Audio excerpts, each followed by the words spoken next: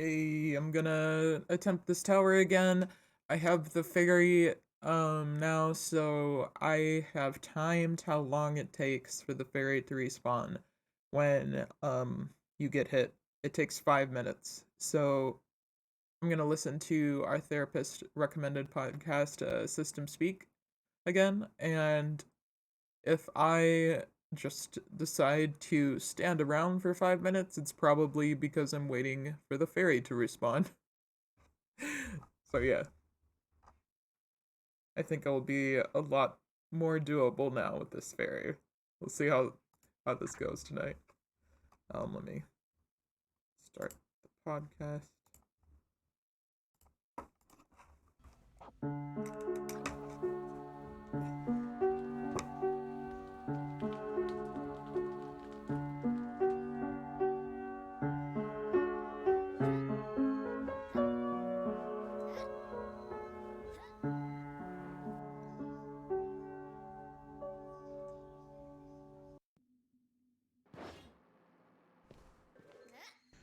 Okay, so I'm talking to my friend Julie today, who is my homegirl and as crazy as me, and I am her favorite, right? You only love me. Sure, with fingers crossed. So we are doing questions. She has collected Ask the Altar questions, which the reason we're calling it that is because it's a thing on YouTube. So one thing we have learned about is that in the DID community, there are lots of people who do YouTube videos, which is kind of cool, but also kind of not. There are lots of people who do really good videos and they're amazing. We are not cool enough to be on Instagram. We are not don't have a lifestyle to where we can just hang out and watch YouTube videos. So that's not us. But one of the things that they do is an Ask an Altar edition or like a video. What do you call it? A video? Just a video? It's not Well, they do an Ask the Altar video, but unlike us who don't look presentable for viewing at this present time. They actually go to the effort to take the shower and do the makeup and look all cute and do their videos, whereas we are real in our own way, and so Yeah. So we do us, and us is a listening podcast for our listeners. So I'm saying ours like they're mine, but they're really yours. The YouTube queens are pretty fancy at what they do, and we are not so much. We are talkers, and we're here to talk. Yeah, we are. We are talkers. So people have asked questions, and we are going to answer them. Well, I'm going to answer them today, unless my food gets delivered because we haven't eaten today. And it's important that everybody gets to eat, so we are making sure that happens because we have to take care of the body. Well, we have to take care of the body, but we don't want everybody to eat because that would be too much food. You're so silly. You know what I meant. Okay, questions, go. Okay, so the first one says, why does your website include multiple personality disorder and not just DID? Oh, that's like a simple thing. It's because we know that dissociative identity disorder is what it's called now, but a lot of other people don't know. And so in search engines, they still search for multiple personality disorder. So it's in parentheses, like on the heading of the podcast, only because so that it will show up in search engines. Okay, so this was a question to the system, but I'm going to take it, and if I'm wrong, being the mama bear that I am, if I'm wrong or I need to be tweaked, you can correct it. Okay, so it says, why don't you talk more about your littles? What are the names of your littles? So here's how it is, okay? Okay, so the littles. Okay, the littles are really what they are. Littles. They are little people. And little people can be exploited. Okay? Those of you who are parents, you don't take your kid to Walmart at 5 or 6 years old, drop them off on aisle 9, and keep walking around the store and be like, catch you later. Okay? That's the best way I can put it. So, in order for the system, and I say that with quotes in the air, to be protected, we don't let the littles come out in podcasts. We don't have the littles on social media. It's just like how you would treat your kid. And me being a friend of this system would feel some kind of way if one of my sweet littles, and we'll use John as an example, were to come out and get exploited on whatever social media platform you choose to use that pretty day. And I would feel some kind of way, and then we would have a real issue because I would be upset, and you would upset my friend and my friend's system, who are all my friends, and that would be an issue. Does that cover it? Wow, I feel like you're feeling kind of protective there. Well, I kind of am, because you're my friend, right? You and everybody in this system, whether they know it or not, they're my friend. So Protective and intrusive. No, so right. Absolutely right. They're children, and it's just not safe. And then, so everything you said was right. The only thing I would add is that also some of them are just not in the present time. They're not oriented enough to be in the present, and so they can't really consent to that because they don't understand what's going on. So, Right. If that changed in the future or something, then we would just readdress it differently. But I just don't feel that, like, we can't let them, I mean, they can't really consent to that because they don't understand and they're not in the present time. But Exactly. also, the other piece of that, I totally forgot. Well, also, the other piece of that is some of them are trauma bound, I guess is the word you could use. And so they're still living trauma. So we're not going to put them on display when they're already having their own challenges at this present time. It's like I said at the beginning of the analogy, you don't go to Walmart, drop your kid off in aisle 9 and tell them I'll meet you at checkout in an hour, okay? Right, and so that's the thing, like, part of the podcast originally, like, totally started out to just be educational because we don't have time to sit and watch YouTube videos very often, and so they're Right. amazing and helpful, and that's good, but we needed a podcast that we could listen to on the move, and there were some episodes, but not a lot of, like, just ongoing stuff, and so we started it to learn.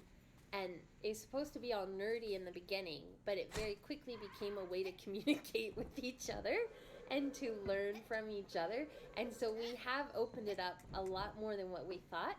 And it's like there is a lot of self-disclosure, but it's limited to the specific things that we're working on and being open about. And the stories and the traumas for the littles are just not part of that. Like, it's not necessary. It has really good boundaries, and it's not necessary to, like, document it as part of it. Right, yeah. I totally concur as your friend. Well, thank you for your approval. We may move on to the next question. Thanks. You're welcome for my approval. Okay.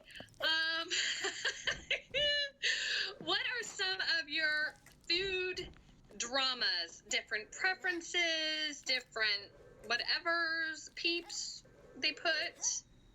Our food dramas. Oh. Yeah, I don't. Okay. I would say, like, who has a favorite food of what?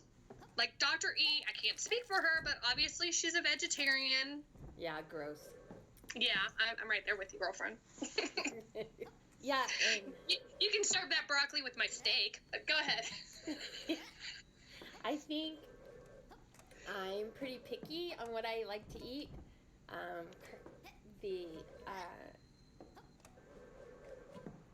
Dr. E is a vegetarian, like you said, and then I guess we all have different favorites, so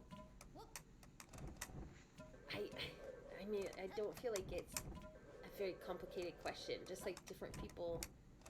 Let's see. And our friend John, he likes chips and salsa. If you listen to the podcast, anybody knows that. What else? Dr. E's a vegetarian, so she gets down with the broccoli. She's gonna kill me later for saying that, but it's okay. Yeah, I still love her. I say it with all love. Okay. That's funny.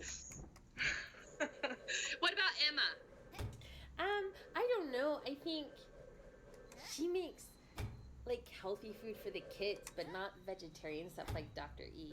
But like she makes soups and stews and rice and So Emma gets down with the beef too, right? with the what? With the beef. She likes a little cow on her plate.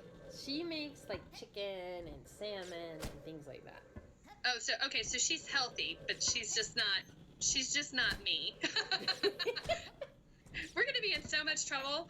Let me just preface too and say that I love everybody in the system, and I love them all equally, and they all bring something to the table, and I have a different relationship with all of them, so I love them all equally, and that's going to be that, and that's all I'm going to say, and I hope they all hear it. Okay. Oh my goodness, this is not therapy.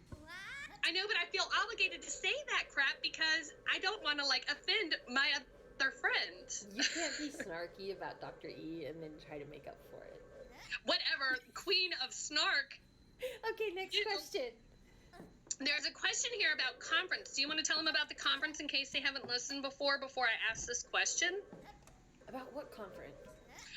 Oh my goodness. Come on now, girlfriend. You know, the Infinite Mind Conference in Florida. Oh. Yeah, we're getting ready to go to a conference. It is our first conference to go to. It is I don't remember the people. That's bad because we're Power to the plurals. We're sponsored. I'm Wait, sorry, Dr. E did that. Like, I plead for mercy because Dr. E did that and she's sponsoring something at it's the conference. Power to the plurals, isn't it? Isn't it Power to the plurals, or Chris's is doing it? The Chris's are speaking there and Sarah Clark will be there, but Dr. E sponsored something and I don't remember. Anyway, it's called the Healing Together Conference and it's in Orlando in 2 weeks. And it's about DID. Yes, and it's awesome.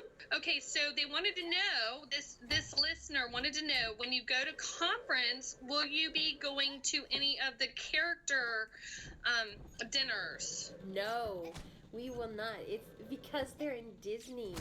And so there are people who want to either go to Disney part of the time while they're there or go to one of those breakfasts where the characters from Disney come to visit. And right. Yes, like John or some of the others, like they would think that was very cool. Not all of the littles think it would be very cool, but I actually have a phobia to mascots. And so I don't want to go because I really have issues. So the Disney people really freak me out. So going to Orlando is actually an issue for us. But it's okay, you know why? Because not everybody can do the same things, okay? Whether you're a system or not. It's like clowns. Like, some people can't be around clowns. I'm not, like, you won't see me in the It movie. I'm not watching that. And I don't want one coming over for a birthday party either. That's no, funny. no offense to clowns, but I'm just saying. Okay, so the listeners are probably wondering how you came across your crazy friend Julie. So why don't you tell them how that happened, Sasha? So the part of it I remember is that we were trying to find some legit support groups online and weed out the ones that were creepy.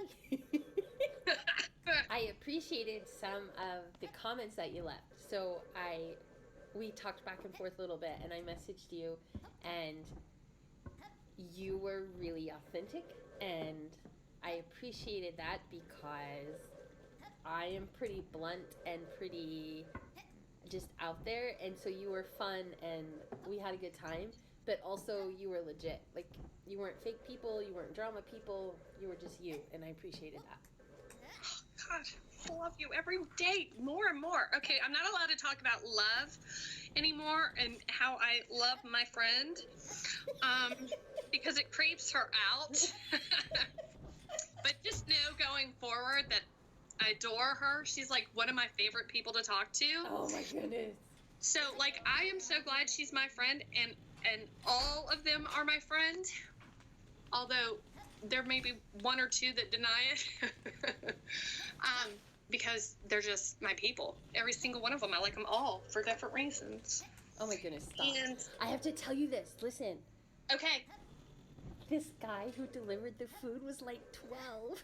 And you should have seen how fast, like, he threw the food at me. Like, I can't go to a hotel room with a woman. Look, they can't. Look, I used to work in a hotel when I was in high school, and they were like, "Don't go in the rooms." Well, legit, right? And, like, I wouldn't do it. I could never do that job. Never, ever would I do it. But it was so funny to see it from the outside because he was like, threw my food from across the hallway. And he was gone before I could even say thank you. And he was running down the hall and he was like, la la la la.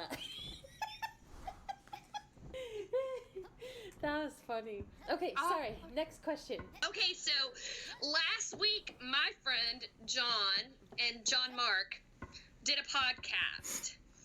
But here's a question before we get into their podcast and what I found so absolutely awesome about that, besides the fact that they did one. John Mark. So is there a John and a John Mark, or is it John Mark? I will pass. Okay. So then that leads me to the question. We had a listener who sent in a wonderful question asking how many adults you have in the system. Oh my goodness.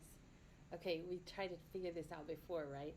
So Emma, we're going to count all three of them. Emma Z, Right. Emma T, and Emma C. So 3 Emmas, and me, that's 4. Taylor is 5. Dr. E is 6. The mom is 7. And then John. there are 2 others that I know of that I can't say their names right now. So that's 9 that I am aware of. Are you including John in that? No, Why not?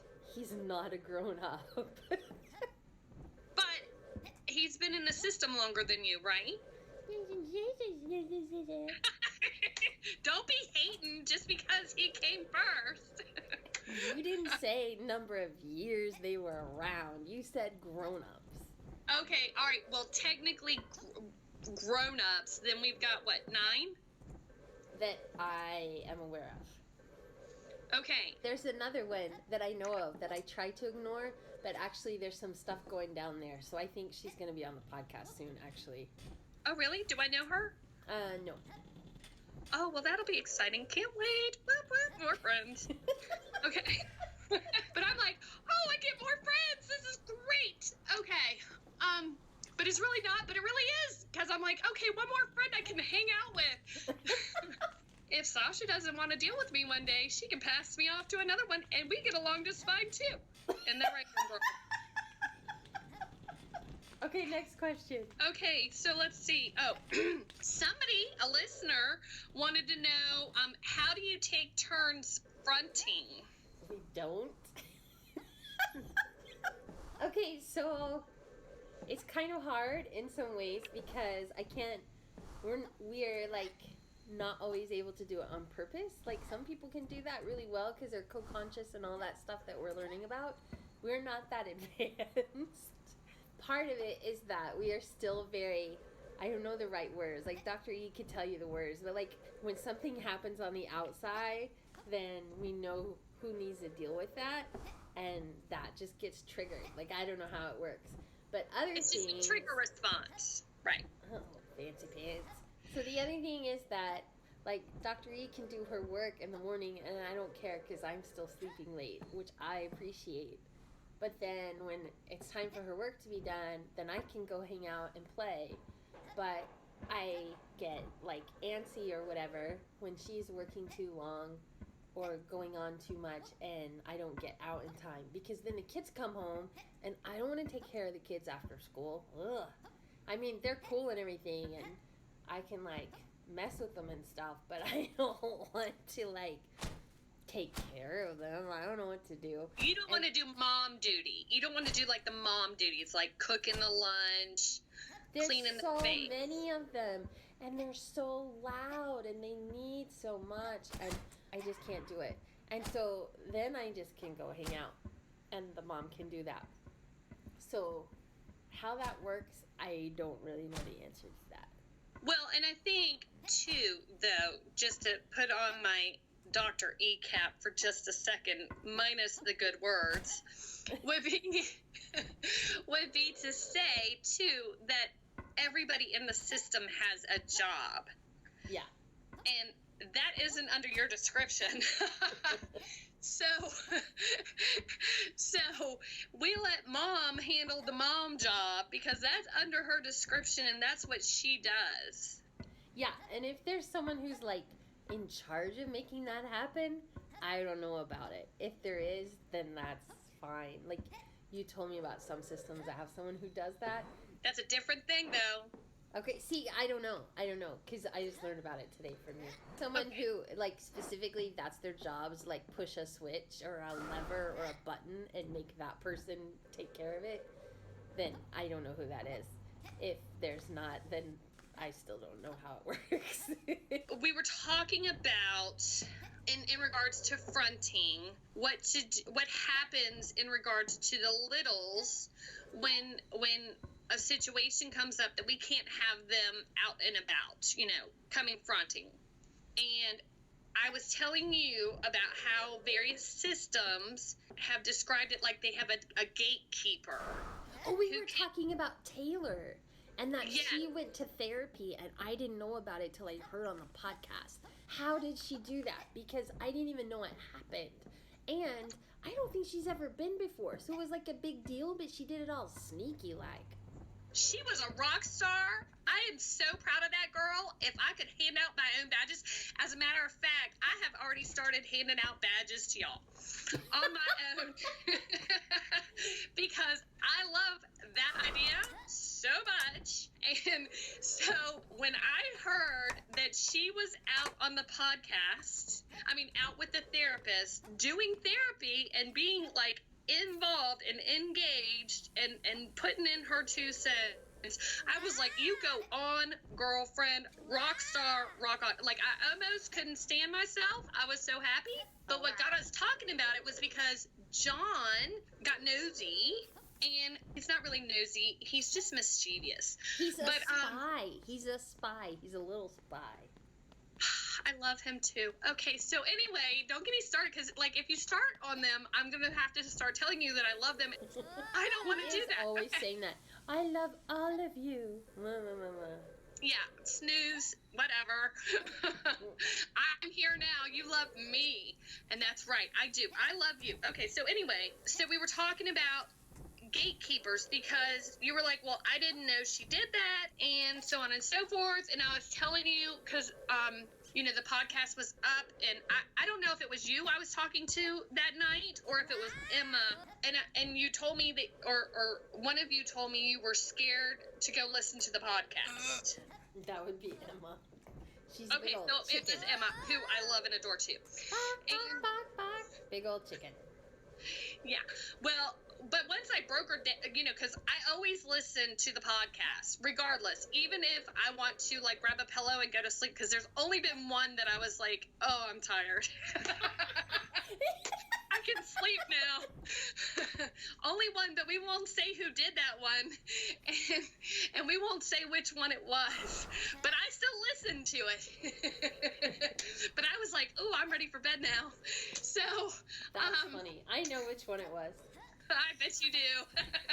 I bet you're going to revel in it later. But anyway, so John was talking about how Taylor had come forward to meet with a therapist. And I had told Emma, I was like, that is like rock star moves that she did that, because I knew that she was like really adverse to talking to her. And I was trying to figure out, because you were like, I didn't know she talked to the therapist. So obviously we were talking about Taylor having some superhero skills, able to like block everybody out from seeing outside or being co-conscious. But she's not so superhero that she could block my friend John, because he was able to watch the whole thing with popcorn in hand. So he's a little spy. I love him. Anyway, we were talking about that, and I was asking you how you are able. Okay, well, let's go back. In the house, right? Because y'all have said in previous podcasts that you live in the house, right? In various 2 different houses, and it's all kind of divided up. Is my understanding? Is that correct? Yes. Okay. And of course, there's a beautiful field, and then there's the woods, right? Yeah. I was asking you to describe your spot in the inner world. Hey, what if that guy wasn't really creeped out by me being in the hotel room? What if he's just poor and trying to make money? And if he hurries up and leaves my room, he can hurry up and get the next order, like beat somebody else to it, and then makes more money. What if he's just working hard? Well, while I appreciate your deflection, and that's not what we're talking about, I'm going to humor it. See, you're making me be like the therapist in Dr. E, and I just am not trying to do that. Okay, so since you're deflecting, yes, that's perfectly plausible too, because if you only gave him $1 on a $20 tab, I'm sure he's looking to go recoup those funds since he's probably only making waiter salary. I tipped him 20%. I did not only give him $1. I'm just guessing, okay? Because that's what some people do in hotels, and I gotta tell you, that's not right. That's terrible. I totally believe in food karma. Yeah, okay, well, enough deflection for you, Missy. So, tell us about your spot in the inner world. Wait, what was the question? Oh, you are so deflecting. Okay, so, in the inner world, there are 2 houses, the woods and the pasture, correct? Yes. Okay. And you're in one of the 2 houses, and I'm assuming it's the parents' house. Is that correct? Maybe. Yes.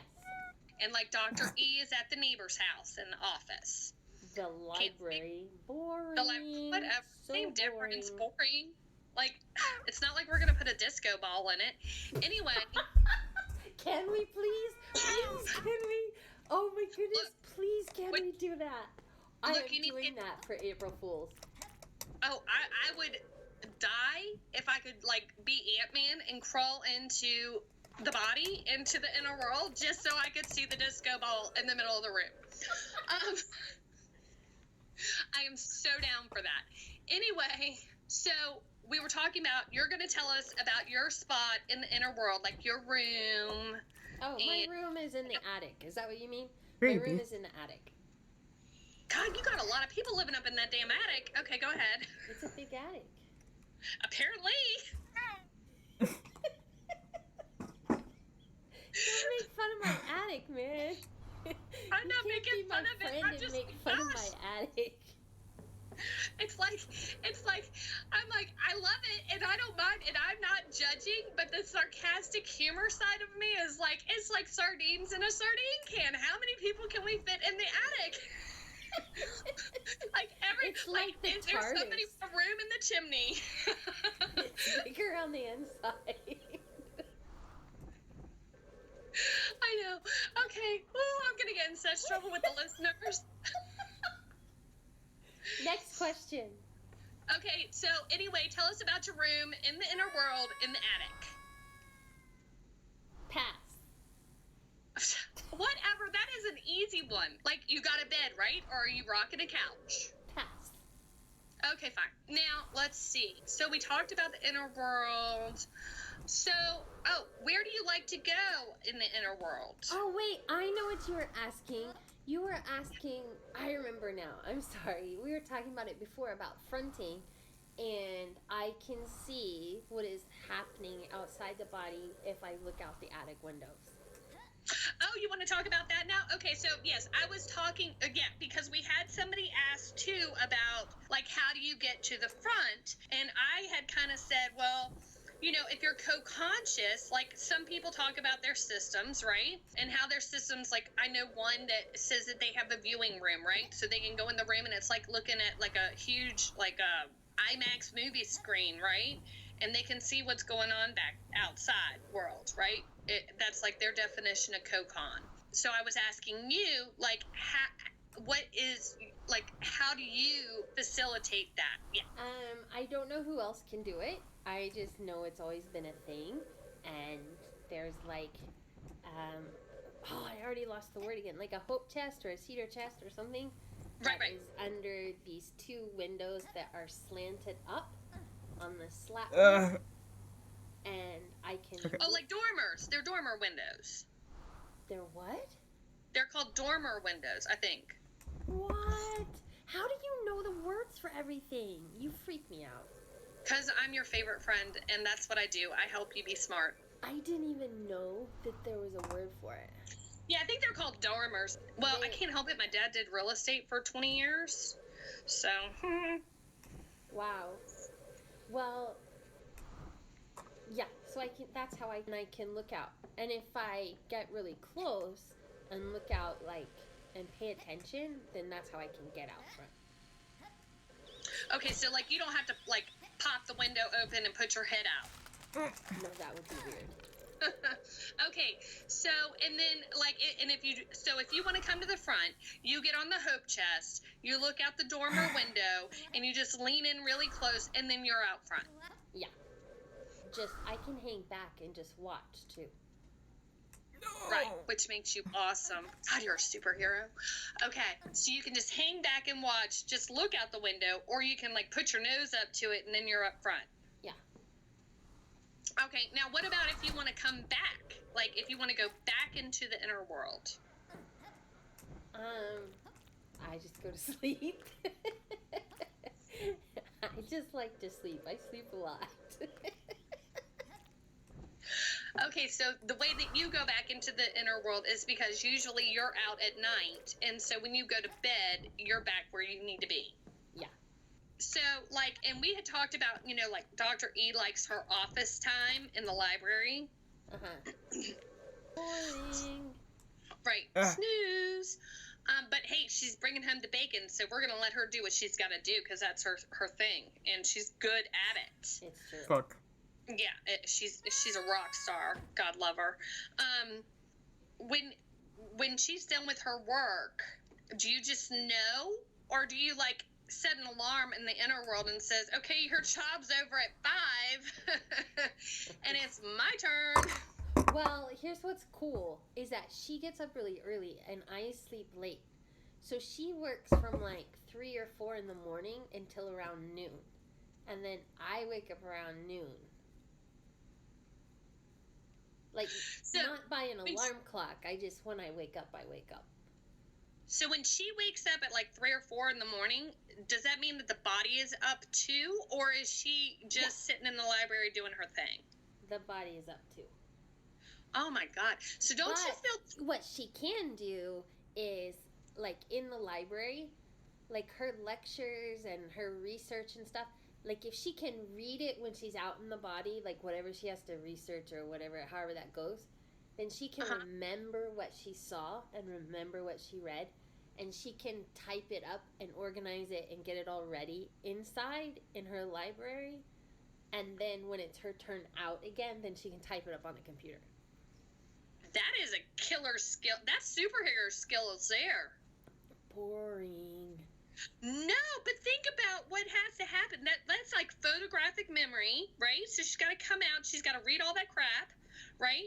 She's got to do all her stuff on the outside, then goes back in, does it, and then comes back out. Like she's doing it 3 times. I don't know. Boring. Next question. Okay.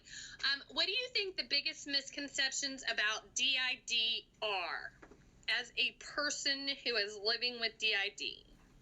And listen, before you answer that, like people are going to probably give crap because I refer to you as a person and everybody in the system as a person, but that's because to me you are, because, I have 3-dimensional relationships with all of you to some extent.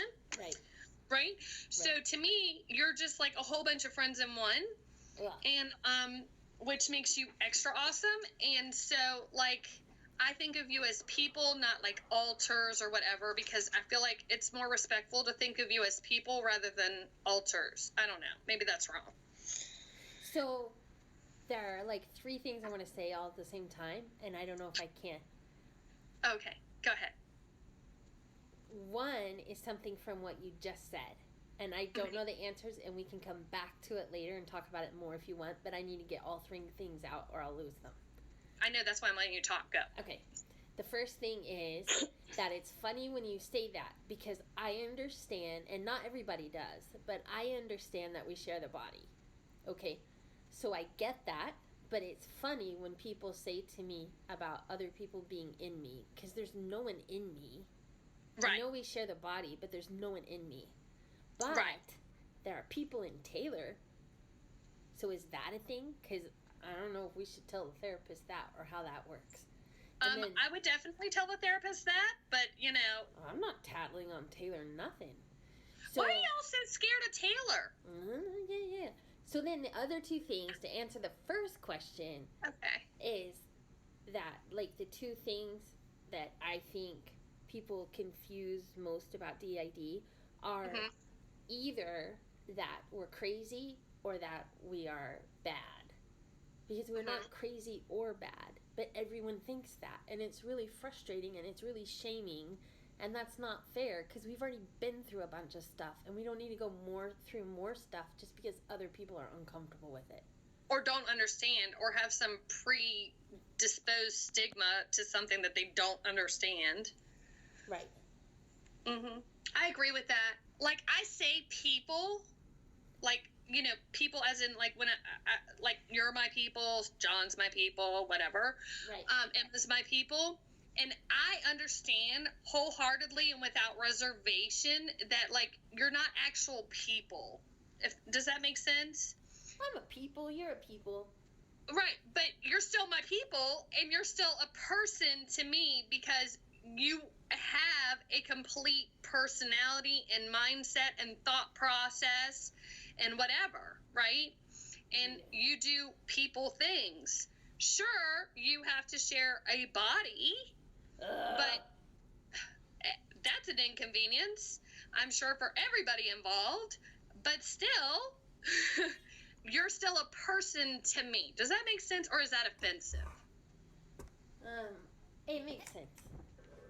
The conversations I have with you aren't necessary, like, the conversations that I would have with the quote-unquote alter Sasha, right, are not the conversations that I would have with the quote-unquote alter John.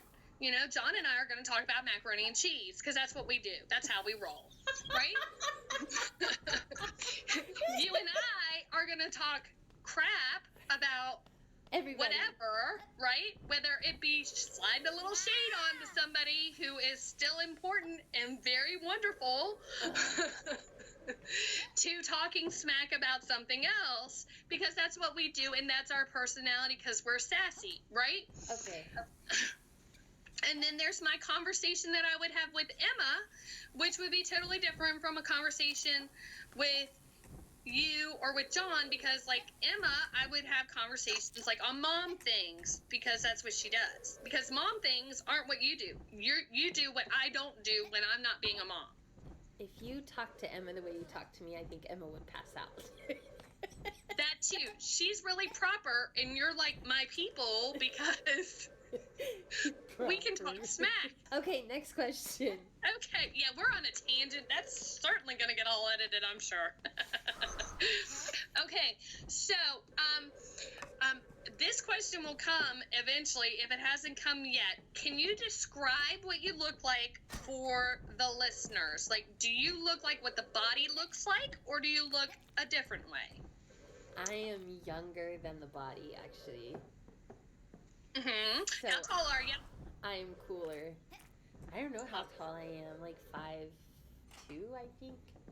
Oh wow, you're super short. I'm not super short. 5'3". I don't know. I have to measure. I don't know how tall I am. Okay, and what color hair do you have? Brown.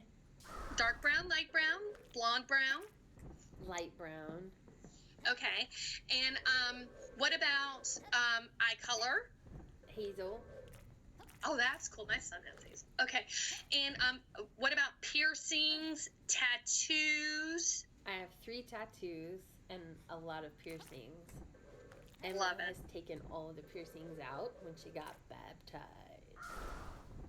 Well, she wanted to get closer to God, and apparently piercings aren't the way to do it. So,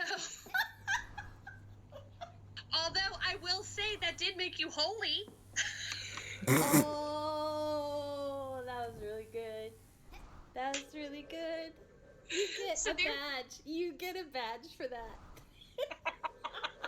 What else? Do you have any other like depicting characteristics besides your awesome personality? No. Next question. Okay, so like what kind of clothes are you rocking though in the inner world? Like, are you like a goth girl? Are you rocking like jeans and t-shirt with a pair of cons? You just wait and know way more about this. I want to pass. I don't want to talk about it yet. Nothing about the outfit? It can't be but so bad. I mean, as long as you're not wearing like Urkel pants, we're good. I am not in Urkel. Even if you're rocking overalls, like if you got the one strap thing going on the inner world, that's okay. John has legit overalls. I love it. Oh, and tell me, are they blue jeans? Yeah. Oh, I love it. Hey, did you all ever? Okay, so this was brought up in a podcast. Did you ever hook my boy up with some pants? Yeah. He totally got new pants and actual overalls. See, So thank embarrassing. God. Like, dude needed them, okay? I was like, I need to go buy him some. Like, if she hasn't gotten them yet, I am going to so totally hook him up. I totally got him. I got him pants and legit overalls and some snow boots. I legit hope you got a badge for that. Like 3 at least. That was At my least. allowance. Oh, it was your whole allowance. That's right, because that's why we got to let Dr. E work, because she makes the money. we got to make sure she gets to work. Okay, so we were talking about the inner world and where you like to go in the inner world. Yeah, no, we're not talking about that. Okay, so going back to the inner world to ask the other question, we talked about this earlier. Okay, so like you don't like to leave the house when you're in the inner world. We can just put that out there, right? Oh yeah, no, I'm not leaving the attic. Not Right. happening. I'm not going downstairs and I'm not going outside. Not on your life. No way. Right. So even though, like in podcasts, it's been described about the pastures and blah blah blah, and in the inner world, you have never gone to like, take a walk in the pasture. No, there are like 6 times a year that I have to go do something. But I don't want to do that and I don't want to do it if I don't have to and I don't want to talk about it right now. Okay, we won't talk about it.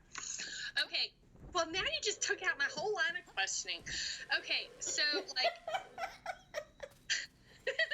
she will give out more information later when she gets comfortable, but when she's ready, she will do it, and we're not going to push her to do it because that's not how we are. We aren't Oprah, okay? We're Julie. Okay, so, but you and I were talking about the woods earlier and how we don't go there, but that Taylor lives in the woods. Yeah. Like, I can see this whole section getting edited. We're not talking about it. We're going to skip that and just know that my girl Sasha is not going out into the pasture. There aren't any, like, NPC horses out there that she can pet on or ride. Oh, yeah, you were talking about that. What does that stand for? Non-playable characters. Well, in video game world, it's non-playable characters. Now, mind you, I don't play video games, nor have I ever, except for I do get in a little Sims time here and there because Sims is awesome. But anyway, I'm not a video game.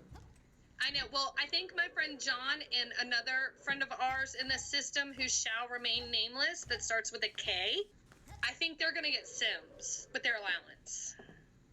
What? Don't be hating. Don't interrupt his gameplay. Yes. No. But I told him on a sidebar that he needed to make sure that he made sure that it was okay with the people that he needed to make sure it was okay with. We can't play video games. We don't even have TV at our house. No, he can do it on the computer. Oh. And you have one of those, sister. Proven. Okay, next So question. So anyway, long story short, I told him and another mutual friend that he needed to ask whoever it is, I guess Taylor or Dr. E or Emma, if he could do that. Well, I am not the boss of that, and Taylor is not the boss of that. Okay, well, somebody wears the britches in that system, and they're going to have to handle that. Dr. E is the boss of the money. Right. So since it's money, I'm assuming he's going to have to go through her. Yeah, and it's not going to happen with a video game, I can tell you that. The outside kids don't even have video games. Well, yeah, but... Okay, so why don't you explain... Dr. E is, like, very anti-screen time. Oh, I know she is. She's anti any look, trying to have a conversation with Dr. E some days is kind of difficult.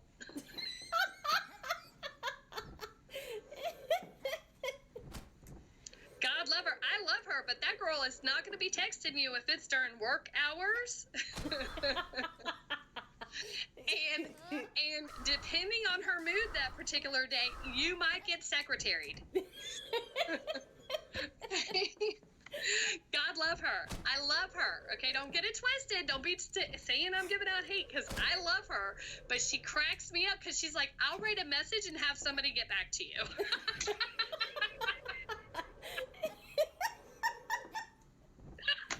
I'm like, thanks, Dr. E. She's like, no problem. Leave a message at the beep, beep. That's funny. That's really funny. I know, but it's like code for, I'm sorry, Julie, you are not intellectually at my level to carry on a mature conversation. And so I'm going to take a message and wait until Sasha or somebody else is available that can handle your issue. That's really funny. That's so funny my face hurts. I know, I'm laughing because my cheeks hurt, but like it's also like the beauty of a system, in my opinion, because it's like, oh yeah, it's the Fruit Loop. Like I know that if I send a text, okay, so this is just like a little DID thing for me that I had to learn pretty quick when we became friends. Okay, there are certain times of the day that I know I am not going to get a response. Okay? And if I do get a response, it's going to have to be something really good. Or it's going to have to be one of those days where Sasha's up before 9 o'clock in the morning.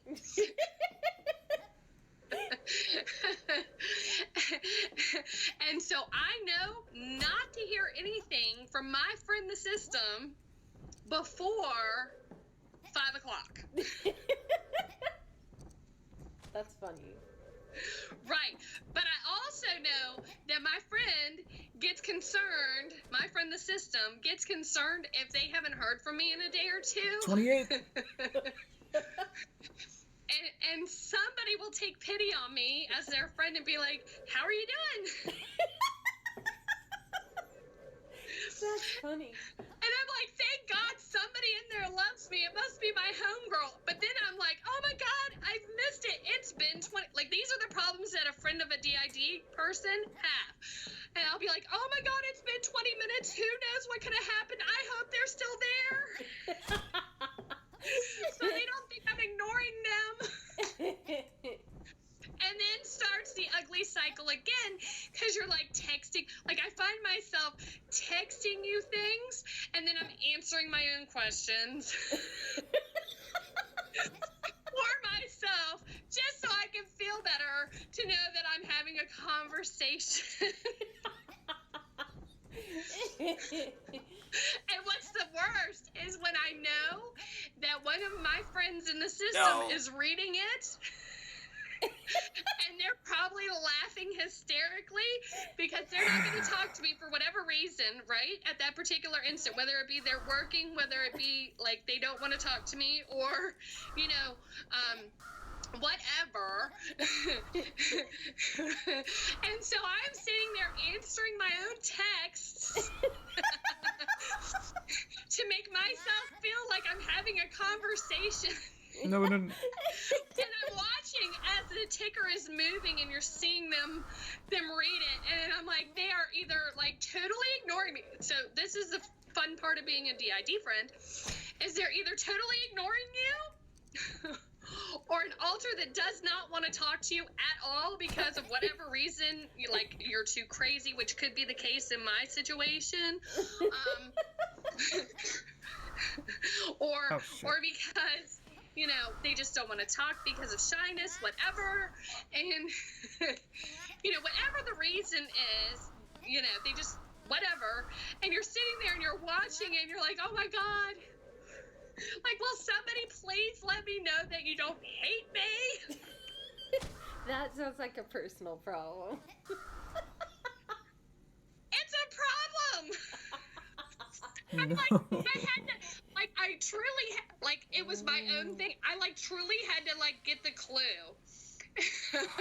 I'm so sorry. I'm so sorry. We are a terrible friend. It's really hard for us to have friends, actually. That's the thing. You should ask the question, do you have any friends? And we'll be like, no. That's a big fat lie. That is not true. Damn, I am a friend. I've got the text messages to prove it.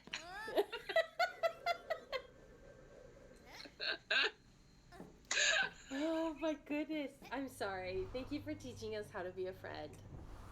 Well, no, I haven't really successfully done that, okay? Because that's a fine sliding skill. I would say we'll try to do better, but, That would be a big fat lie. So, but hey, I gotta say, you do get a badge. Because it was you and me talking. I'm pretty willing to bet, but I'm not putting money on it because I could be so wrong. But you and I were talking, and I was trying to, for 2 weeks now, I've been trying to come up with a way to tell you it without hurting your feelings or being offensive, to say, look, I really need a little more love as far as a response when I send you a text. Yeah. But there's but I didn't want to be intrusive, right? Because obviously you've been through enough, right? And having people all up in your business ain't the thing, right? And obviously as friends, you and I have healthy boundaries. Well, and we can take care of ourselves, right? So you don't have to take care of our feelings. Right, but I still do, because I don't want to piss off somebody and then have one of them be like, okay, we're no longer talking to her ever, so we're gonna delete, block. Aww. Has that happened to you before? Oh my God, I got PTSD. So anyway. Seriously? I'm so sorry. No, so remember when everything was going down with social services, and FYI, message to that person, whoever did that, there's a special place in a fiery building for you, and it's below my feet, but that's neither here nor there. Oh, when they called on us? Oh, yeah. That was really hard. Yeah. Okay, so I had a panic attack during that time, because remember when they were coming to visit? Yeah. Okay, well, I didn't know that you were going to be shutting all of your social media down for that tenure. So, when I went to text you my annoying good morning thing to be my happy self, but probably irritates Dr. E or whoever's doing the morning jobs, I couldn't find you. Oh, and, no. And I couldn't pull up your profile. And I'm like, oh my God, what did I do? Wow. So, these are the things that you have, because, it's challenging being a friend when you have a friend that has, it's multiple personalities, right? Right. And so, you're not, not everybody is going to like you. So, and everybody in the system has a healthy fear. Everybody in this system has a healthy fear of Taylor, right? So I'm like, well, maybe I pissed off Taylor and she unfriended and blocked me. Oh. So I sat there for like 2 days. And I even sent a message to one of my other friends. I'm like, what, was this offensive? Would this have offended you? Not that everybody's the same, but you know what I mean? I was like, did you find this offensive? Oh, I'm so sorry. It's okay, but you didn't know. But then when you came back, I was like, oh, thank God.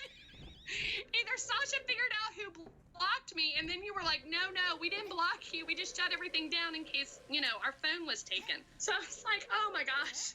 Yeah, we were scared. So, no, but this was good because, so if people didn't hear that episode, what happened was, the parents are dead, right? And so there was something that Dr. E wrote about grief and about trying to manage grief while we also had these special needs kids and all this other stuff going on.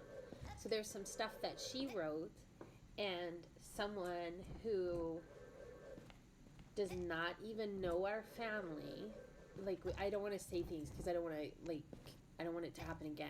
Vile human being who was looking for revenge and Yes. evilness.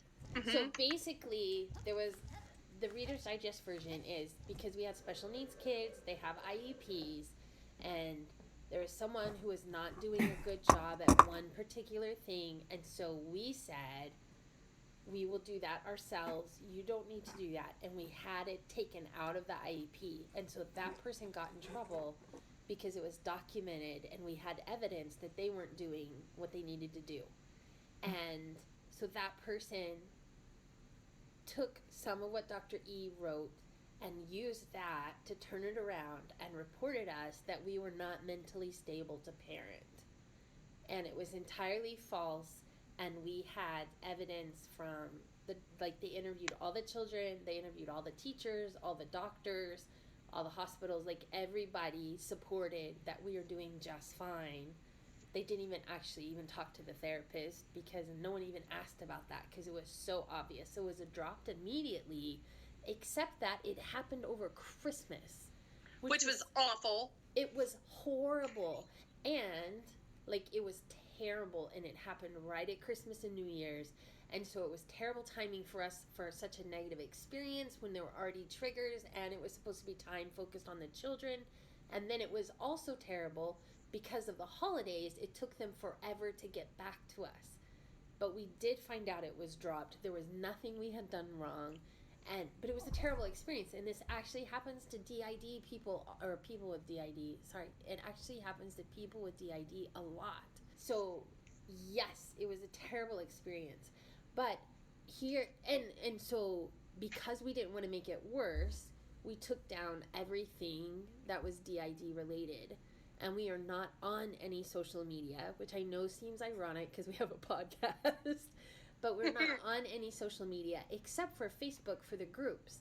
And so we did, yes, the time you're talking about, we took down the Facebook, but it all happened so fast. But this is an example of why I want to talk about these things, because we need to listen to this, and what you just shared, so brave, and we're so vulnerable and authentic about letting us know, because that's the kind of thing we don't know, because no one cared about us before. I mean, the husband does, and the therapist does, and apparently you do, whatever. We're new at it, and so, not just new to feeling it, but new to doing it. And so what that looks like from the outside is really hard sometimes. So when you share that, because you matter too, it's not just about being sensitive to our triggers or sensitive to who's out or whatever. That's really superhero of you. That's very legit, very cool. But also there's just the layer of just real life. And part of experiencing a friendship is taking care of each other, not in a codependent way or unhealthy boundaries, but legit just being your friend. And we don't know how, because no one was ever a friend to us. So we're terrible about that. But when you share that, and I can go back and re-listen, and others can go back and re-listen, we learn from that. And I don't know that we can do any better. But being aware of having other ways to contact you, or letting you know what's going on, or that it matters to communicate some of those things. It's so new to me. I don't know. tell me this, okay? I already know the answer, but the listeners will want to hear this, okay? Because this was good stuff that you said, so don't you pass out on me. When you meet people, how do you tell them about your DID? Oh, well, we don't. We don't. In the past, when we were first diagnosed the first time, we were 17, and we were diagnosed like in college and undergrad, and we had like lots of people who were like, we're going to be your support team and this is what we're going to do, and they drove us to therapy, like literally drove us to therapy. But which was full of them. This people from the school. Right. And, but it was full of them to do that. But go ahead. Well, it's like a whole big story. Like, it was really traumatic how it all unfolded. And I don't know if we've talked about it on the podcast or not. But it matters because it has to do with how people get diagnosed and how people, like the impact of getting diagnosed. So for us, we were actually first diagnosed.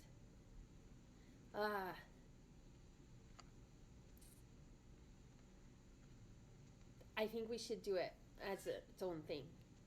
Okay. But I was like more referring to the Reader's Digest version that you gave me about how we used to be, but now we're not because of this. Yeah, so we can talk about that another time. But we used to be out with everybody, very public, very out, like appropriately behaved. Like Dr. E is the one who went to class. I was the one who hung out with my friends after class. Like, it was consistent as it is now. Like, consistent to who we are, not consistent in that we're all the same, which is a problem because we get accused a lot of being inconsistent. But I'm always me, and Dr. E is always her. And when you have the pieces together, it makes sense, right? So when we were very out as DID and very public, it was liberating and it was free and it was much easier to just be ourselves, just like any coming out process. Like, there's a reason that that's so healthy and good. The problem is that for us, in our experience, we got exploited, and that was kind of used against us in several ways. And then part of that even included like a copy of our system map being sent to all of our professors, and it just exploded and had all kinds of problems that happened because of that, and it was very traumatizing. And so because of that, we just completely shut down. We like shut down and left the country, like literally. That's when M&T moved. And so that was very difficult. And so since then, we have not been out like that. And you kind of keep it hidden. We did. We had to keep it hidden differently than before. And so we haven't been out. I mean, we've been out, but not out with DID. So because of that, we stayed not inside. Like, we still did our own thing, but we moved and we did not talk about DID anymore to anybody. And we held it together, getting little bits of therapy for specific things, but we would not talk about trauma or background stuff at all because of what happened there, which we can talk about in another episode. But part of that meant that even when Emma got married and we had the husband, like, I still hung out with him and still went on dates, and Dr. E was still the one who went to work, and like all of that was the same, but he didn't have the words for it. And it wasn't until our parents died that everything kind of fell apart, and we weren't functioning well enough to like keep it covered up. Like, clearly something was wrong and people out at the wrong times, and functioning went down, and that was the falling apart that got us in therapy, like legit for trauma. And then ultimately a year later telling the husband about DID, and he was just like, oh my goodness, that makes so much sense. He was probably like, well, that explains it. Yeah, and he was very chill. But other than him and the therapist, we don't talk about it at all to anybody, which is funny because we have the podcast, and eventually people will know but people will either listen and understand our story and see how it makes sense, or they won't, and there's nothing that we can do about that. As DID, because you all are so carefully guarded, Well, yeah, we're by pretty coming good out at to, that. like, you know, people you know, besides me. I don't know that like we have any other friends. There's a lady like from church that Emma's trying really hard to be friends with, and Right. she's really sweet to her, Right. which is good, and that's maybe the most progress we've made. So yay therapy. But I don't know that she would Are you thinking really hard, or are you having you need a second?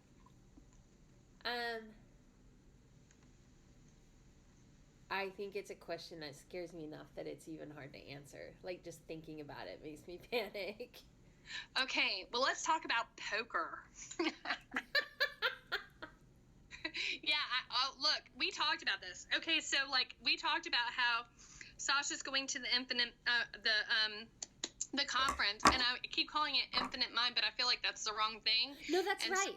It's an infinite mind. That's what I was trying to remember. And then the healing and I'm trying to help. Yeah, is the theme of the conference, I guess. Right. I don't know how I keep this stuff like a Rolodex in my head, but whatever. Anyway, it's like in that movie. I forget, it's a Disney movie, but they walk into the brain and they pull out the files. It's amazing that you can do that. I don't have access to the files. Whatever. It's not that you don't have access. You haven't figured out how to access them yet. Okay. Oh my goodness, how are you not a therapist? It makes me nuts. But I'm not a therapist. I know. Homegirl, and I know you don't really like the therapist, so that makes me nervous. So. Okay, here's the thing. I actually adore the therapist. Oh, good. Then I'm glad. She is amazing. I just have not presented myself and do a lot of my own spying, and I can't even tell you like why. But like, dude, be bold, okay? Because you are not a scaredy cat chicken, okay? As your friend, I'm telling you, just step out for a hot minute, say a howdy do and a high five, and get yourself back in there. It's more like,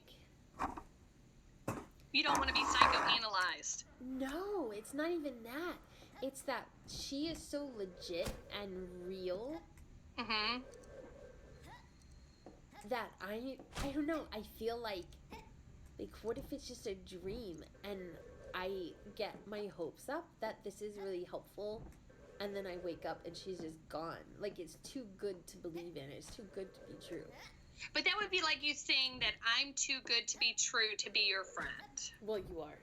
Is that all of okay. them? What's your biggest challenge about being friends with me? Ooh, that's a good one. My biggest challenge about being friends with you? Yeah, because I know it is. Go ahead, girl. One is knowing, like what we talked about tonight, like that I just really suck at being friends. And I don't mean that as in like mean to myself, just an awareness of like I don't want to be so broken that I can't learn how to do that, because you've actually been a really good friend to me, and I would like for that to be mutual. Like, I don't want to just take from you. I want to be a good friend to you too, but I'm not good at it yet. So Right. thanks. But for we letting me practice. We're practicing. And then the other thing that's a challenge is that you're full of these truth bombs that I'm like, where did that come from? And how long is it going to take me to soak in what you just said? Because it was so powerful. I don't know how to absorb it. When I break it down for us in Julie style. I'm like, I don't really want to think about this. And you're like, peekaboo. Look, and then I find the back door, which is why you always say, what are you, the therapist? Like, No. how did you come I just in here? know the back door. Oh my goodness. But also, too, I think we have really healthy boundaries. Because you have the ability to say to me, nope, I'm not talking about that. Pass, or you'll just ignore me. That's when I know it's time to change the subject. Yep, Sasha's not talking about that. Next. But I think that's part of what gives it like safety, because absolutely you do respect the boundaries, and some of those, as far as at least I don't know the therapy stuff of it like Dr. E, but like the legit things that we've been through that make friendship hard was all about our boundaries not being respected. So I know we put them up too high, the walls or whatever, but like you do respect it, so it makes it easier to be like, okay, I said that, but it's actually okay, so never mind. We 29. But I'm glad that you have good boundaries, though, as my friend. Like, I'm glad that you guys as a system have good boundaries, and you know your boundaries, and you have exhibited the ability and more often than not to be able to express them. Oh, I can express it all right. Girlfriend, I have no doubts. Have no doubts. We need to talk again, though, okay? So don't make it so long. Oh, it'll be a long time. Oh, my God. But you had fun. I did. So much fun. I know, and that's a good thing. So much fun for such a long time. It will last me for weeks. Oh, my God. I have been vaccinated. Oh, my God. That's awful. You're not awful. I can't even. My 30. face hurts. I know, my cheeks hurt. Okay, well, we're gonna have to talk soon, okay? Okay. No. No, you have to promise Promise what? that we're gonna talk soon. That you're not gonna make me wait weeks. I'm That's not even awful. functioning. I'm dissociating. I'm like getting every other word. I don't know what you're saying anymore. Okay, I'll type it so you can see it, because I'm sure, like, John sees the food and he's ready to eat, and all hell's gonna break loose after they hear this podcast.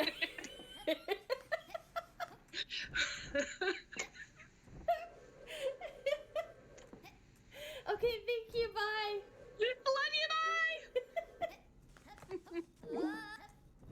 Thank you for joining us with System Speak, a podcast about dissociative identity disorder. You can listen to the podcast on Spotify, Google Play, and iTunes, or follow along on our website, www.systemspeak.org. Thanks for listening.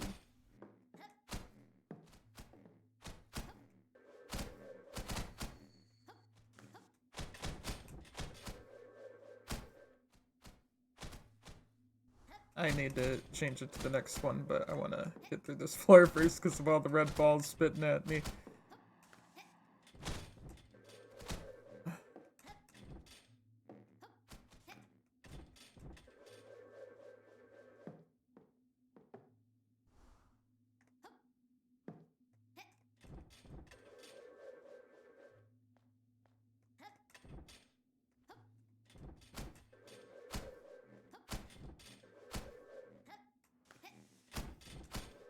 Okay.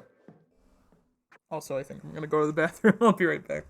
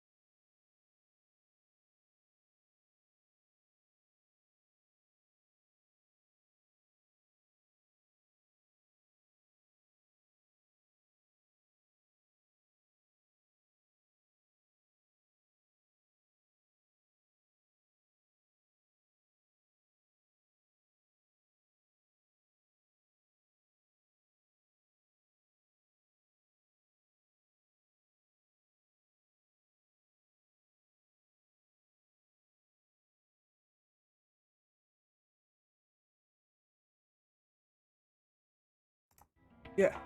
Oh, wrong screen. So yeah, you might have noticed a couple times where I just let the fairy respawn. I think that's an extremely good way to deal with it. Um, if you don't like it, you can always fast forward those bits, obviously. I think I'm gonna listen to one more, and then maybe I'll listen to more Skitter playlist if I'm still going, which I might be with how slow I'm taking it. But hey, it's getting me there. I don't think I've even died once yet. But yeah.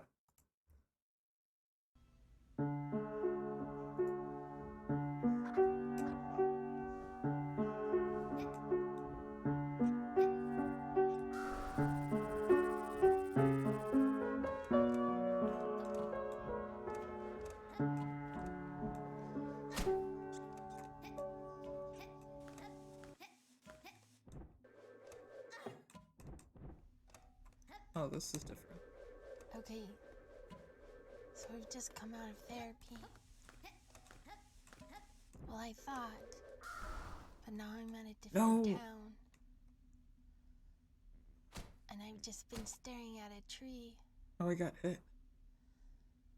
It's bright blue sky behind it, with white puffy clouds. And an evergreen tree with its green pine needles.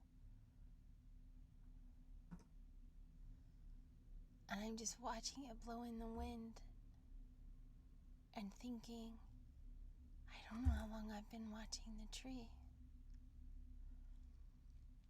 I mean, that sounds like a silly thing.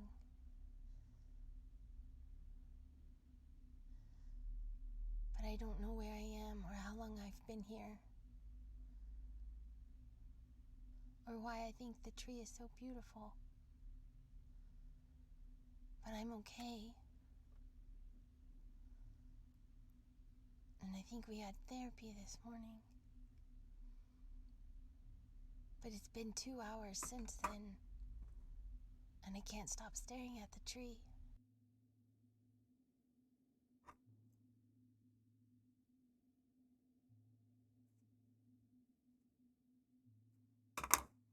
Wait, where'd the audio go? Why did it freeze?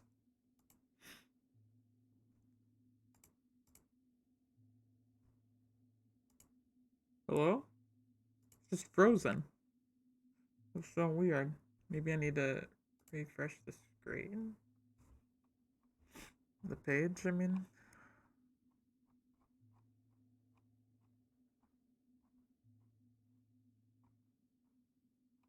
Felt like I went deaf. Okay, here it is. Different town. I don't know how long I've been watching the tree. I mean, that sounds like a silly thing. But I don't know where I am or how long I've been here. Or why I think the tree is so beautiful. But I'm okay. And I think we had therapy this morning. But it's been 2 hours since then. And I can't stop staring at the tree. So I thought if I talked about it, that would help me focus. There's a can of soup that's been finished, and peppermint oil that I put on, and it helps me feel my skin again and helps me breathe. But I actually feel very much at peace. Safe, even. And I think that's why the tree looks so beautiful. Because I can't remember how long it's been since I felt that. Just safe. And I think maybe everything's okay. And maybe we're really getting better.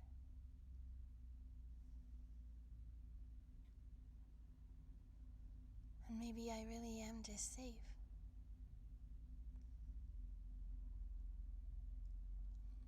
And I feel like I could watch the tree and see the branches move and the pine cones blow and maybe even just become the wind.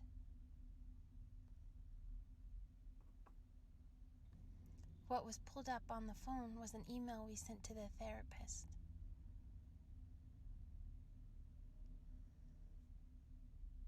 It says at the top of the paper, meeting minutes. And in the email it says that we had some kind of meeting inside with Dr. E and Molly and John. I know who Dr. E is, and I've heard John on the podcast.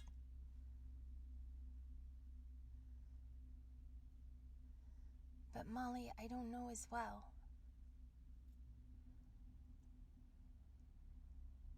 I know a little bit from therapy and my husband. That she was the chaplain at the hospital when Dr. E couldn't work because of everything going on inside.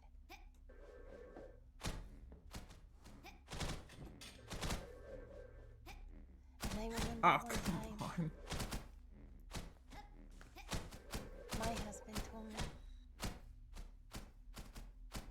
that she would be good help for us because she's not afraid.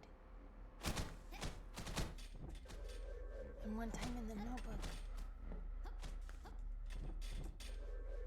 she wrote that God said more than anything else not to be afraid. Sometimes it's hard for me to separate who God is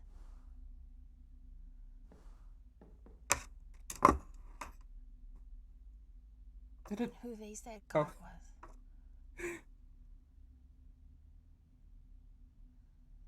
And who some kind of heavenly Father is. And the kind of Father that we had. And sometimes it's hard for me to hold on to the difference.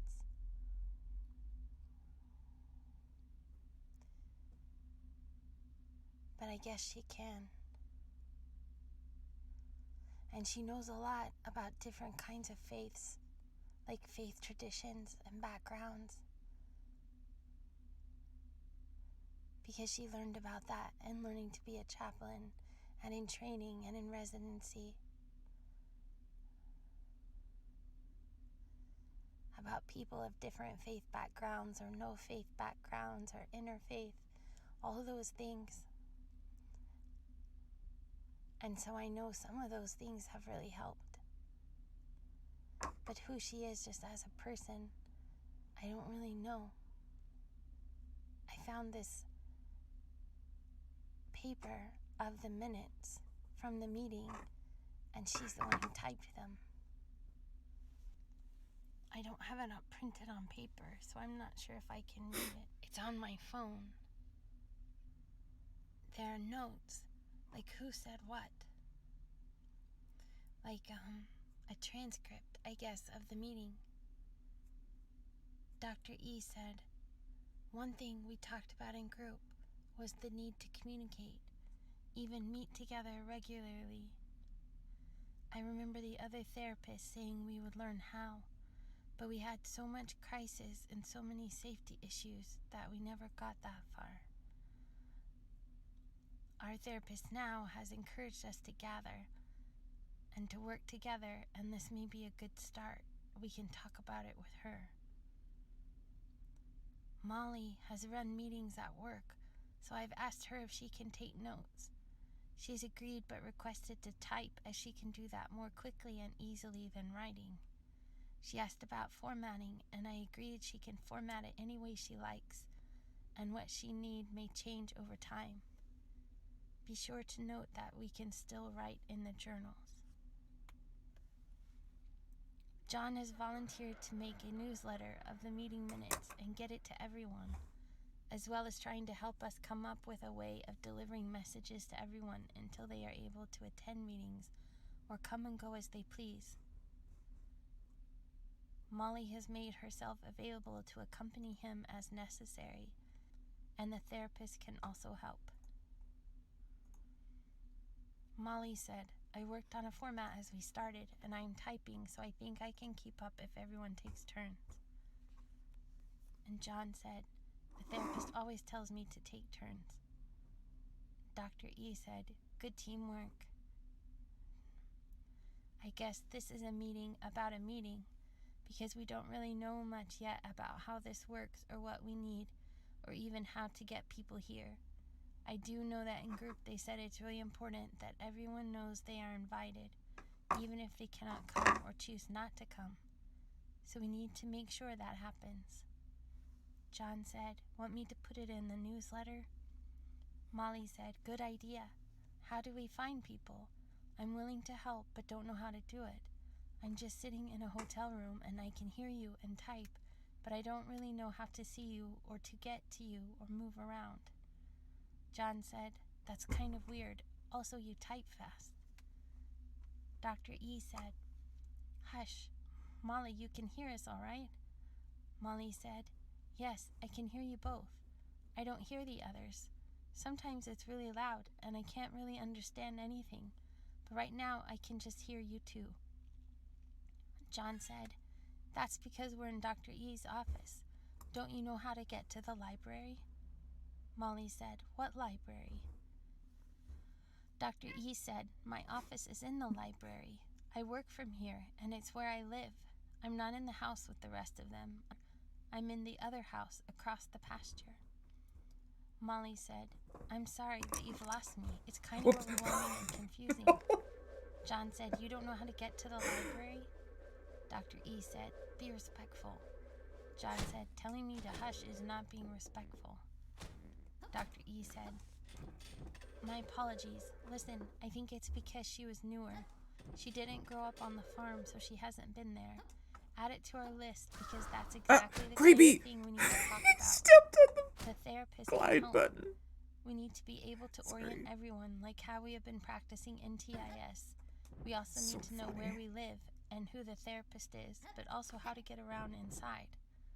John said, well, I can walk or run or skip or ride a horse, sometimes my bike, but sometimes it's missing. Dr. E said, focus, John.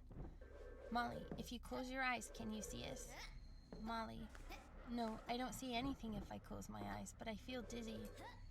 John said, whoa, how do you type with your eyes closed?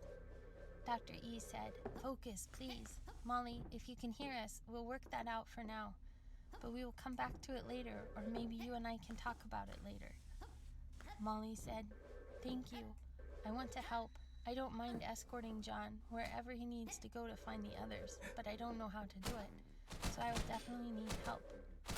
John said, well, I'm good at helping, and you need to just be quiet and find something to stare at, and then listen to me, and I will tell you where I am and what I see, and if you stay very relaxed of it, then you will find me.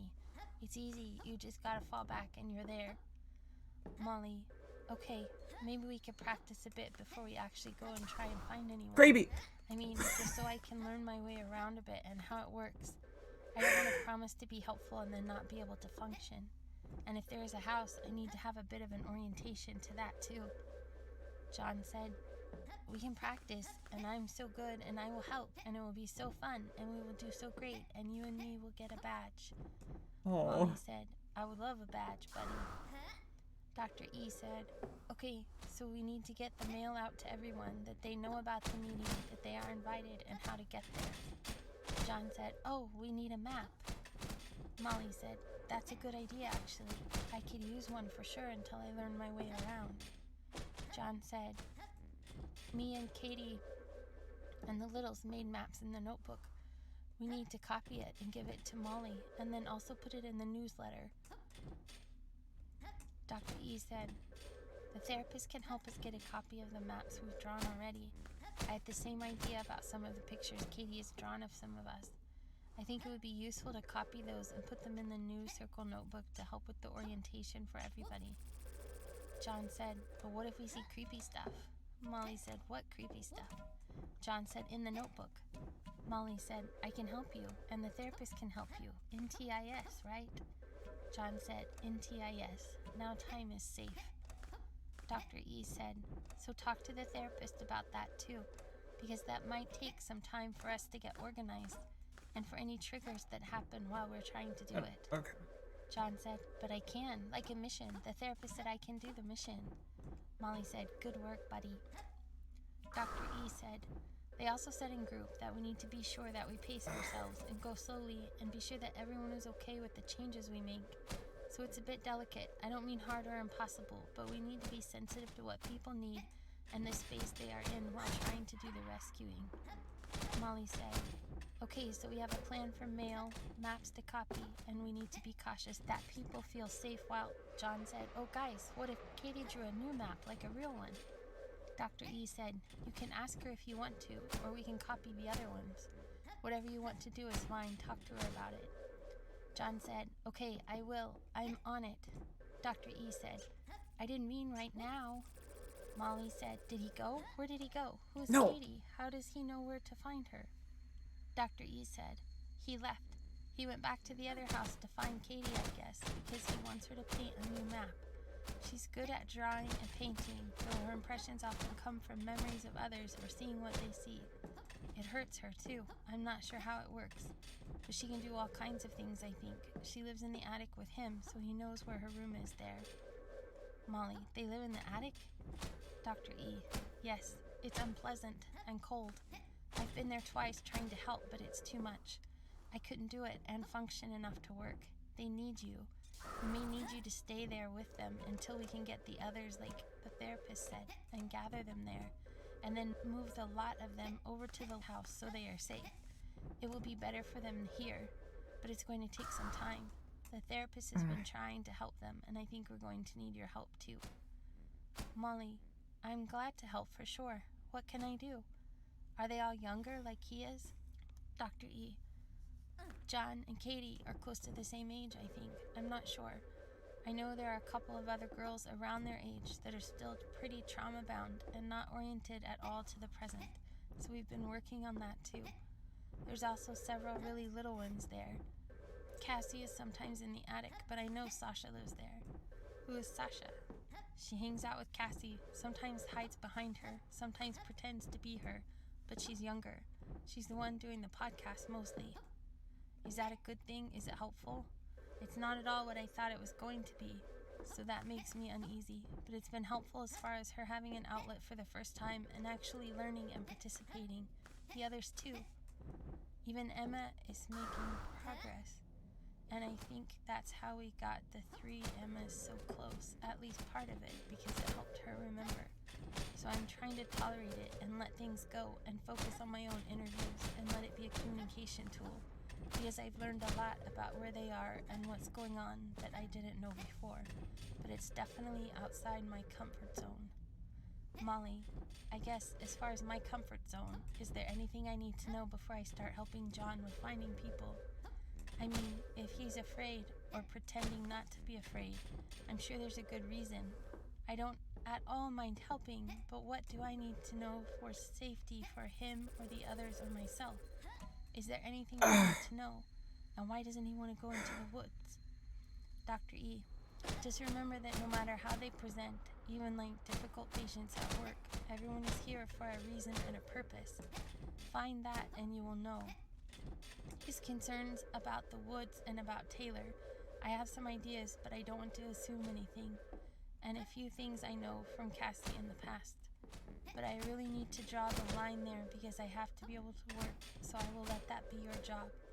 Not in a setting you up kind of way, but I think you can handle it just fine and figure things out. Talk to the therapist. She will be a good ally for you for those pieces. Stay in touch with her, though, and let her know what you discover, either in the journal or by email or in session. That will be important. The other things you may learn about will be hard things, like stories in the hospital, but those things with Taylor's circle may seem frightening like they did to John, but you have the spiritual prowess and adult perspective to understand differently what happened, and maybe see through the smoke and mirrors a bit. That will also be really helpful. I'm sorry to leave you on your own with so much, but other than safety, I really need to stay out of this so that I can focus on my work. I just have to, and there's not much we can do about that right now, so I'm really grateful for you, but it may be difficult at times. Rely on the therapist, she will help you.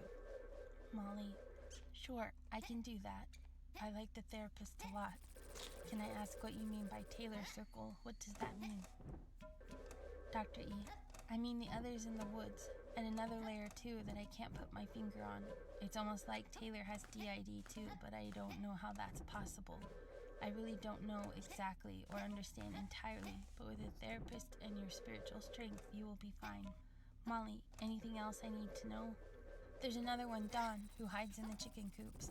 She's always hiding there, in between trying to escape from the house or escape from the woods. She's slippery, but no, she's just little and terrified. Also, and I know because I was there for some things, a lot of what she says are just parrot quotes of things that the parents said, so don't take them so much as statements as much as her reporting what she's heard. She's the one who did try to get away and who did try to tell, and she needs to be on your list of people to rescue. I've seen her watching the therapist before, so I know she's trying to learn. But be gentle and slow. She's a bit feral and she will bolt. That's heartbreaking, tragic. It's not an easy mission you signed up for, really. Keep the therapist in the loop and rely on her and she will help. They will need you. I am grateful. Molly, well, I've seen a lot and handled a lot, so I will do my best. Anything else? Dr. E, one last thing. In the attic, in the far corner, is a cedar chest, like a hope chest. The girl is in there, locked in there, and she's waking up, and she's going to need you to help her get to the therapist. John, you guys, Katie will do it. Or we can copy, or maybe we need copies so Katie can see what we already did, and then she can draw a new map for real.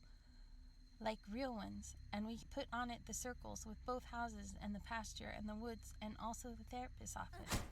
Can we put the therapist's office in this house, or does it have to stay on the outside? Dr. E, the therapist's office is on the outside. Molly, Dr. E, they were our neighbors. They were going to adopt us when I was in kindergarten. John, but they didn't. So the little one is only 4, almost 5. She's not 5. Dr. E, she can be 5 if she wants. John, no she can't. She didn't get to have her birthday. They died. Molly, who died? How did they die? Dr. E, it's not helpful right now, so let's table it and we can talk about it later, okay? Molly, so we have a plan for a newsletter and a way to add a map to that, and I will go with John to deliver invitations to the next meeting. The only other thing on the list here is that we need to talk about tools. John, oh, that's me. The therapist gave me a ladder and a hammer and a screwdriver. No. Molly, how did she do that? For what? John, for breaking the lock on the little girl's rooms. I don't know how she did. She just did. She's magic because we're buddies. She also likes to help me. I can tell her anything. We don't have to have secrets, except if Taylor is watching. Dr. E, definitely something to talk to the therapist about, but not something we can talk about right now. Do you need any other tools? Where's the ladder and the other items that the therapist gave you? She left them in the upstairs hall outside her room. So can you go get her out? Not yet. But me and the therapist are going to work on that. Does she know that, or you think that? Well, I can't do it by myself. Molly, is that something I can help with? Can you hold a ladder? If you show me where it is. Okay, I can show you. Dr. E, not yet, just a minute. Anything else we need for organizing ourselves to try and have meetings? John, yeah, one thing is we can have a calendar, like if you do with the family, and we talk about it because I don't really know what is happening or which days I can play or when we can get to see the therapist, and it's hard to figure out and I don't know. Dr. E, that's a really good idea actually. Molly, I have one that I got for work that I don't use now. You can share that.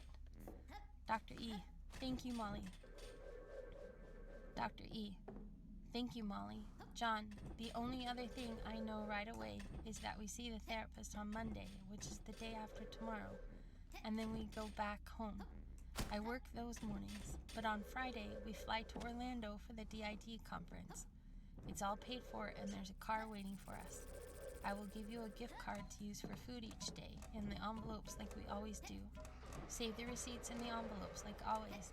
You can have the airplane trip because I know that's your thing. But let Cassie go play after we get checked in so that she and Sasha will behave while I'm there to learn. I already wrote out a schedule of the rooms I need to be at and what time I'm going to attend, and for the times I can skip sessions or in the evenings where you or Cassie can play. Work that out with her, but I can leave the schedule on the new calendar Molly's giving us to use. John, that's a good deal, stinking smart. Dr. E, let's stop there for now and see if we can work on some of these things until we see the therapist again, and then we'll talk to her about having meetings or what to do next.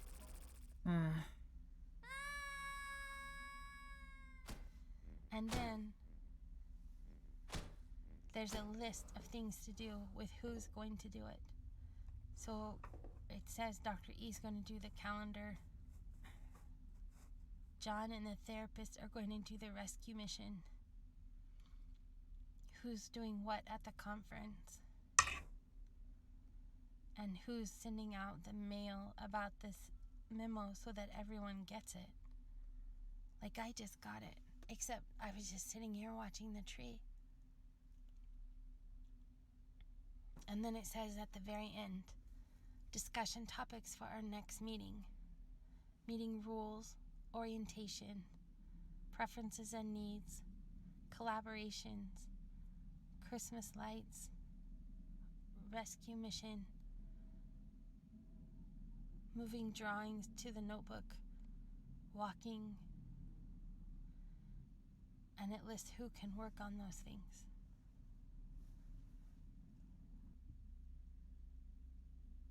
So I thought that I saw the therapist, but maybe I was dreaming. But now I'm just dreaming this tree and thinking about a meeting that I don't know if it was real or not real. But I read it.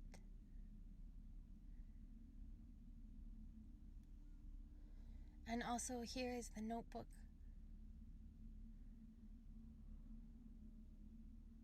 With the circles of where everyone introduced themselves and answered the interview questions and the things that we need.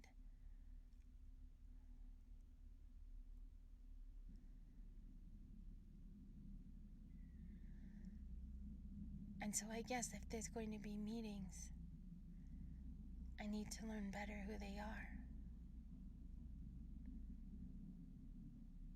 But right now, I just feel like I'm the wind in the trees.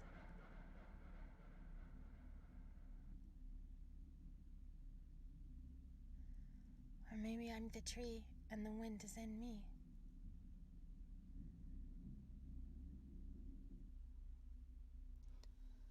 Okay, I don't know about trees and the wind, except I know it's blowing. But I can tell you everything everybody needs to know from therapy. Because she's very, very cool, my buddy. And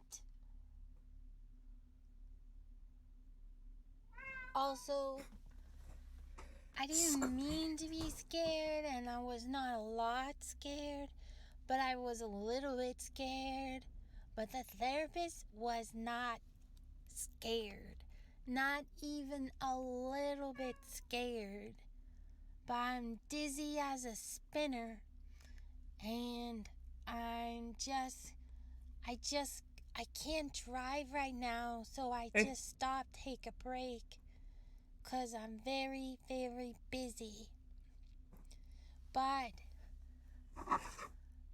our therapist, she is a good buddy to me because she did not just leave me alone in there. She came inside and just helped me. And we went on a rescue mission. And we got one of them girls out there. So that's really good. And we got her all the way up to the attic. And that's really good, but now I'm tired. But Molly Oh, my head hurts. Molly is...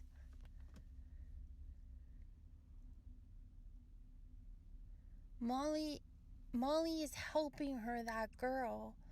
Like, she's a mess, and, well, I don't want to talk about it, but that Molly's helping her clean up, and Melly is going to take care of her for a little bit, and I'm just going to go for a walk at the park because I'm a little bit dizzy, and it's very busy, and my head hurts, and I think the therapist gets a badge, and Molly gets a badge, and I try to give a badge to this girl we got upstairs.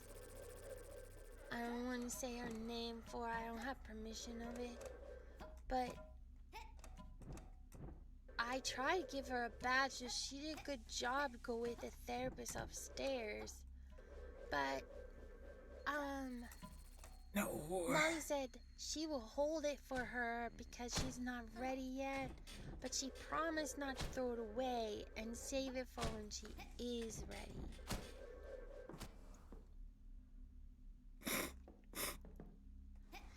And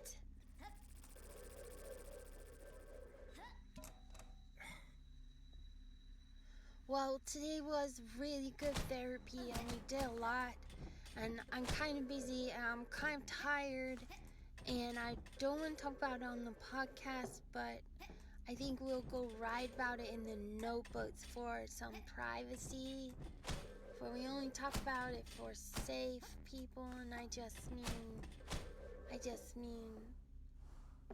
it's not for talking about. But I can talk about it in the notebook, so I'll go write in the notebooks, and then maybe I can get some lunch. But I'm really kind of busy. Meetings kind of wear me out. But I love my therapist so much. She's my buddy, and I'm really glad that we have her because she's nice and she takes good care of us. And then she said, it's time for you to go. And I can go because I have a choice. I always have a choice. She tells me that. And I can't even think because I'm just kind of tired. I'm kind of busy. I'm going to go for a walk. I gotta walk a lot if I'm gonna deliver all this mail to everybody about our meetings, as we're gonna start having meetings. So I gotta walk for a long time, for I gotta find all these people and make sure they know come to a meeting. So I will do that, but I'm kind of busy. I'm busy.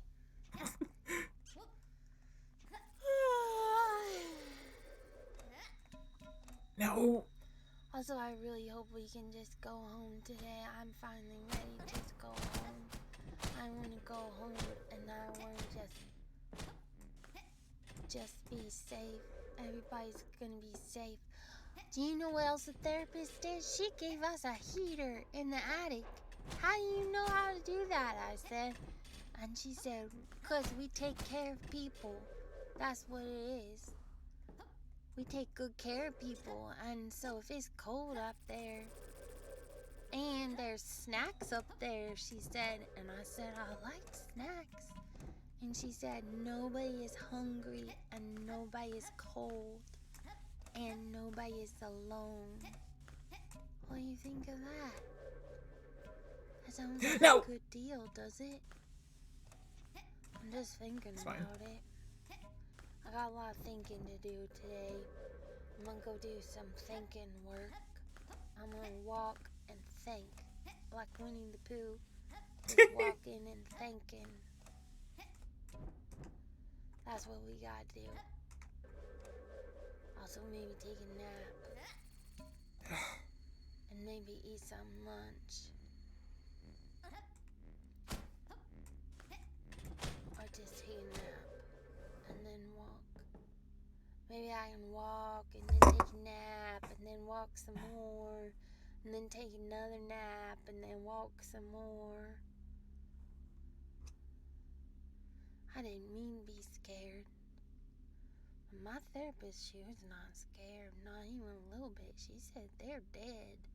And I keep forgetting they're dead, but then I remember they're dead, but I thought, what if they're not? Or what if they're dead at now time, but if you go into memory time, they're not dead? And what if you see them? What if we get caught? But she didn't get caught. What do you think of that? I don't even know what we do, but she said I got the job of taking care of this girl and helping her know everybody and seeing what we can do for her. So Molly's gonna clean her up, but then I gotta figure out what to do with this. It's like having a new puppy that don't talk. I'm not even sure. Also, me and her got some stories, and I'm a little embarrassed of her see me.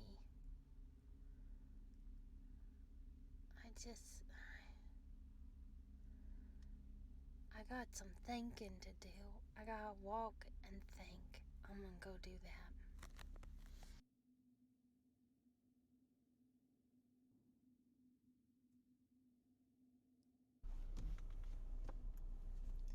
Okay, so I went on a walk and I did some thinking, and there's some more things I gotta say.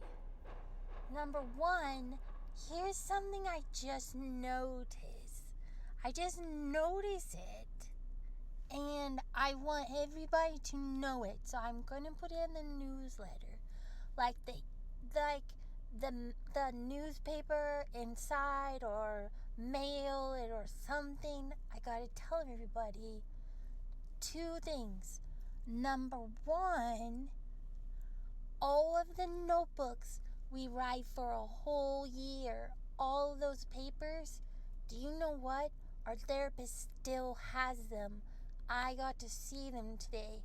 I did not look in them, and it was not too creepy.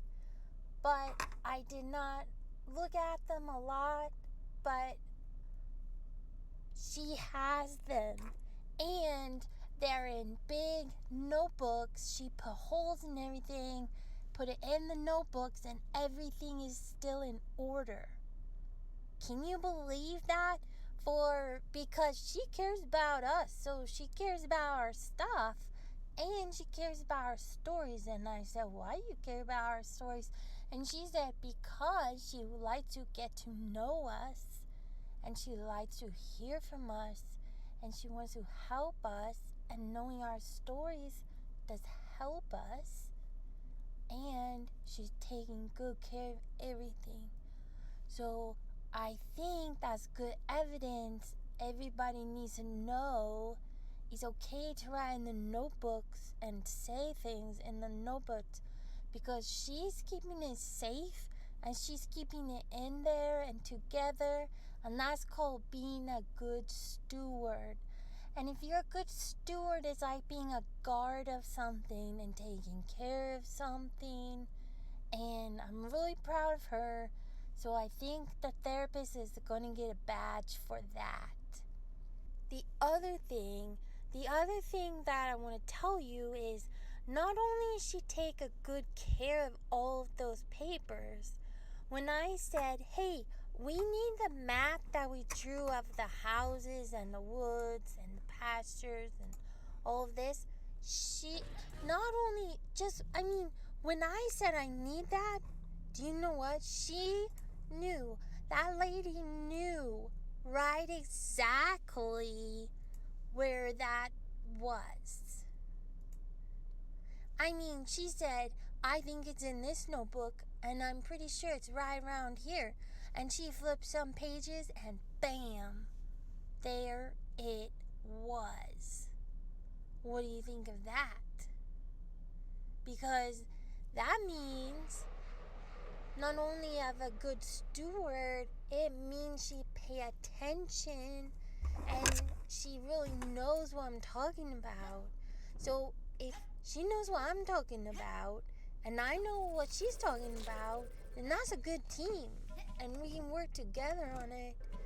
And also we well, everything is okay. And now I'm gonna drive home. But we gotta drive home. Well, Cassie and Sasha will help me drive home. But when we get home, then we gotta see that family because we did not for all those times. So we gotta calm all the way down on the drive home, and we have lots of driving. For take a deep breath and everything is okay on the outside. But we have to be nice to the family tonight because everybody's got to take turns, you guys. And it will be the family turn. But right now, I want to remember that she take good care of our papers and she pay attention and know where they are. Because you know who only does that if you're buddies. And she's my buddy and we gotta do the work. But you make sure I'm not alone and I'm not afraid and nobody is. And now Molly has got that girl all cleaned up and her hair brushed out and some clean clothes and I wonder what kind of snacks we got in here because the therapist said we got some snacks in here. But you know what else? It's not cold anymore. It's cold in our car and it's cold outside because we don't got a coat. But it's not cold in the attic because the therapists have a new heater in there and we heard it turn on. And so I know it's working and now it's not cold. And I don't know how she did it, like magic or something. But it was really good and it's helping. And I think everybody's so happy. And Molly's singing her a song. Can you hear that? Molly just singing her a song.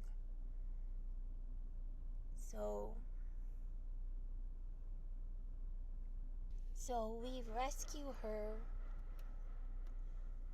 And you know what the therapist said? That it will not happen to us again. And we cannot. It's over. It's over. And those parents are dead. And she's not gonna get hurt no more.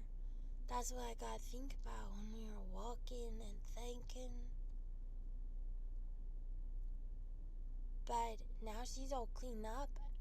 And I said, Molly, how did you get some clothes for her?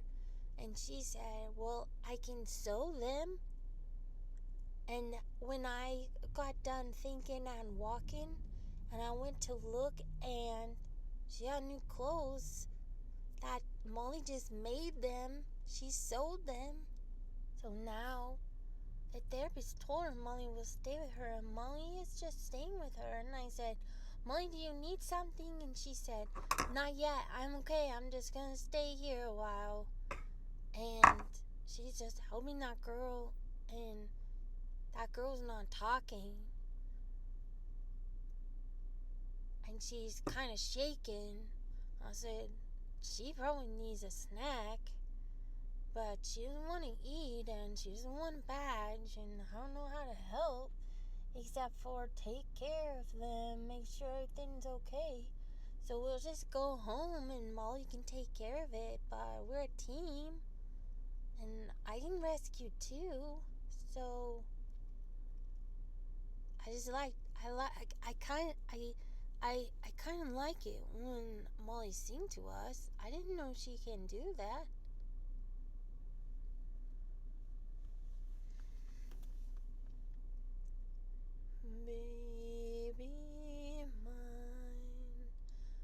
Don't you cry,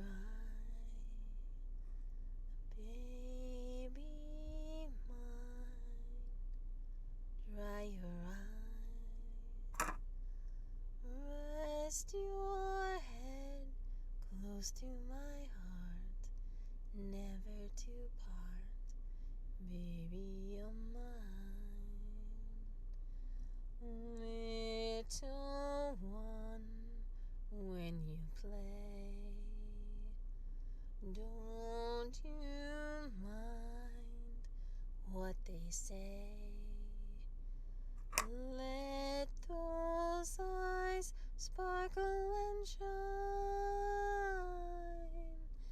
Never a tear, baby, you're mine. If they knew all about you, they'd end up loving you too. All those people who scorn you, never again will they touch you. From your head down to your toes, you're not much, goodness knows, but you're so precious to me, sweet as can be, baby, you're mine.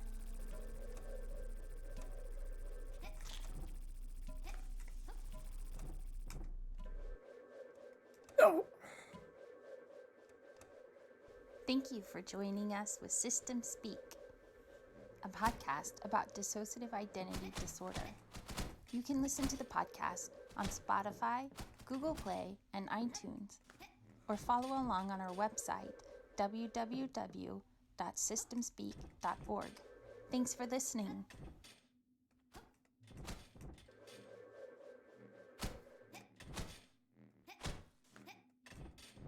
Yeah, sorry I'm struggling so much with floor 30. I don't know what's wrong with me.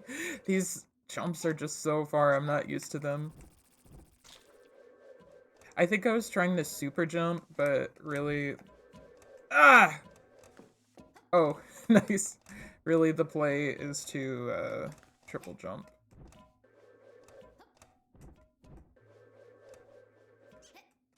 I'm gonna start Skitter's playlist in a second.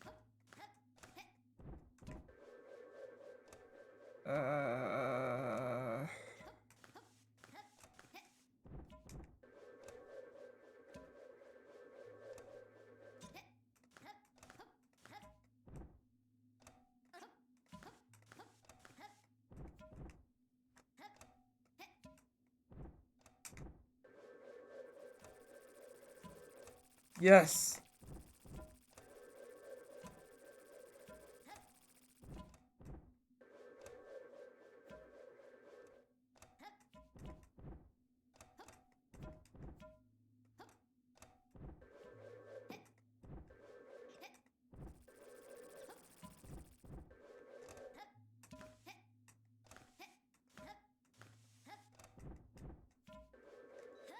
No! Fuck! Fuck! The jester laughing now. Okay.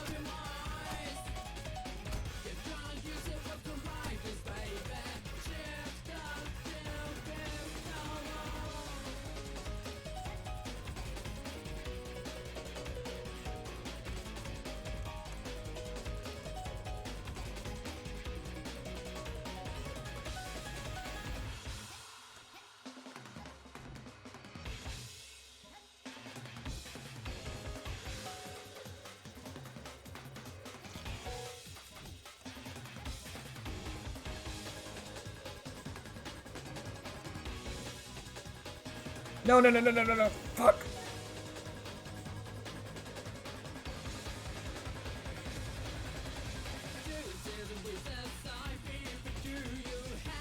Whatever. I love this fairy.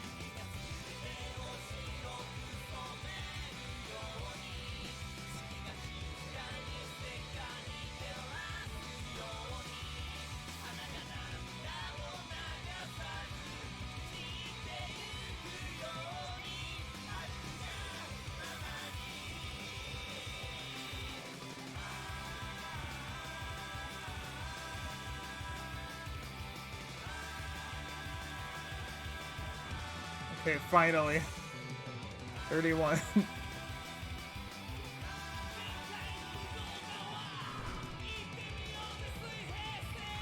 No, wrong way.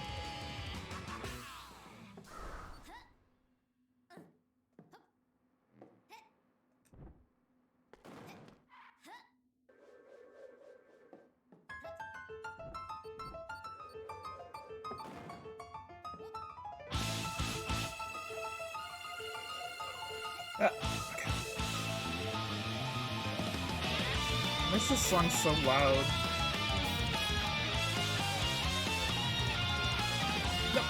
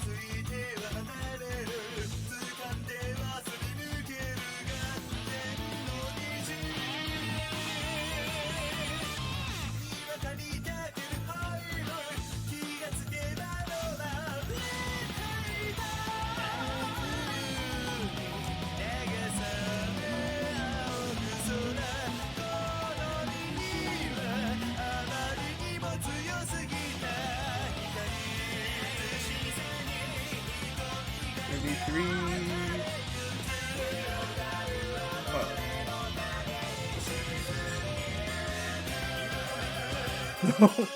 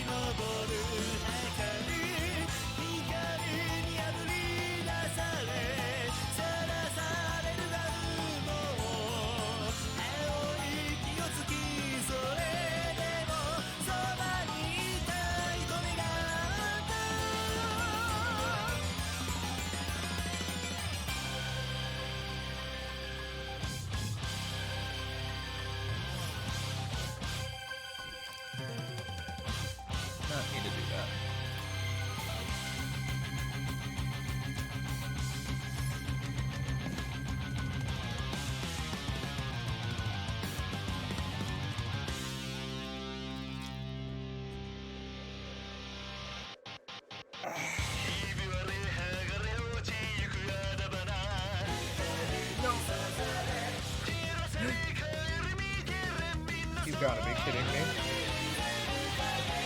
Okay. Okay. I hate floor 30. It's not even that hard, it's just... I don't know. Keep messing it up right now. Those bar jumps.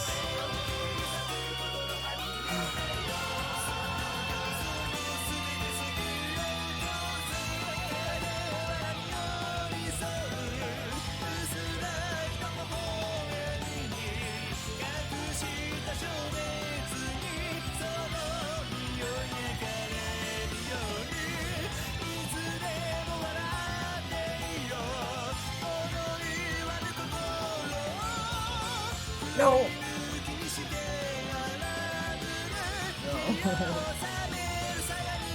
No. No! Okay.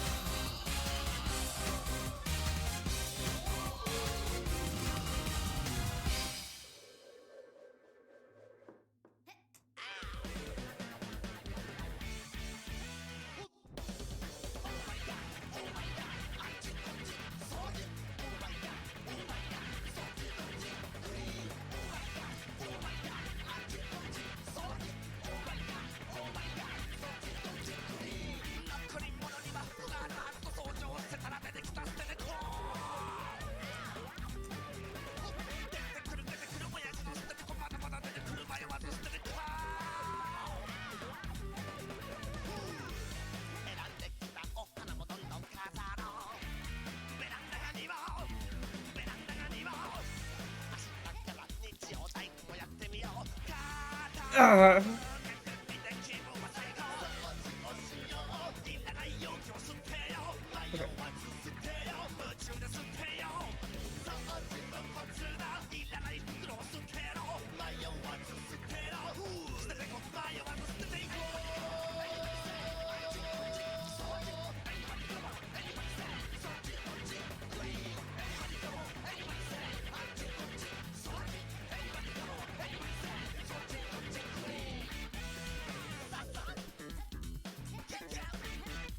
No.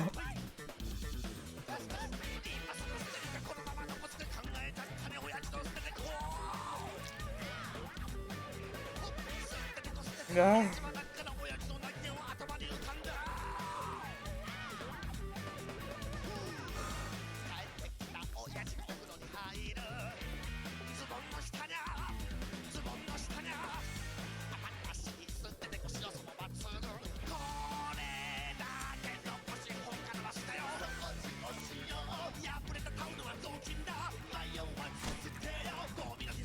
I just now realized I'm supposed to break this wall to be able to jump in here.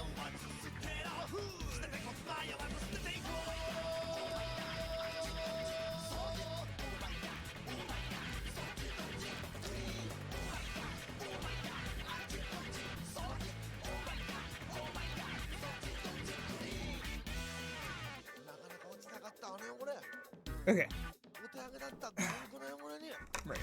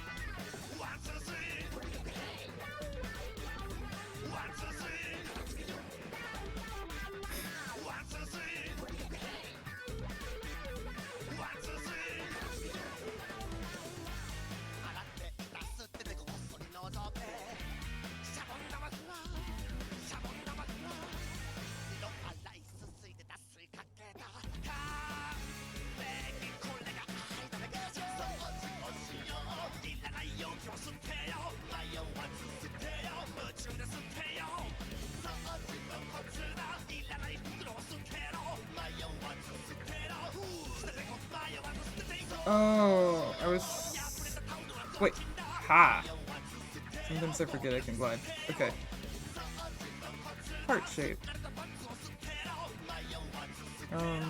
34. I'm getting close to our next removal. Is this spinning? Yes, it is. Ew. I hate that. I hate that for me.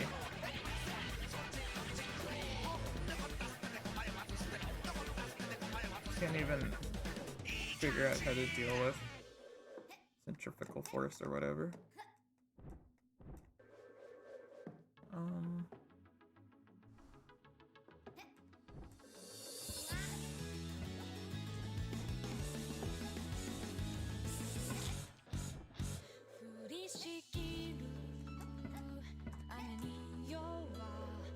Wait, why'd I do that? Why'd I do that? Fine.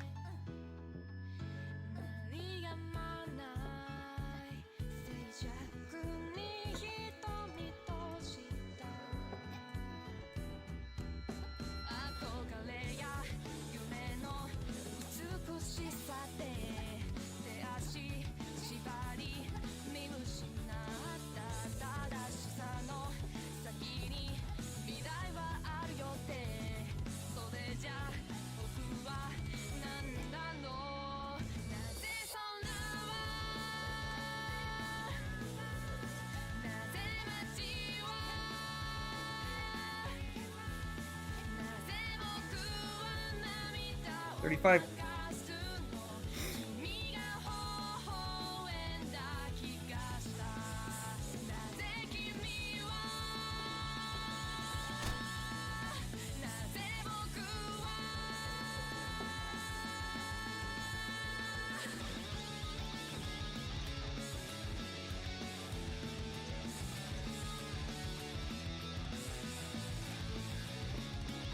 No! Ah!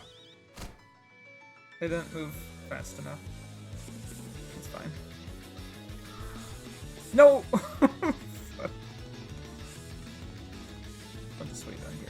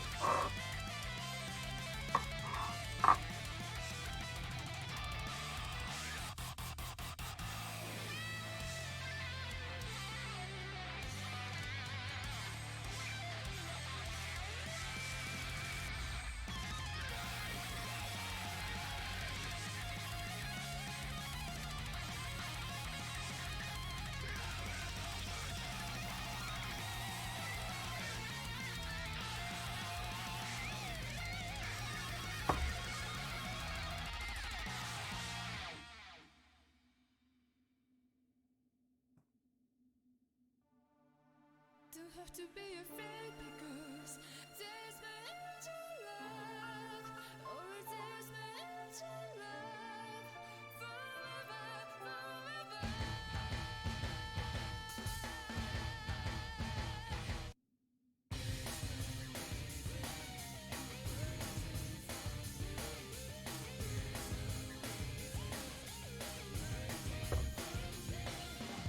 I wanna find my way.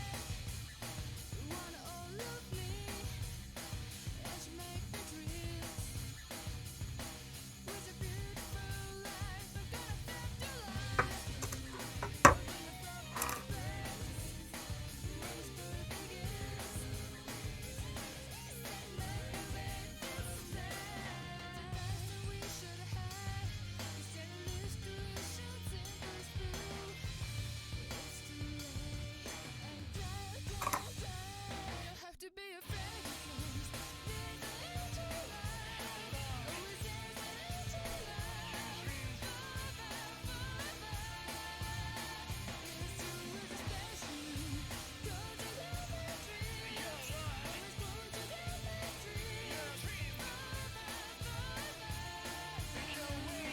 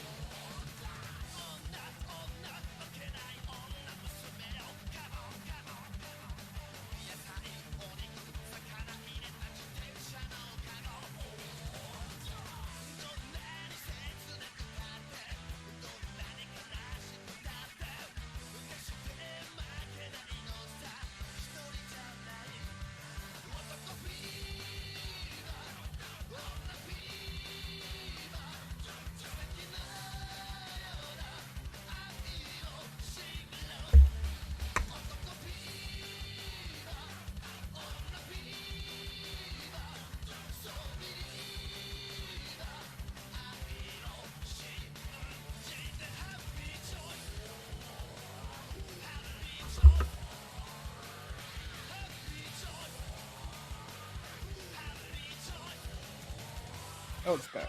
Hang on. I'm kind of making a little pushy. Every time I have to wait. You haven't figured it out.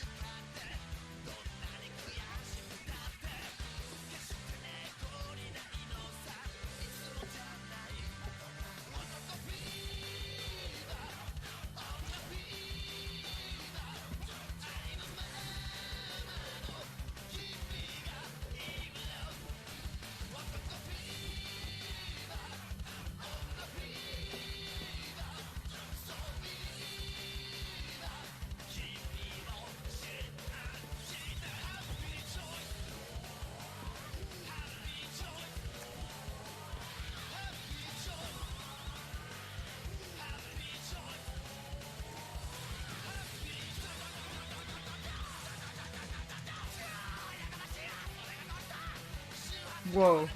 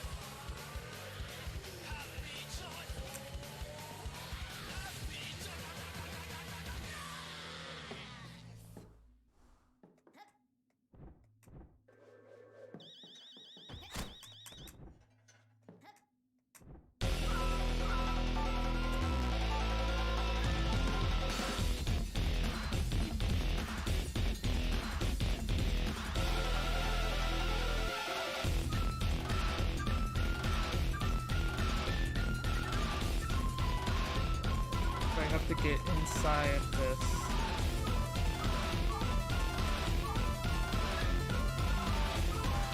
But I don't really see. Ow.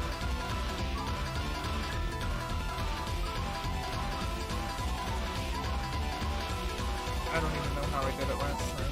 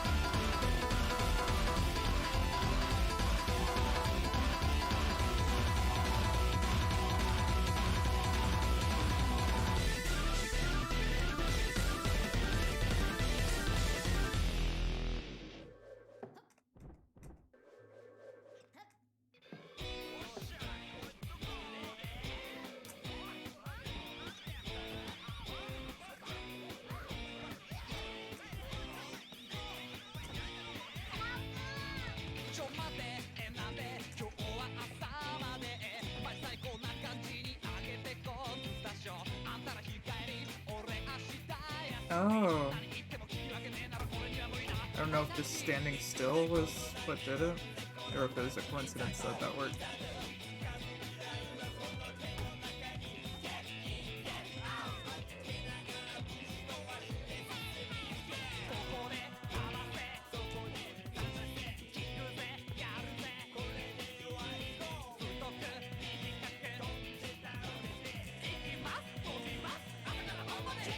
Yo, here we go! New hex.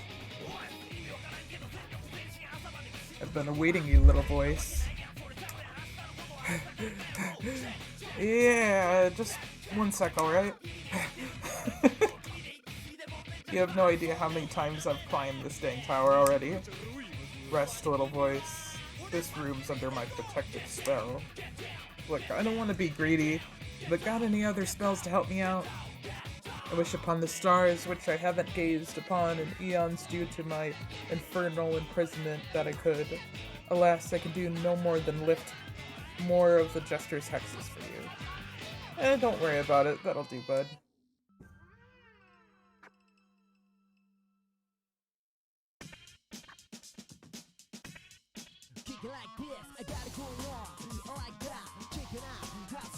Can't I already jump away?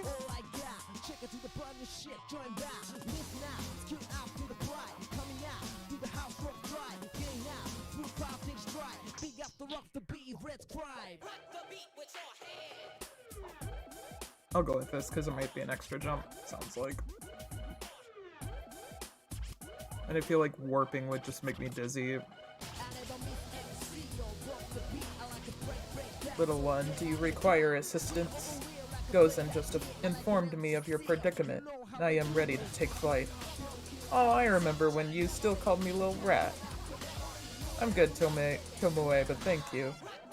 I was mistaken at the time, you know that, little one. Aww. I'd be happy to lend aid whenever you need it. I'll make sure to remember that. See you later. You okay, though? You're like... Are you stuck in there? Okay. 15 more floors. I'm curious if I can beat it on this first really long try of the night. Oh, what? Wrong button. Right, I forgot I have to switch the ability. Oh. Okay. I guess I don't switch the ability.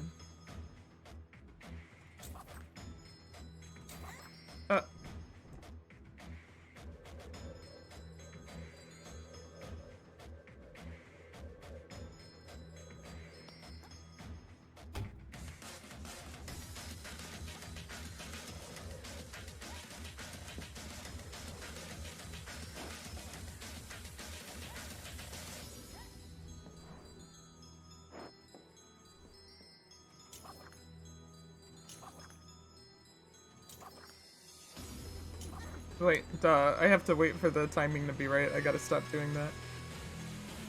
Oh.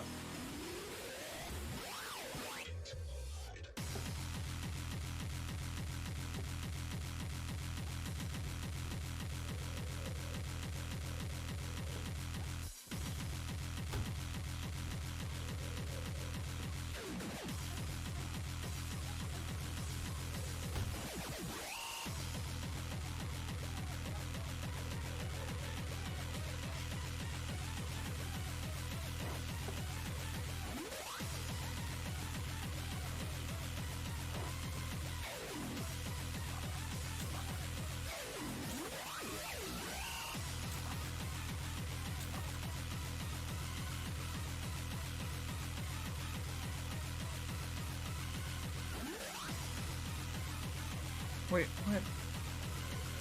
I'm confused what I do from that hook shot. No.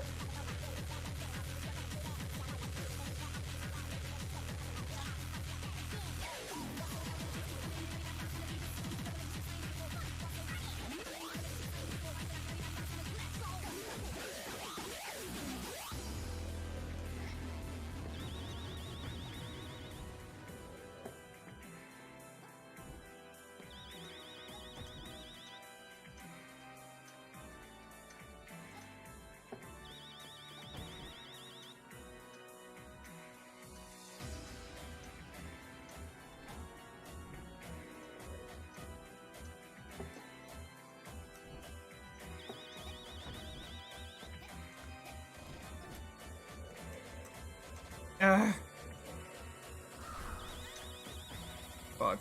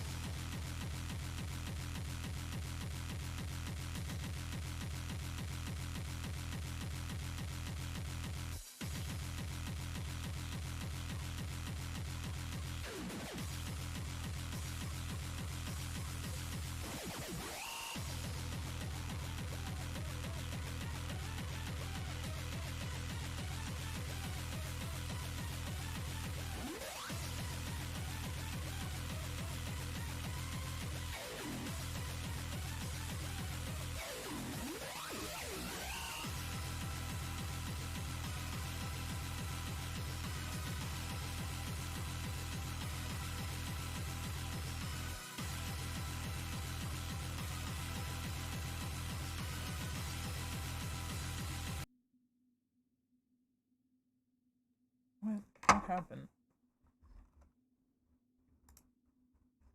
Video pause. Continue watching.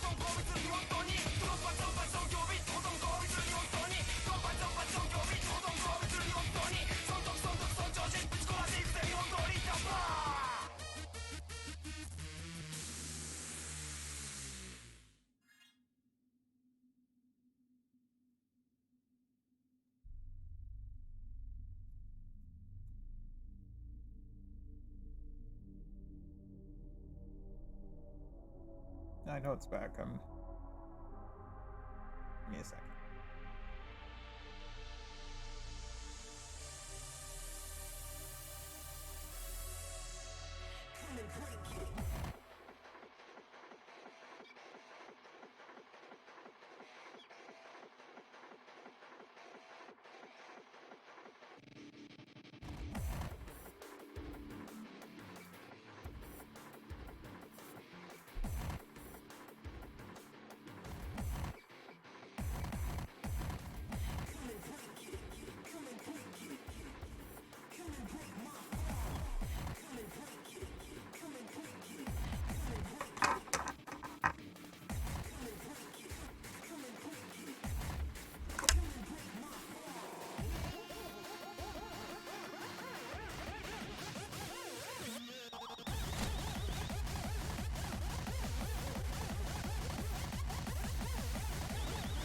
No!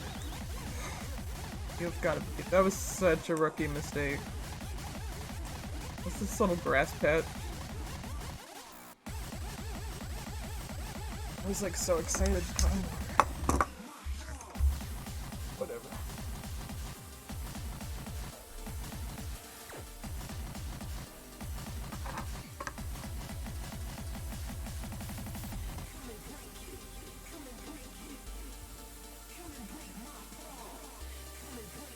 Like when the fairy comes back, my brain is just like, oh boy, here we go. But then like the millisecond I start going at it, it's like, oh yeah, I forgot how good this game feels.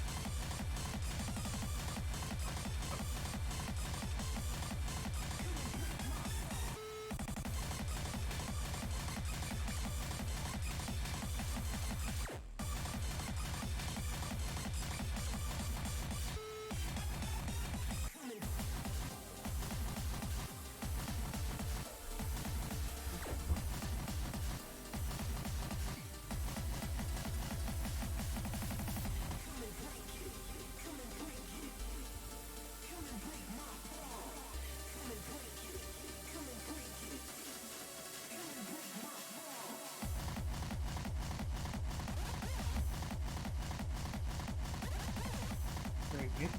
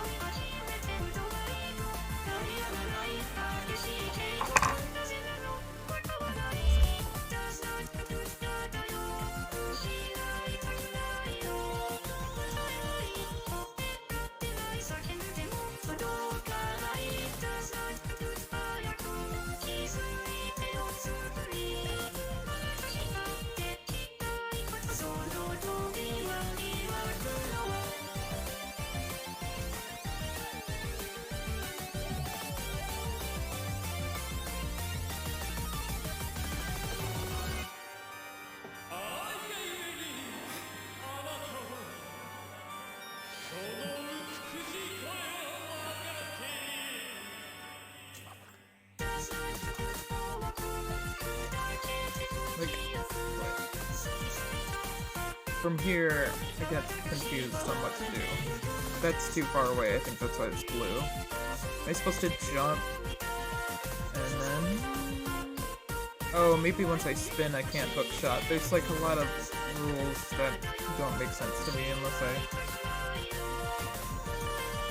practice at it or whatever.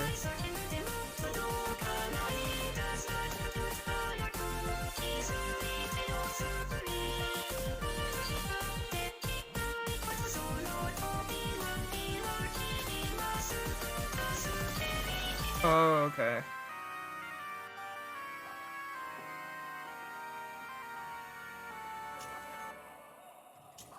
It's weird they say human form, because Beebs is a demon, right? But...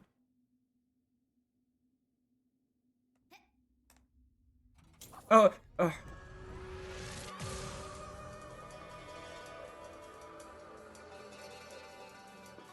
sorry to make you wait another 5 minutes, but like I said, if you don't like it, you can always skip.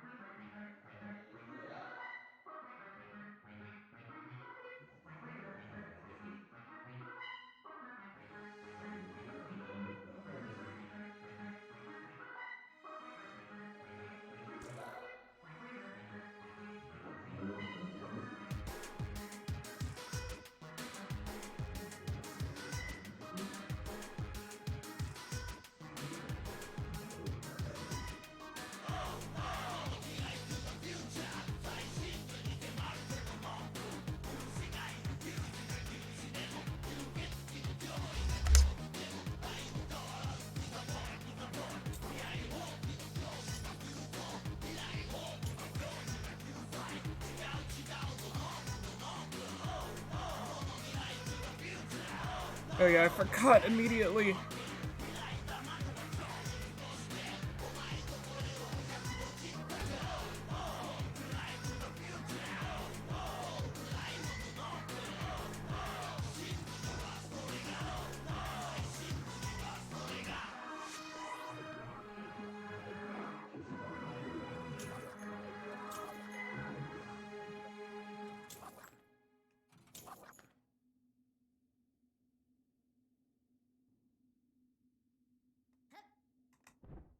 Ah, how do you do that?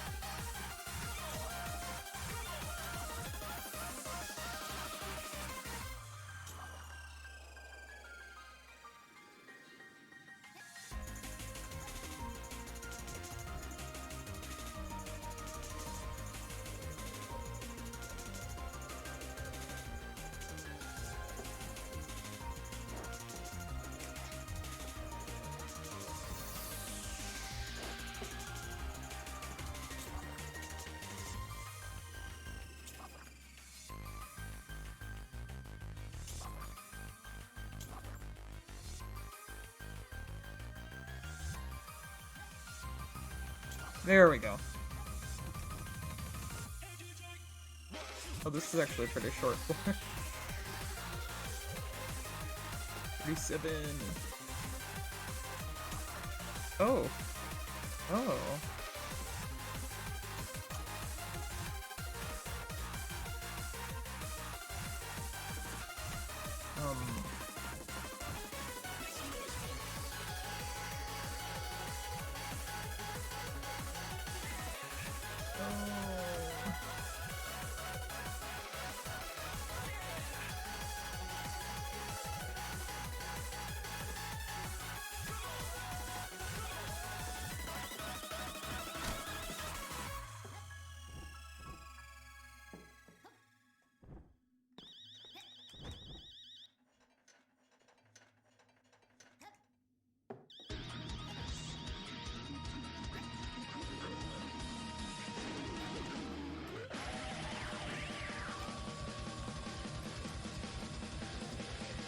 No. No.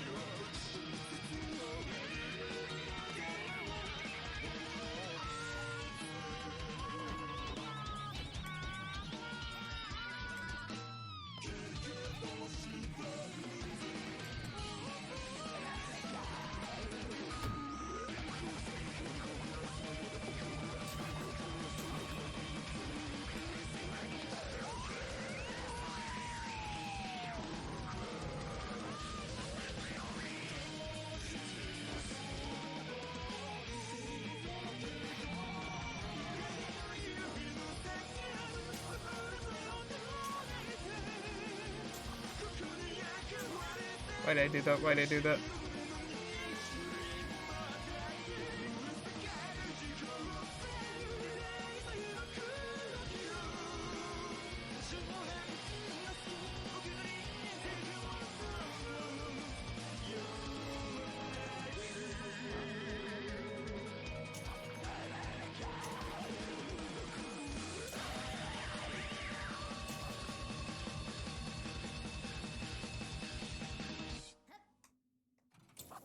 Why'd I do that? I knew that wasn't gonna be good timing. But yeah. Okay, I'm gonna get a snack.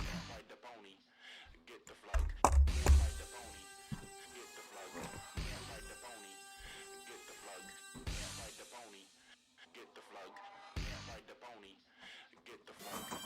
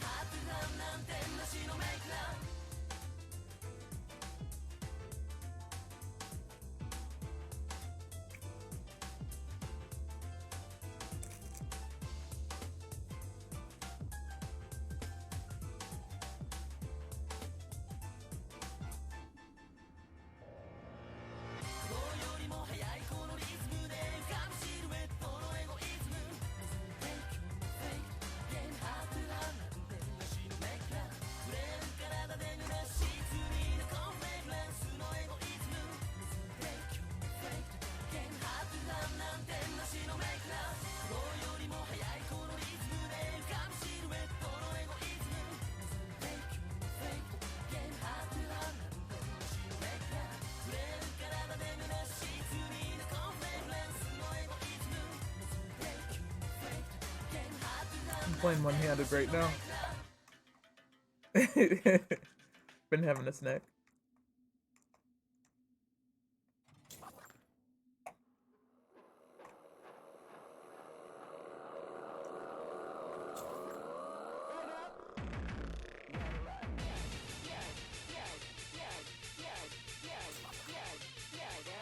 Okay.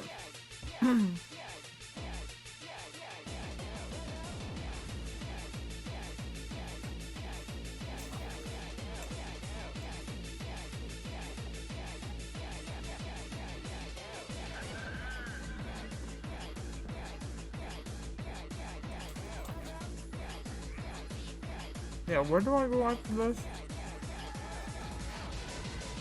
Up here? Ah! Oh, maybe I pull up the other side?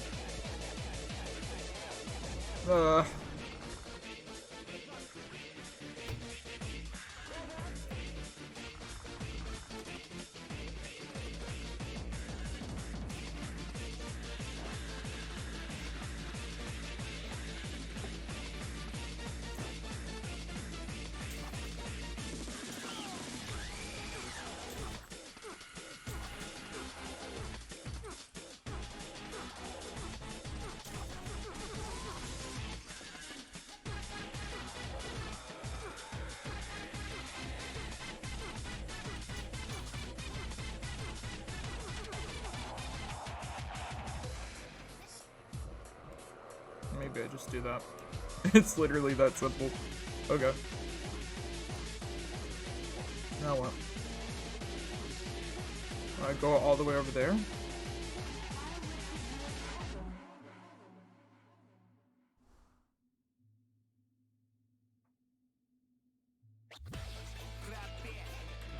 I guess I'll try it.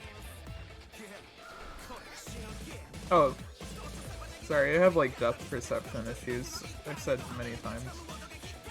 I can't tell how far things are. Sometimes. And I also underestimate my powers, maybe.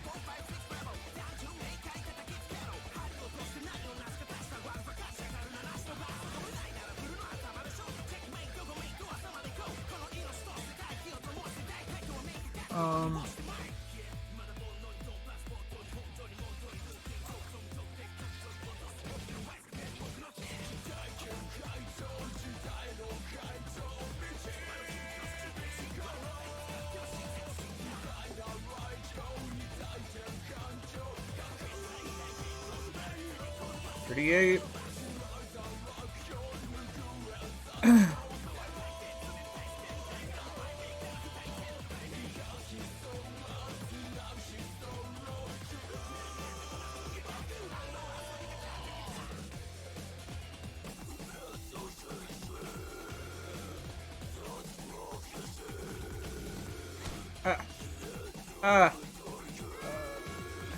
It's okay.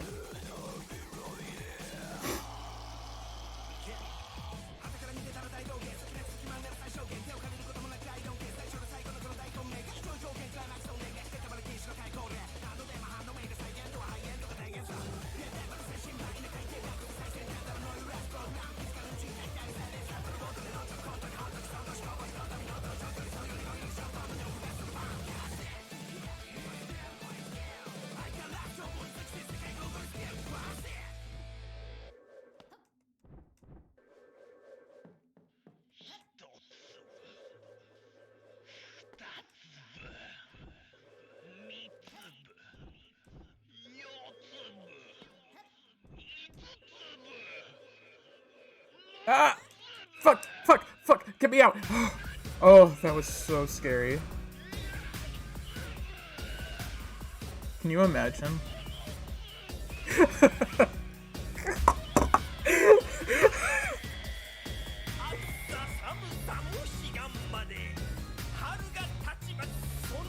Oh my gosh, that invincibility frames or whatever, that's so generous. Wow. I feel like I got hit like 3 times, but it only counted once. Thank you.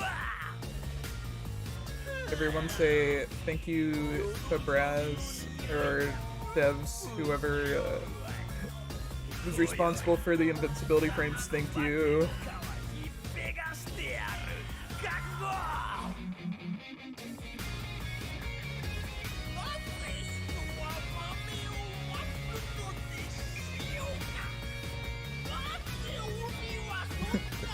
They see this later and they're like, oh man, we gotta make less invincibility frames. Whoa, I feel so weird.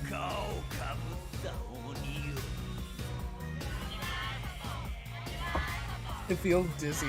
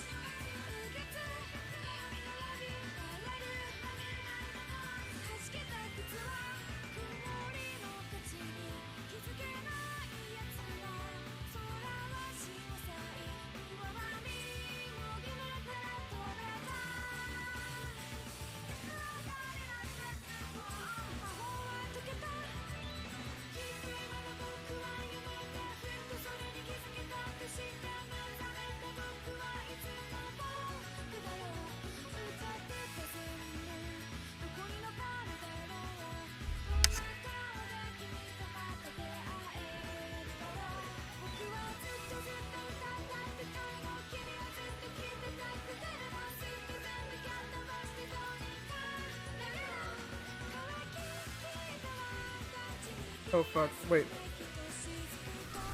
Oh, too far.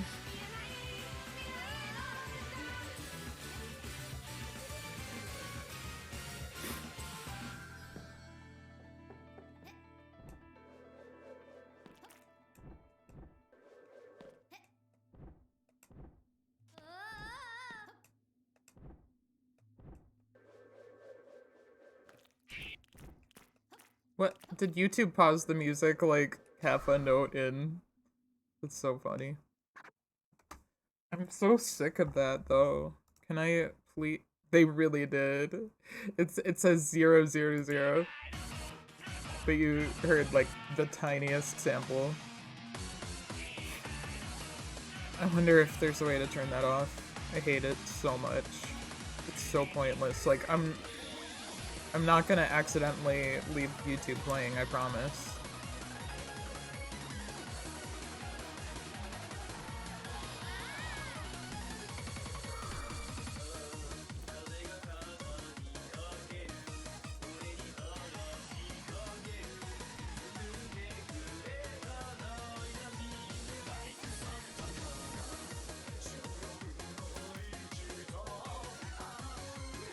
Oh.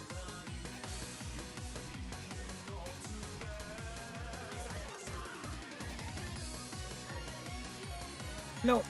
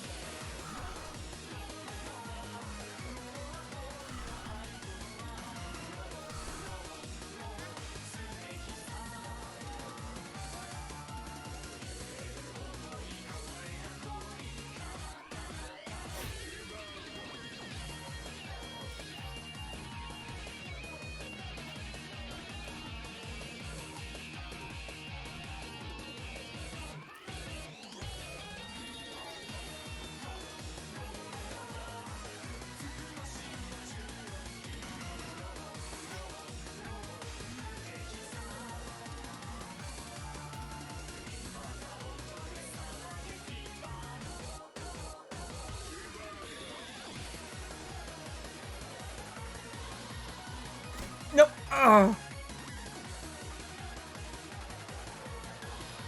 This is kind of getting risky here. Oh, also I fell. Whatever. Fine.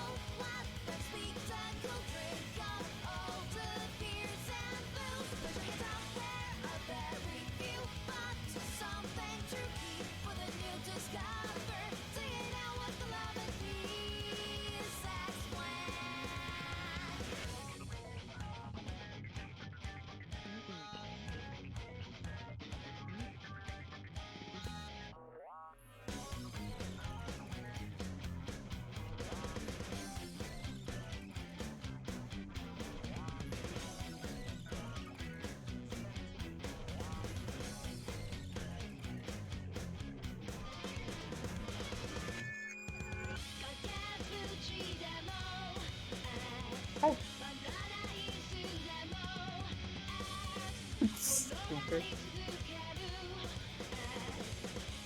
Hi. Hi.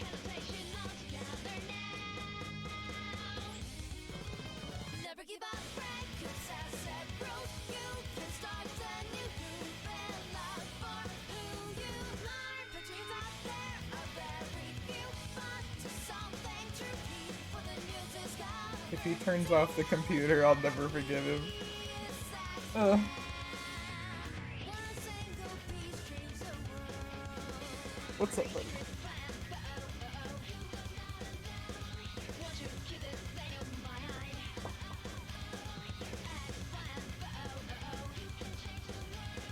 Keep it growing under your bed.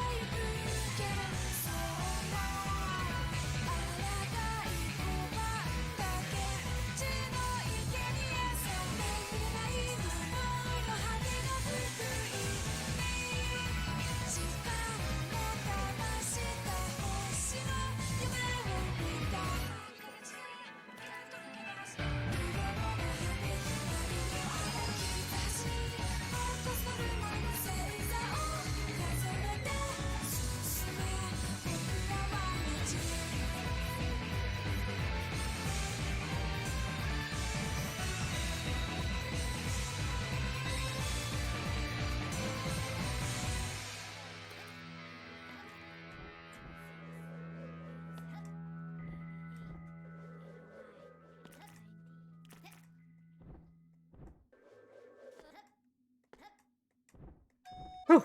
Okay. 39. What are we dealing with?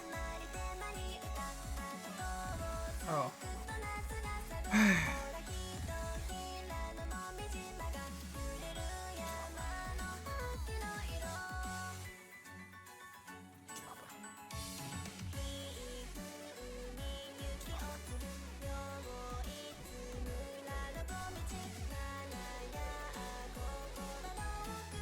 Wait.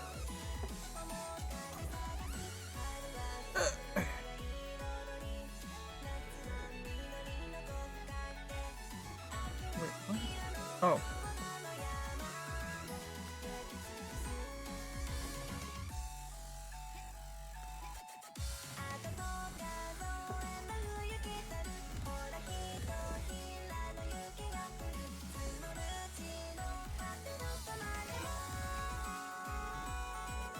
How do I grab that? I'm hitting the button, but it's off screen, so I have no idea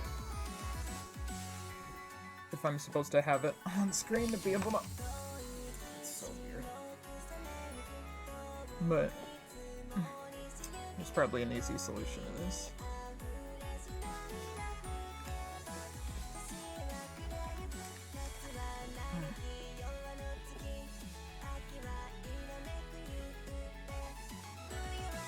Oh, wait.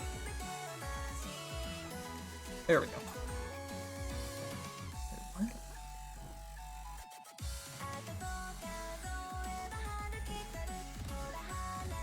No. Did I do this?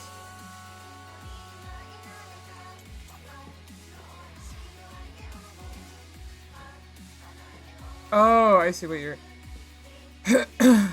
Okay.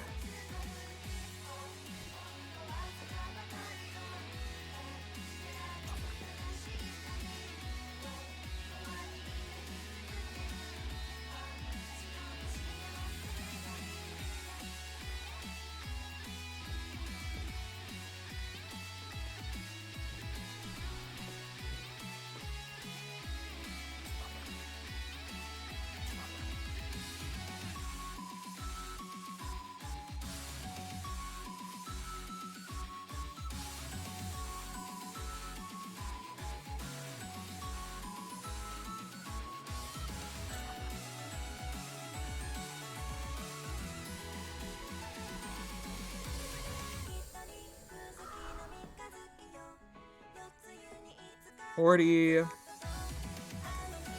Oh, fuck.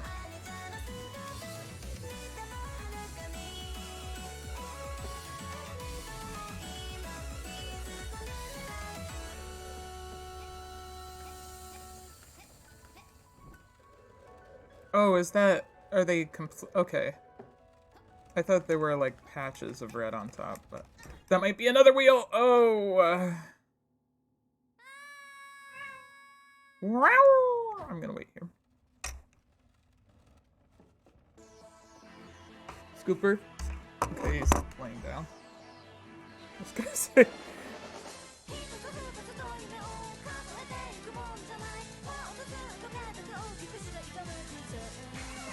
Wow! Wow! Oh, wow! Oh, wow! Wow! Wow!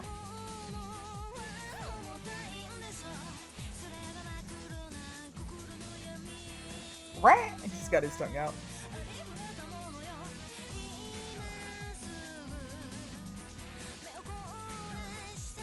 Wow!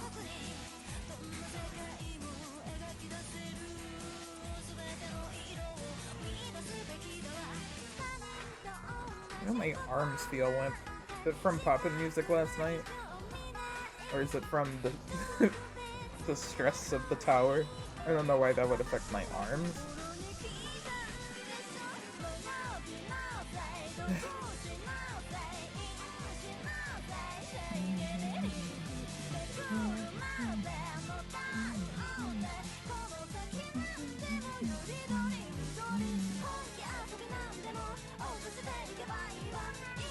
Hey!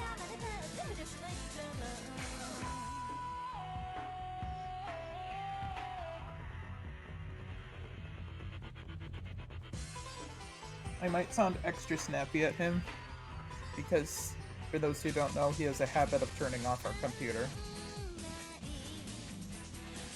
Don't you?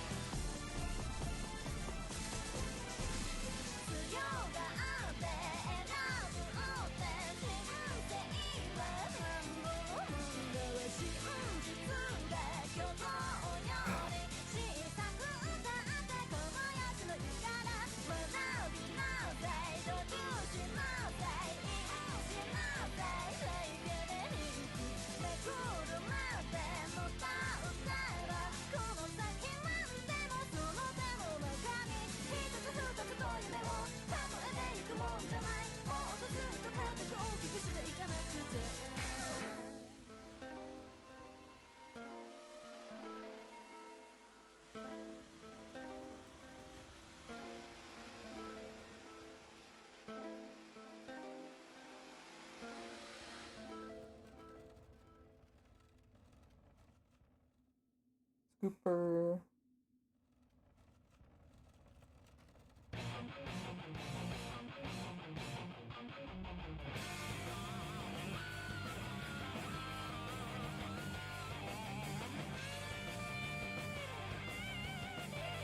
Scooper, are you being a good boy?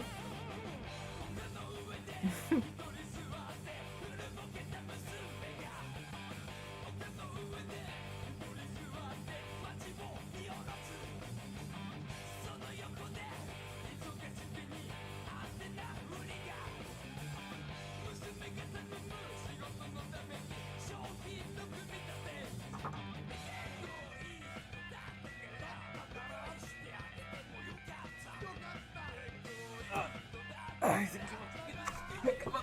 It's so heavy. Okay. You want to see how this all works, Scooper? I'm on floor 40 out of 50. After I beat this floor, I get the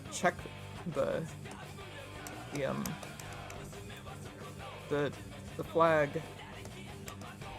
which will really help with my anxiety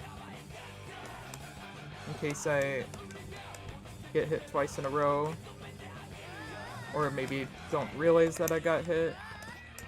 He has no idea what I'm saying. I'm just pretending that he does.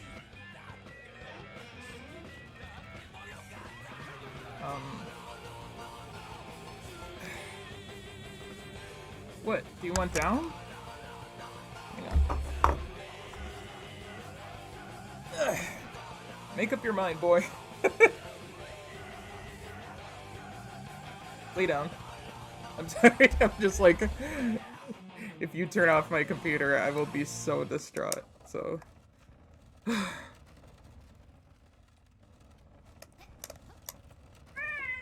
What?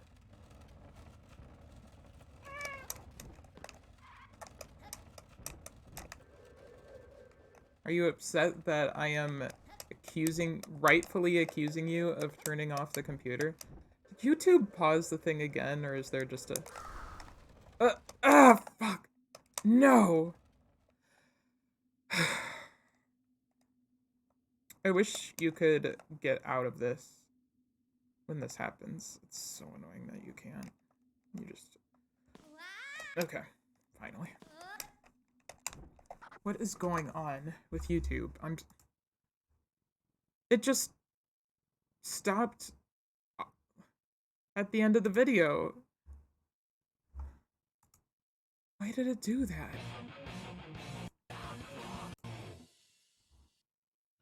Okay, there we go. It's so weird. I got enough to worry about with beating the tower. I don't need to be like, where'd my music go?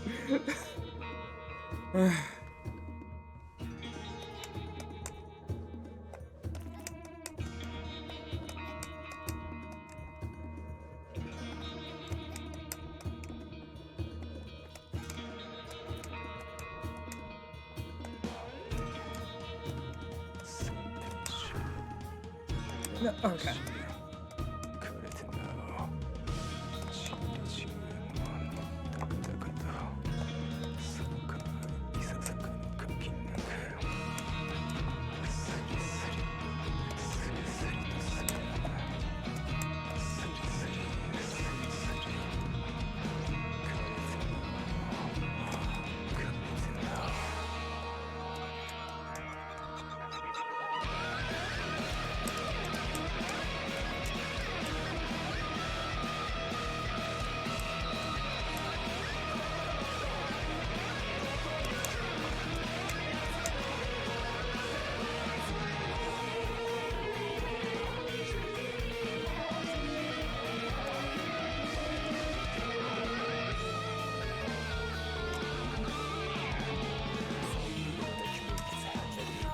Okay, I gotta set it down.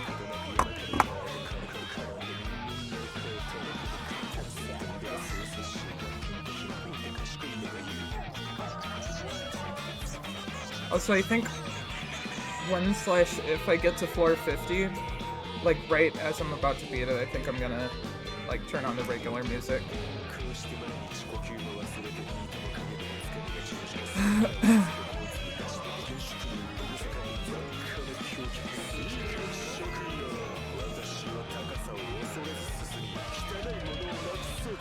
forgot what. Oh yeah.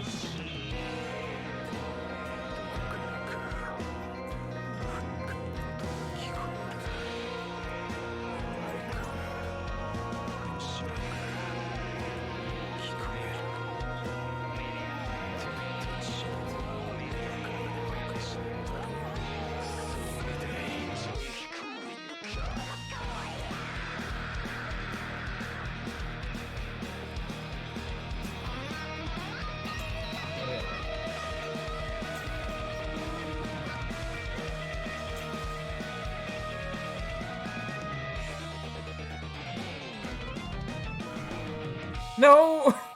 That worked last time, but whatever. My angle is probably better. Okay.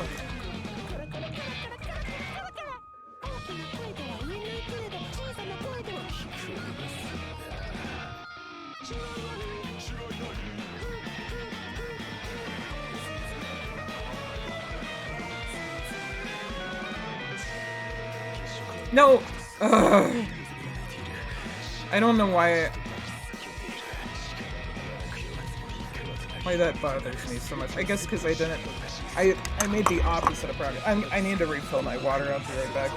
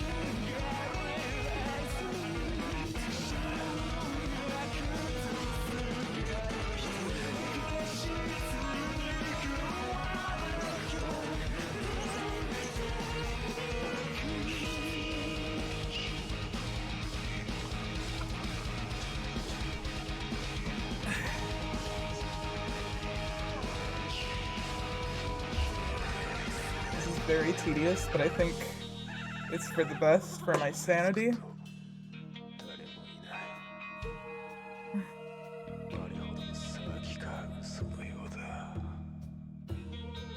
I don't know what else to say.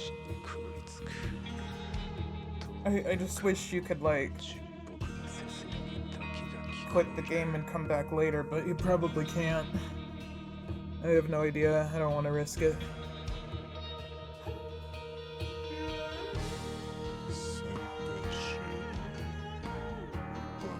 I feel really weird because we've been dissociating a lot today, but it feels good to have gotten to floor 40. I feel like I can probably finish this tonight.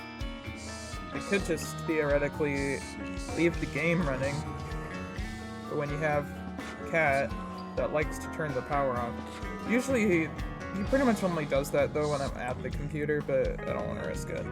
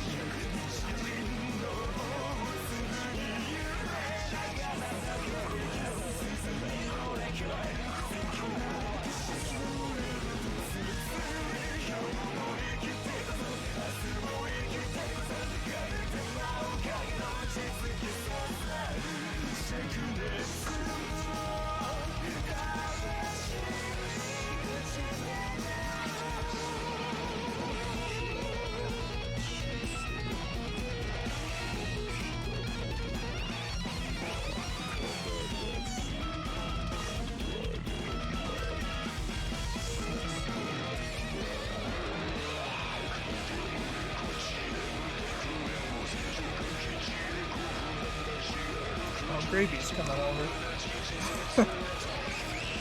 Oh, I love him though. At least Gravy doesn't turn off the computer, he just walks back and forth in front of the screen.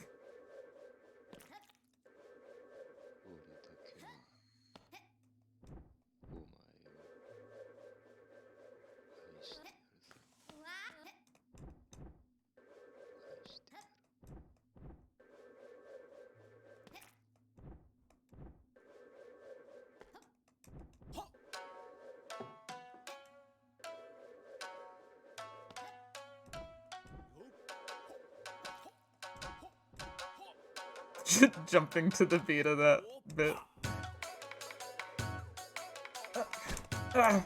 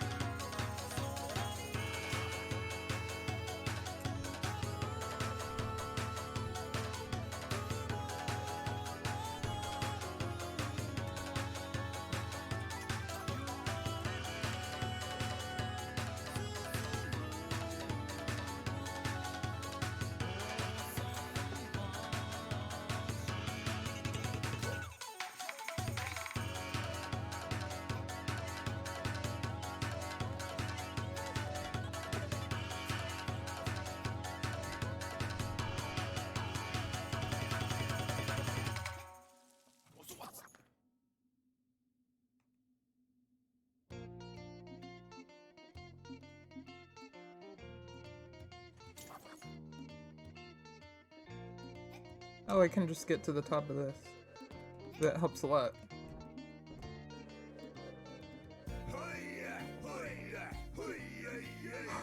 I honestly have a lot of respect for Floor 40. I think it looks a lot worse than it is. I think.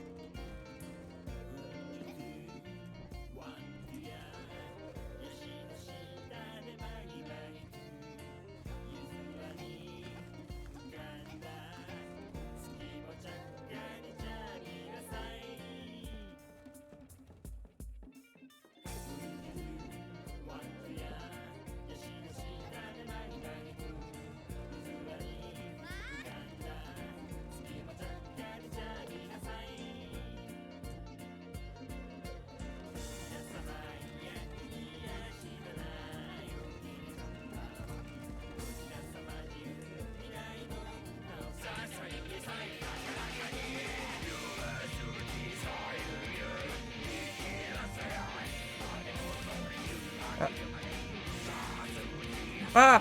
Fuck! That's okay. I gotta go through the 40 door for the removal of the hex. I heard that's a glitch that the community voted to keep because it's funny.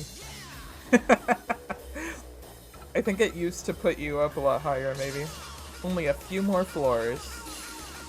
Well done, little voice. Yeah. Well, this little voice is about done with Jester's nonsense. How did he squeeze you in that well anyway? And why? I suppose I may tell you my tale. Condensed version, please. It all began when... Nuh-uh, that sounds like the start of a whole thing. I said I want to hear the TLDR, yeah? This tower once belonged to me. The Jester, who hails from a faraway land, took a liking to it and banished me to the underground. Got it. Even more of a reason for me to kick his butt. Time to lift another hex, yo. Flexible, replaceable checkpoint. Sturdy, single-use checkpoint that breaks after 2 revives. I'm definitely going with this one. I just want to look at the fucked up checkpoint.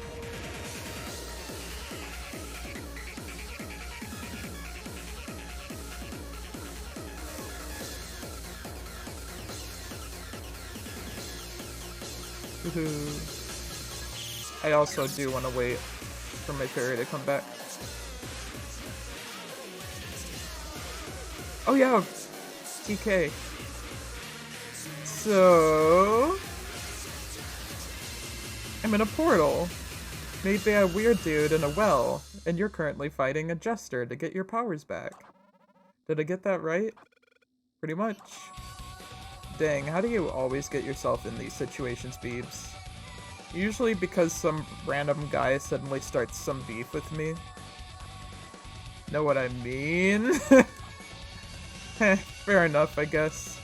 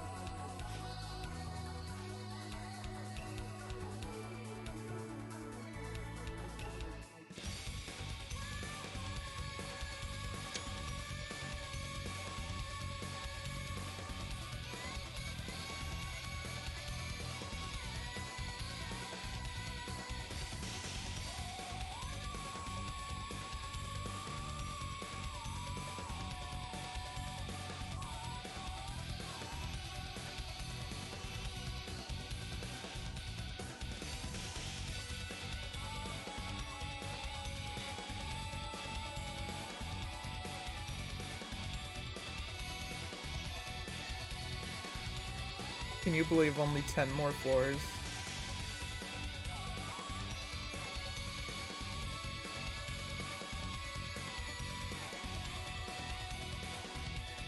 Last night, the furthest I got was 27, and now I beat 40. Sure, it involved me cheating the system a lot, but hey, it's a system they put in place, so I think it's not cheating.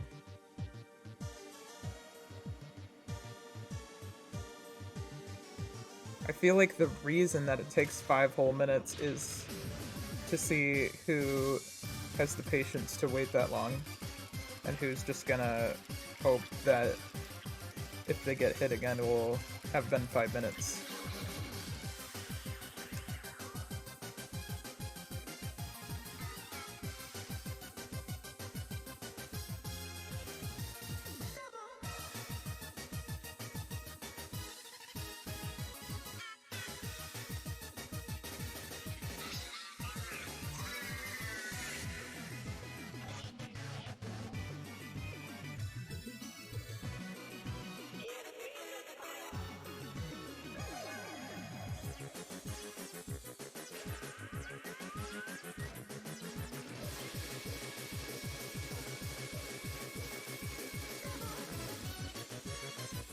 Almost thinking of putting System Speak back on just because I feel like that's what do I want to say.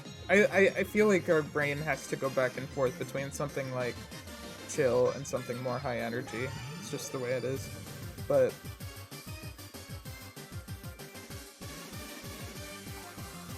I don't know what I was gonna say.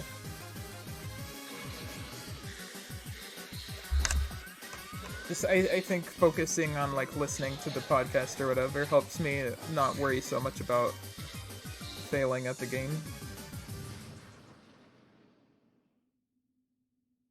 How do I... What am I... I see that there's a purple... Aha! I see.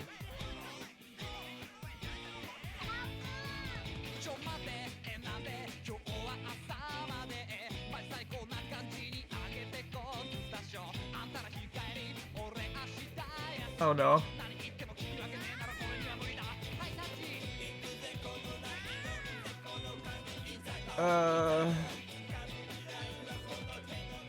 It's fine. Wait.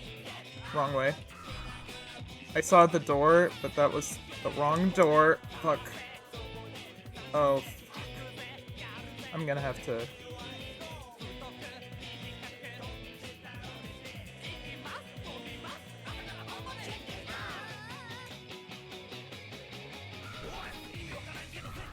No.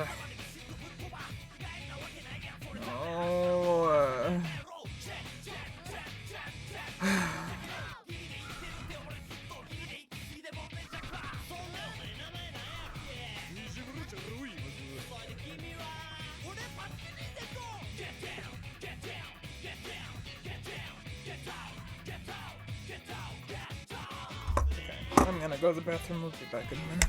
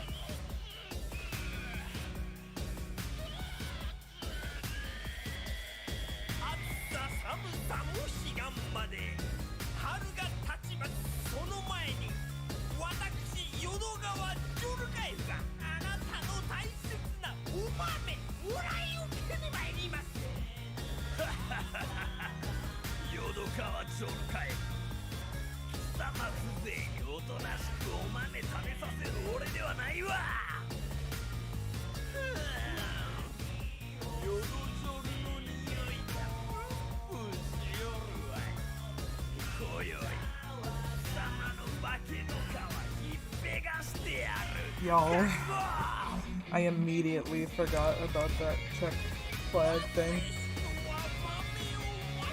Like, immediately after I got it.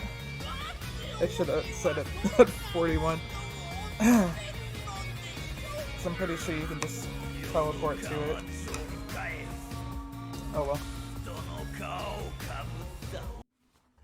I'm gonna listen to more system speak. Ah!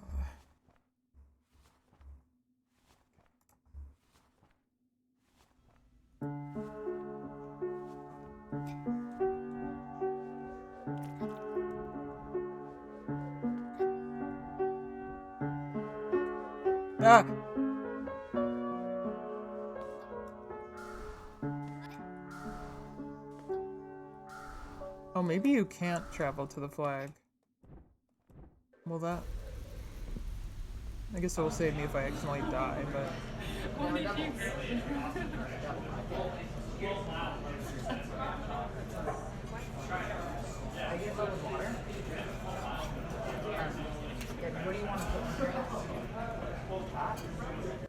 That sound is just the airport. But that's what it sounds like in my head all the time, you guys.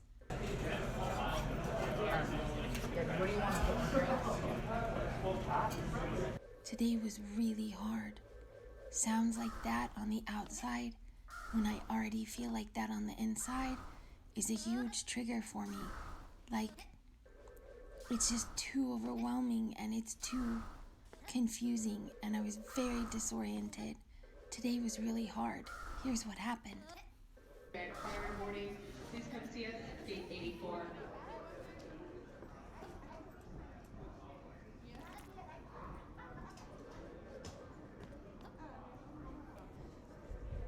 Okay, guys. There are people everywhere, but they're just gonna think I'm talking on my phone.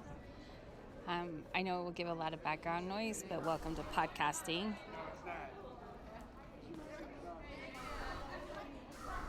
Why am I It's suddenly super bad at this floor? intense.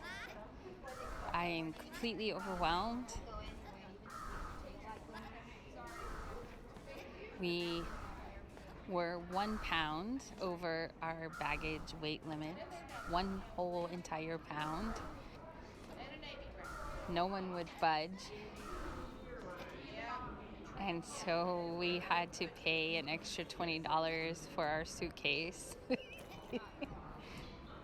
Because when you pack for 18,000 people for an entire week in one suitcase, that's what happens. But we got it done, and we got it in there, and it's finished. So the other issue is that it's actually like 10 degrees below zero at our airport. And so they keep salting and clearing and snow plowing the runways in between flights. So everything is delayed because they have to keep clearing the runways because it's covered in snow and ice. This is what we get for moving up to the north, but at least we're north enough they know how to handle it because it's gonna be fine. So we're waiting now for our plane. We board in about 20 minutes, and panic attack for sure already today, and we will see if we are even able to actually participate. We may just be taking one really expensive flight to a hotel room. I really don't know. It's that big of a 34. deal, and it's Oh, that hard. no. Like, guys, we don't even leave our house. Like, this is huge. It's a really big deal. So we'll see. But we're trying, and I thought maybe if I checked in, that it would feel better and relieve some pressure. So maybe we can actually at least get on the plane. The other thing is that when I got to the line to go through security, I took my backpack off and I took the laptop out, like all the things you have to do, right? And I went down to take off my shoes, and I was not wearing my shoes anymore. I was wearing like flip-flops, and which is ridiculous because it's snowing out there. So I have flip-flops and socks. And then also, I was no longer wearing my clothes. I am now wearing overalls in front of everyone at the airport. So I'm attractive.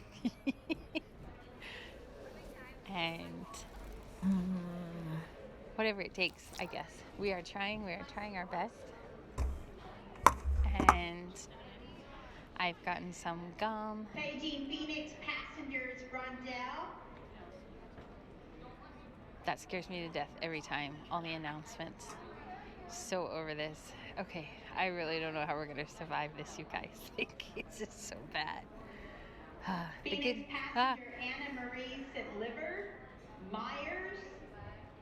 Okay, so the good news is, Shelley, please check to the podium at this time for your seat assignment.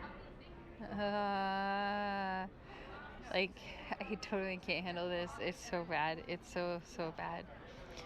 The good news is we have a direct flight, so if we can just get on the plane at least, and then manage to get back off, then at least we can get out of the airports. So there you go.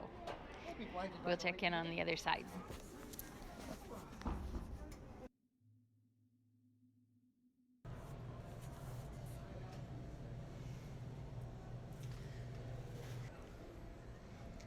Okay. So I found a quieter corner. It's certainly not quiet, but a corner at least where I can talk and breathe. I don't know if I can do this. Passenger Jacoby, if you please remain seated, we are going to take. The announcements and the noise and all the people, and it's. I don't know if I can even get on the airplane. So I thought, if I just come talk for a minute and think and breathe.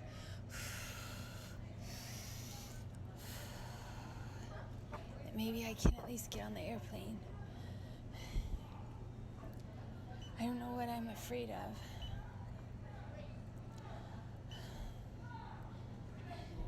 It's not about a specific something. It's just, I just watched a plane take off. That was crazy.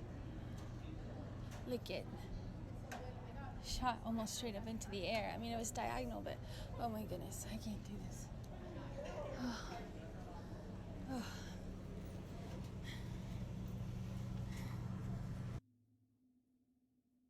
Novak Airlines Flight 4566, service to Phoenix, gate 84. Okay, so I'm shaking so bad, like I physically almost can't even hold the phone. And what I'm doing now is like looking around because it's a direct flight to Orlando straight from here. So I'm looking around to see if there's anyone else who looks like they're going where I'm going. If there's anyone else like us. There's anyone else who had to pay an extra $20 to get their bag on the plane. The other thing is that we're somehow on a flight with some sort of girls' sports team. I don't know which team or what they play, but it's kind of my worst nightmare. So that's not helping. At this time, if Ah. we have any volunteers that are still in the waiting area, you are welcome to board at this time. Okay, guys, we did it. We're on the plane, in our seat, breathing. Somehow being on the plane was easier than actually walking down the plank to get on the plane.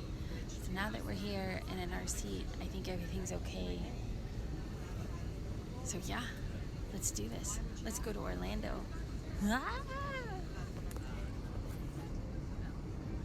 Seat fasten tray tables in their upright and locked position. Carry-on items stowed and aisle armrests lowered.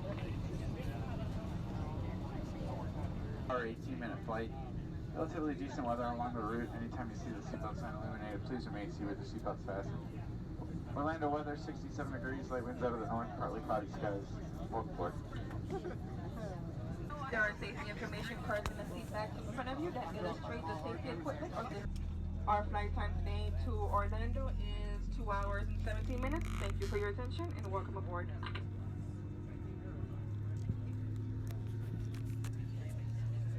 So glad they gave me something to be anxious about because now everything's fine, right? So much better. Let's do this.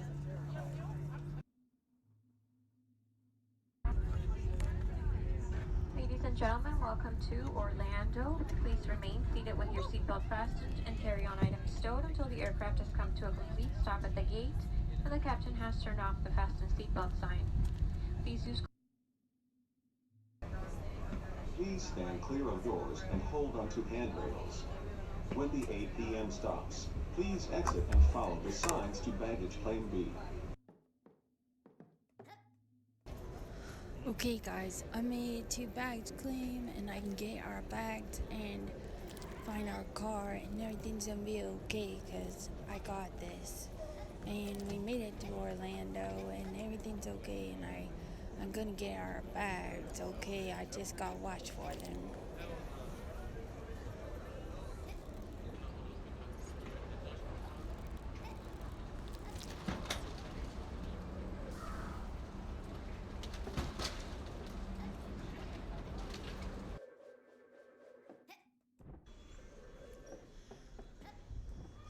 Okay, I'm trying to hold it together. I've already cried. I had another panic attack. Because our plane was late, they gave away our car, even though we had a receipt showing we had one reserved. So they gave us our money back, but now we have no car. So we had to get in line for the shuttle behind two sports teams. And then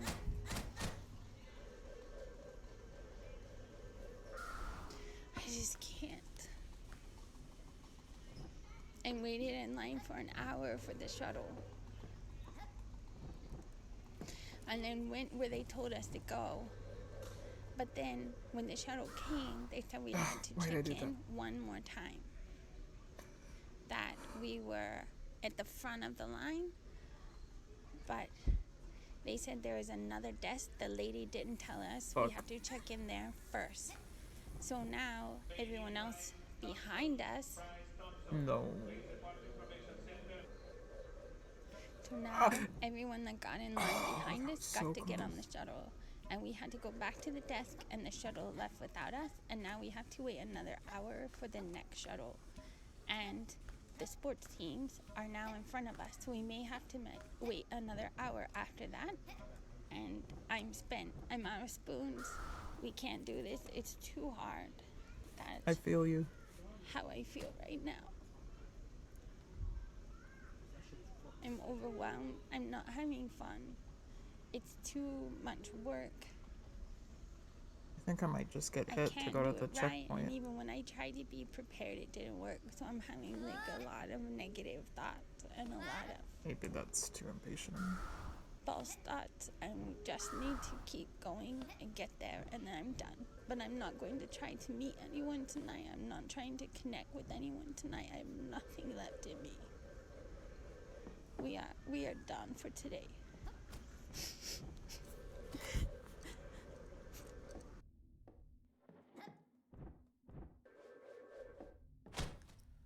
Okay, guys, here's what you need to know. Everything is okay. I got it under control. She have a little dissociating, and also we had some struggles, but I take care of everything. Everything is A-okay. Oh, I forgot that I got hit. Here's what happened today. First of all, them girls on the plane were so loud. They were not even paying attention to people around them be nice or nothing. And so it was really hard. Like, them girls were louder than the outside kids. So when you have them girls that are really loud and outside kids that are really loud and inside kids that are really loud, it was too much for us. We just need like a sound break, like a break from all the sounds. And then the next thing that happened is we get to the airport and we get off the plane and I get inside the airport and I'm thinking, we got this. We can do okay. We can do okay because I like airplanes and I like airports and I'm pretty good at it. So I can be a traveling man, but, well, there's some problems in the airport. First of all, number one, there's Mickey Mouse everywhere. And there are some people who like Mickey Mouse. And that's alright if you like some Disney things. And if you like some Disney things, that's a good thing. You're gonna have a really good week. But if you do not like Disney things, this place is scary. It's like Disney threw up everywhere. You can't go nowhere without there being Mickey Mouse. And there's a Mickey here and here, Mickey there, Mickey everywhere, Mickey, Mickey. I mean, I'm telling you, there's Mickey Mouse everywhere and it's scary. And they try to make you pay for all kinds of extra things. So when I finally got to the... So I'll tell you about that in a minute. But the next thing that happened was I had to get on the train and ride the train all the way to get our bags. And I got our bags, you heard that. Then I had to get back on the train with the bags to go where the cars are. And you know what? My car was not there. And I said, I need help from big people, but all them big people are done because it was too hard. And I said, well, somebody's got to help me. Sasha can help me, or Kate, or somebody big's got to help me. And we tried really hard to work together of it, and it gave me a headache, make my head hurt right here by my eyeballs. And, well, the next thing that happened was they said our car was gone because our plane was late. So they think we're not coming. And I said, what's the matter with you guys? I got this piece of paper says I'm coming and it's already paid for. And they said, well, we'll be glad to give you a refund. And they gave me a refund. And I said, well, that's right nice of you guys. But I'm still here, aren't I? Because I'm not at my hotel, am I? So what are we going to do about that? Except I said it real nice because I know to use my manners. but that's what I was thinking on the inside, So finally we work it out, and we found all the way at the end of the other building, we found where we can sign up for a shuttle to get to the hotel. Well, I did that, and she said, you need to go stand over here and wait on this line by the cliff outside. And I followed directions, because I'm a good directions follower. And I did. I was right where I was supposed to be. And I had to wait an hour for that shuttle almost. Well, like 45 minutes. And that shuttle finally come. And while I wait on him, all I'm these just gonna people get are hit. walking by me, I and don't all have the these patience. men are walking by me, and it's making me all nervous, but I'm trying to just stay put. And then the shuttle finally comes, and then he says, your ticket needs a check mark. You don't got a check mark. I'm not in school. I don't know about check marks. Okay. And so I went where he said I was supposed to go, and while I was there at that desk again, well, he left me. He left me right there. And then all them girls went up from that team. They all went on, and they got on the next one. So then I had to wait another hour. And then finally I got on the shuttle. And when we got on the shuttle, it's okay because I got a ride to the hotel. And I made sure I got my bags on there. Well, here's what else happened. Trying to get on the shuttle while that driver man was getting my bags on there, I had to get on a seat. And he said, you gotta take a seat. Well, I can't take a seat because there's a man sitting in the front row and he won't let anybody walk past. You know what that's called? That's called man spreading. And he was man spreading all over in the aisle, won't let me walk over him or around him or past him. And I said, listen here, mister, you gotta be a gentleman. Excuse me, please. And then he moved his leg just enough I can get by. But already he's taken up 3 seats with his backpack and his bag and his big old man spreading like I don't know how to Oh, sit like a when did I gentleman get hit? on what's it called? Shuttle. On the shuttle. And behind him is a row with 2 girls, and they're just taking pictures of each other on their phone. And then in my row is another lady, and I can tell by looking at her that lady's going to the same conference we're going to. But I don't say nothing because I don't want to scare her or be rude. Well, then she went to sleep, which was smart thinking.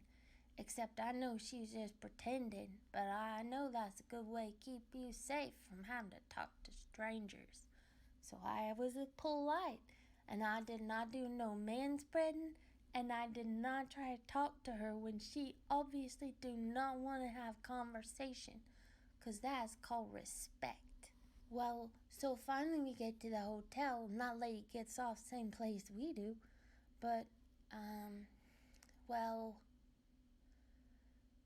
I had to wait in line again for checking in, and trying to check in, the computers are not working, and I'm like, what is wrong with the universe trying to keep me from coming to this conference? I want to be here, and we worked hard to be here, and it feels like a big old tiring failure of a day, except I know it's not because we worked hard to get here, and that is still true. No matter what happened to our car, or what happened to their computers, or what kind of man spreading that the man hotel man think he is. Well, so we finally got to our room, and, well, it smells like a fish pond or something. But I know how to handle that.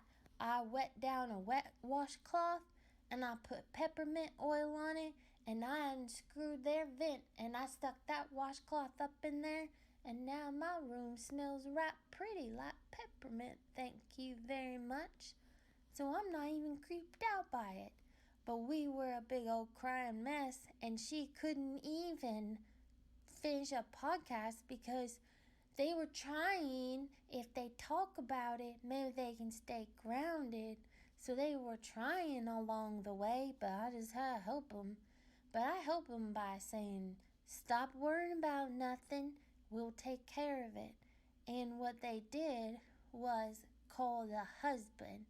And they can say, like, we got here safe. And they can have some crying. But then everything's okay.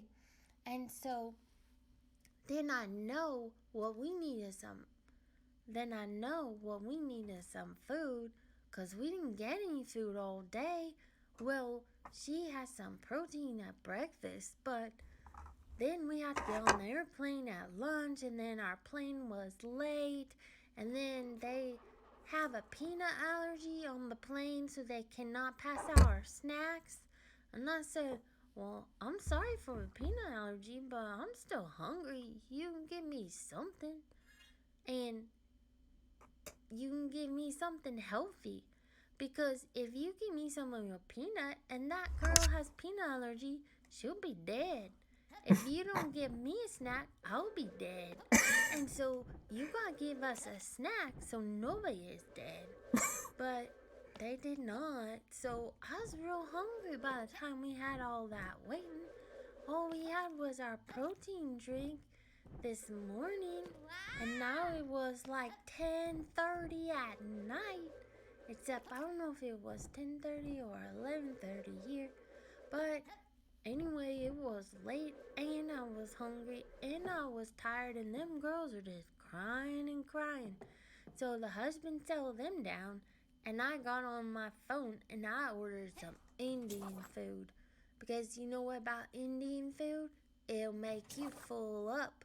Because you get rice, and you get some vegetables, and you can get some meat. And also, I got mango lassi just because I like it. But it's healthy, kind of a little bit healthy. And so I just drank part of it, and I'll finish it for breakfast because I got a fridge in my room. And then when we are feeling all better because we're done crying and we're done unpacking and we're done eating some food in our belly, well, then I went for a walk. And you know what I found on my walk? I found the swimming pool, and I found a place where we can play, and I met a dog that was a big old poodle dog, like the biggest one I ever saw, like as big, as high as my waist. I'm not even kidding you guys. And I know when you see a dog that's your friend, you still don't touch it without permission. But our girls inside, they are still too upset from the day for talking to nobody, so I did not ask to touch the dog. But if you see that dog and it's not a working dog, some dogs are working dogs and you don't touch them even for asking. Because if they're working, like if Chris is working, she don't want Nathan to touch her because she's a working dog. But this dog was not working. I don't know if it is a working dog or not, but right now it was not working. It was just peeing and pooping like on a walk, but it was playing. But that dog, you guys, that dog was beautiful, and that dog had a friend, and she was nice as can be, just looking for where is the parking lot so her dog can go potty. Because, like, on the bushes, and, we don't need to talk about that, but she was taking that dog for a walk, and she's doing a fine job of it. So I don't know if that lady is gonna. I don't know if that person is gonna be listening to this podcast, or if that people have a lot of people inside, or just nobody inside. But they got a beautiful dog, I'll tell you that. And I hope I see that dog again, 'cause that's a beautiful dog. Also, we got 3 friends who cannot even see. And guess what? They brought their working dogs. And I hope I get to see them working dogs. But I know the rules of not to bother the working dogs. But I can look at the working dogs even if I can't bother the working dogs. So also then I went up the elevators and I walked around and I found the gym for the girls can run, and I found where some meeting rooms are, and I found a store, And guess what? In the lobby, you guys, this is very important. You pay attention. Like, you cannot be falling asleep. You gotta listen to this. It's very important. They have donuts. I mean, giant donuts. Well, speaking Donuts of, that are bigger than my head. I am not even kidding. You thought that dog was big. You should see these donuts. These are maybe donuts for big dogs because they're the biggest donuts I ever saw in my whole life. And I really won one, but I know the rules. And I was being a good team player, and I did not get a donut. I did get a mango lassi, but I did not get a donut. And so I just got some milk because we brought our own cereal because we're good for our budget. So we brought our cereal for morning, but I needed some milk and I found it. Are you proud of me? And I bought that. And she said, well, you can get this gallon and you can get it for $15. I said, you know what? I can go catch my own cow before I'm gonna pay $15 for some milk. Are you kidding me? So I got the little milks, but just enough of them. Because I'm a smart kid, and my therapist, she would say that was stinking smart. And I'll tell you, I know it. Thank you very much. So I did not let her sell me nothing. But you have to be careful because here they try to sell you everything. And there's just Mickeys everywhere, and I just cannot even go in that store and look around, and I cannot. Our littles, we brought our own stuffies. We already got them, and oh my goodness, this is very scary. Hey guys, do not listen if you don't want to be scared. Guess what? On Saturday, you can have breakfast with Mickey Mouse. Now, there are gonna be some littles out there who are very excited about that. And I'm really proud of them, and I'm really happy of them that they get to do that. But we are not gonna do that because we do not like them dressing up with masks, even if it's just Mickey Mouse. So that's very scary, and I'm glad they saw a sign because when I know that, then I know do not even go over there on that morning at that time because I do not want to see them characters. So I don't know if this conference, if it's here every year, we probably won't come back. But if it's a different place every year, we probably will come back. But I do not want to come to Orlando again. I'm really sorry if I be offending you people who live here because I'm sure you are very nice. But I've not had a very good day and I'm not very happy with it yet. But not because it's not a good place. It's just a really long day. I'm not mad at nobody. Well, I guess I said something rude, and now I feel bad for saying something rude.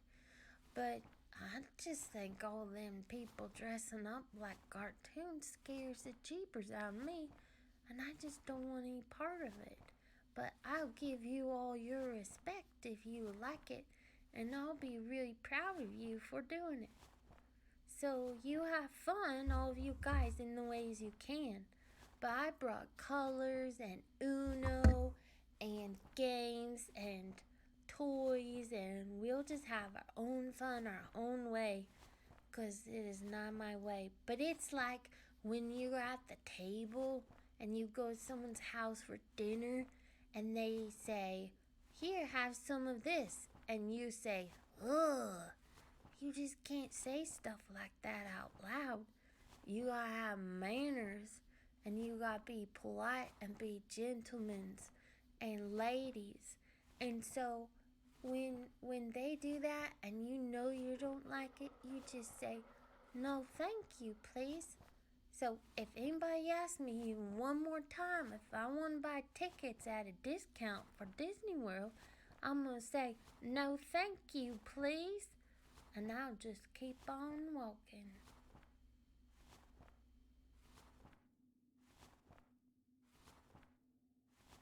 Thank you for joining us with System Speak, a podcast about dissociative identity disorder.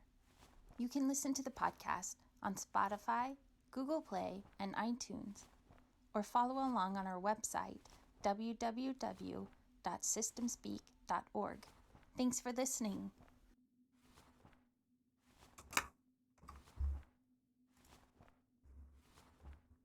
Alligators. Sorry, that's the name of the next one. Why is it not playing? Let me restart or refresh.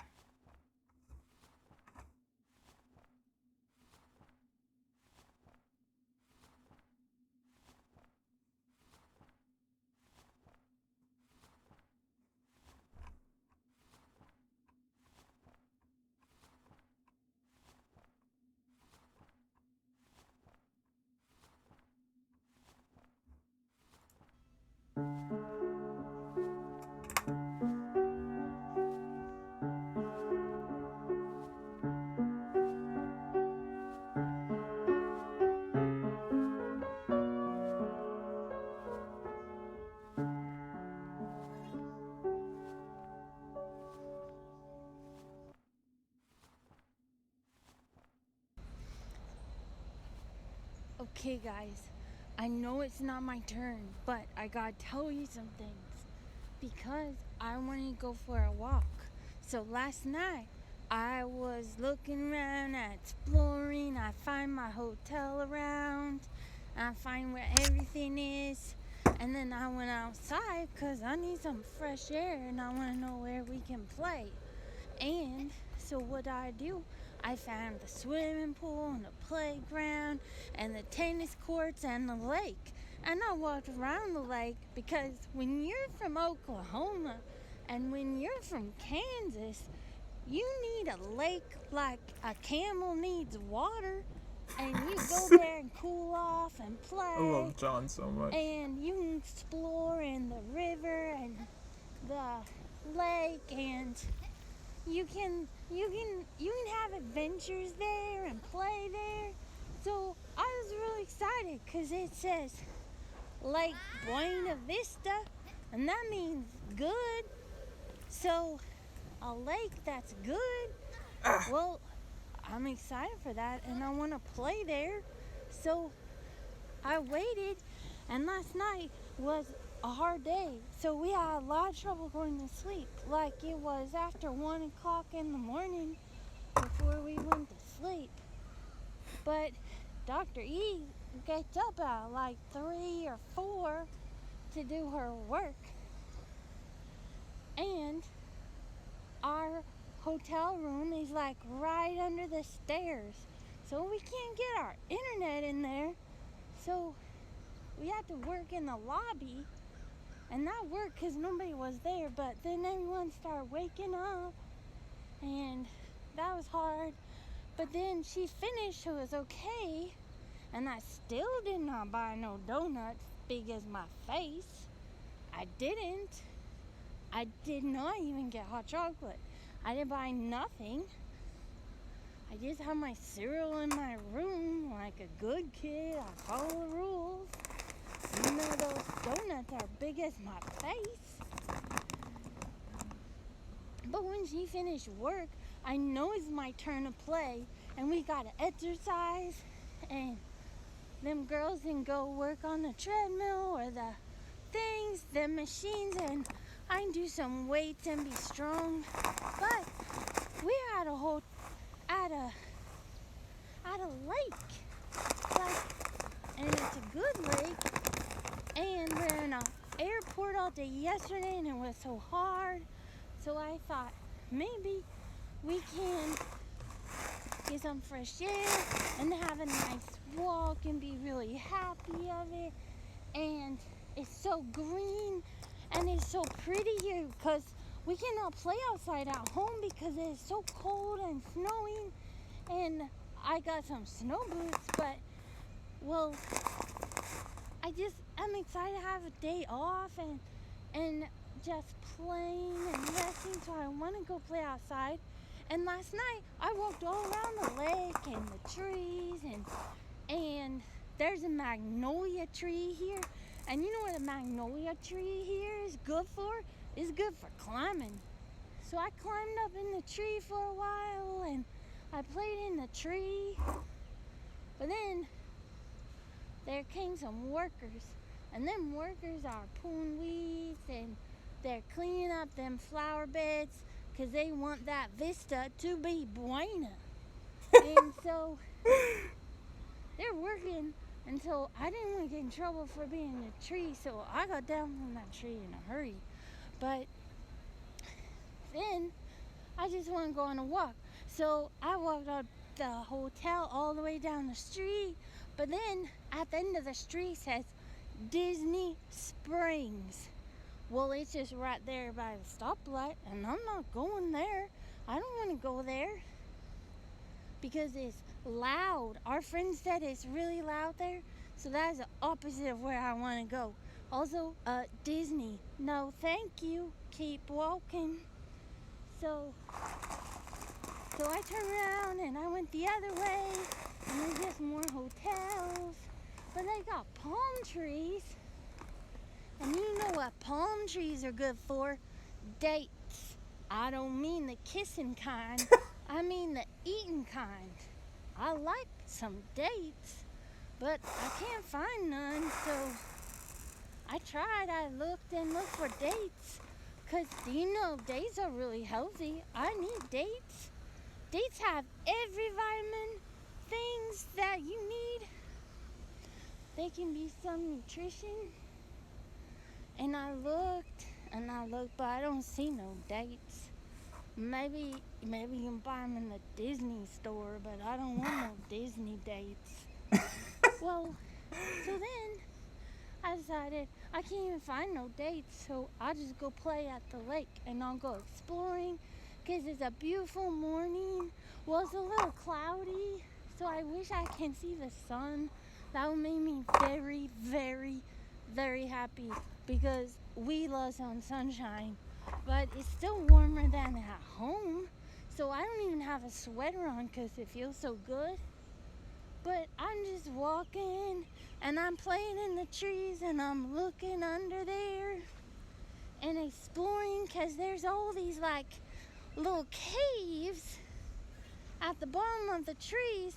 I mean, it's like a forest around the lake. I don't know what that was. Did you hear it? It scared me to death. My fairy coming back? Is that what you heard? All around the lake are these very tall trees and also palm trees too, but also other kinds of trees too. It's really thick, and at the bottom is like brush, like you know, like a forest or something, like a jungle maybe, like a tropical jungle. And down at the bottom of the trees where the brush is, sometimes there's like little hidey holes in there, and I want to go exploring in there. And I was looking around and I could fit in some of them, and I was playing and I was trying to look for ducks and things. And so I was just walking all around the lake, and then you will not believe what happened. I'm not even making this up. There's a big old sign right there. And you know what that sign says? It says, don't come here or play here because there's alligators. Alligators, you guys. Nobody told me there's alligators. And I'm playing in the lake gonna get eaten by alligators because I just want to come play here. I do not want to be that person that comes to play at the lake and gets swallowed up by an alligator. That's not part of my plan. So that worried me a little bit, and I hightail it out of there. But I still want to walk. So now I'm walking on the tennis court, which is not near as fun as exploring in the woods.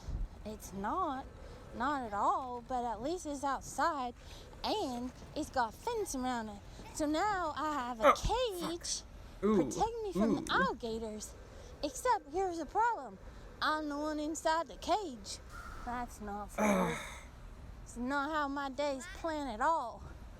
And I think we're just a little cranky pants from have a hard day and not get enough sleep.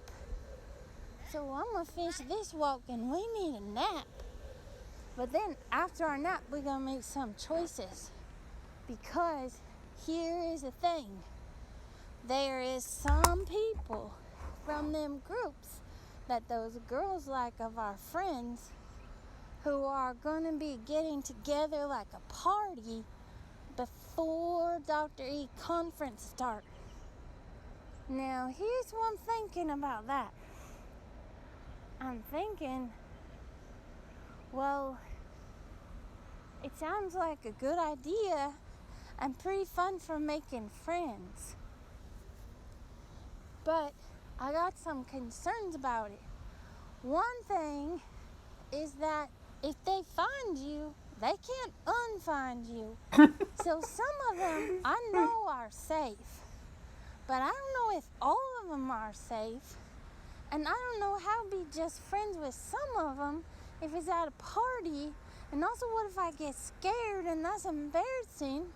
Or if them girls panic. So I just have not decided. I don't know if we can go. We gotta talk about it some more. Maybe we can go. Maybe we cannot go. We still don't know, but maybe we need a nap first. I'm not going to a party. Well, except sometimes at a party they got snacks. Or maybe I could buy a snack like a donut as big as my face. But I don't want to get a donut because I don't want to get in trouble. And I want to make good choices. But also, I found a microwave for heating up my lunch. So we brought our food. I packed it all up for we can have a budget and be really smart about it. Because I'm stinking smart. Except about alligators. That was not stinking smart. That was just stinking.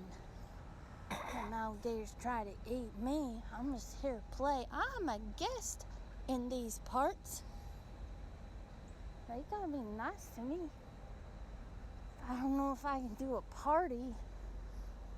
Makes me nervous.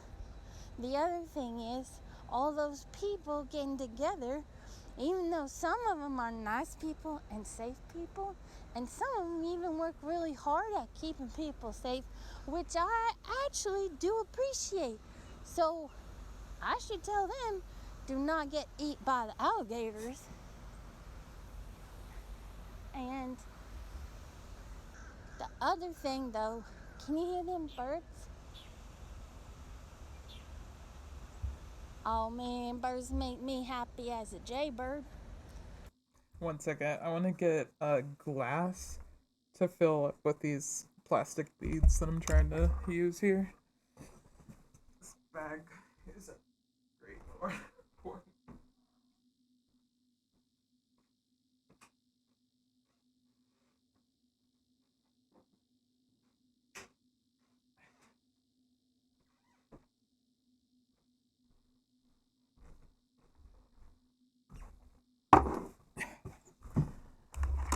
You get to hear what this sounds like, and so do I.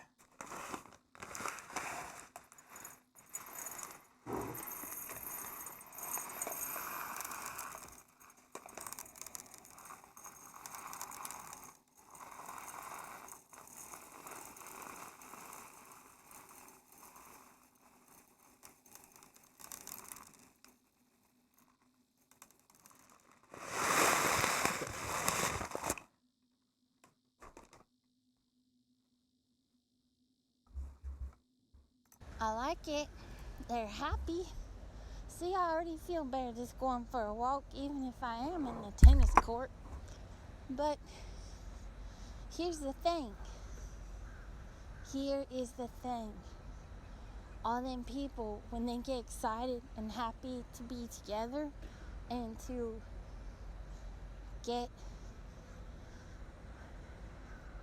all connected and be friendly, do you know what they do? They take pictures. And here is my problem with that. Well, I don't want to talk about it right now. But some of our girls on the inside, including, well, really, that one we just got rescued. We just got her safe. We just got her up the attic, and Molly's helping her. But I don't want to do nothing that makes her feel unsafe. And one thing that makes her feel unsafe is pictures. And so we didn't do a video and just do a podcast. But if I have friends, I can't take my picture with them because it scared her, even if we got our clothes on, and even if now time is safe. I don't want her to get confused if there's bad people taking pictures, but these are good people taking pictures. But I think it seems too Okay, hard where do I go right now? now. Oh, I thought this was And a all that disintegrating together platform. feels like an awful lot to be trying to do in one day. I already saved our life from alligators.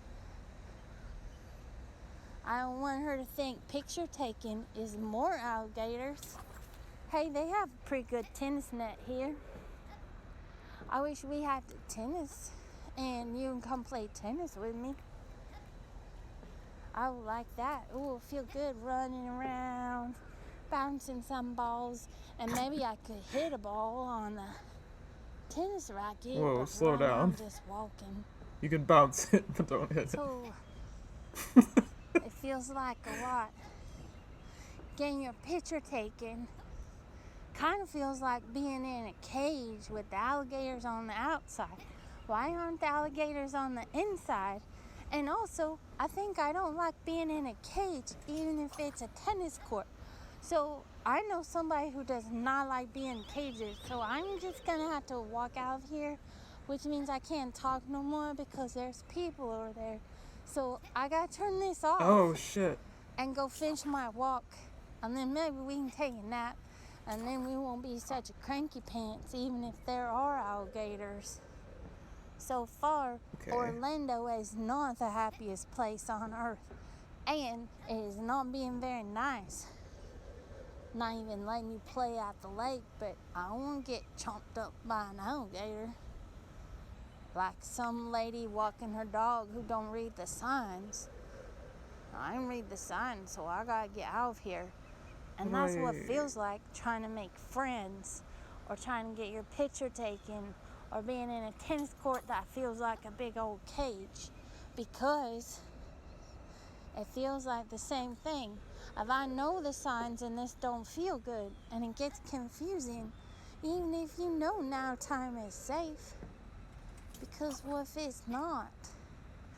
Her husband's not here and the therapist ain't here. But I think now time is still safe, maybe, but I think it's time for me to go back inside. I think I'm done walking for right now. Except also, I'm kind of stuck here because on one side I got alligators, and on the other three sides I got men's out there working. And I'm trying to say, in my head, I'm trying to think, now time is safe, except with alligators. And these men's are just workers. But now I'm in a big old cage with men's around me, and that don't feel good at all. And I think I got myself stuck. Everything's fine. I feel a little bit trapped. And that was an accident, like the opposite of what I want to do, just come outside and play. I think we should not have left our room. I think I just want to go home. I think I just want to go wait home. here.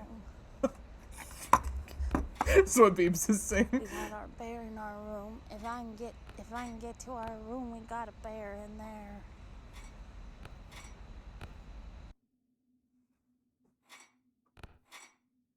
Thank you for joining us with System Speak, a podcast about For a second, dissociative identity y'all, disorder.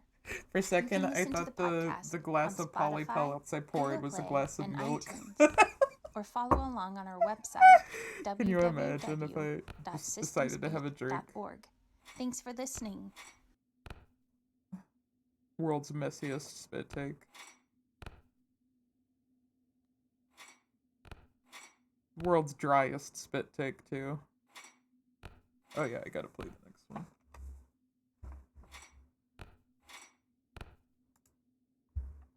Oh, the next one is like... didn't load. So I have to refresh it again.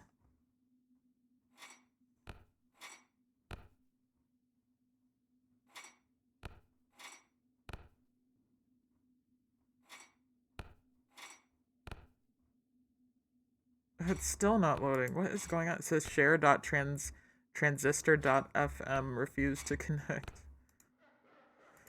It's not funny, Jester. I want to listen to my podcast.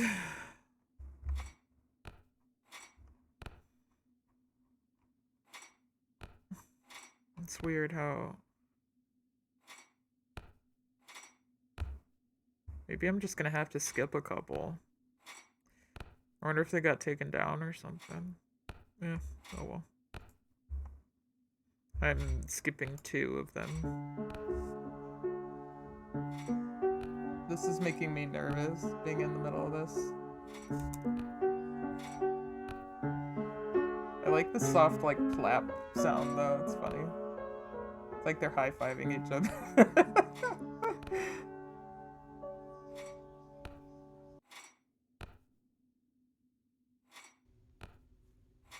Hi guys, it's Sasha, and guess what? You won't believe what happened. We totally got to connect with some friends at the end of conference. It's like once conference was finished, then it felt safe enough to finally make connections.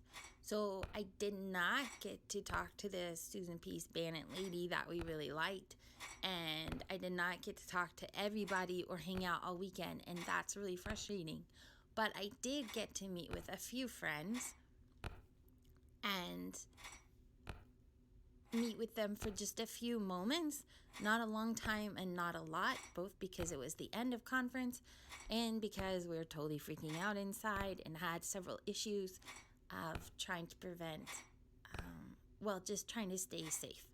So that was really hard, but it was good to actually meet some people, but also at the same time, the safety of not interacting with people or being there very much is really kind of a big thing. So I wanted to explain more of that because it's really, really risky, or it feels really, really risky.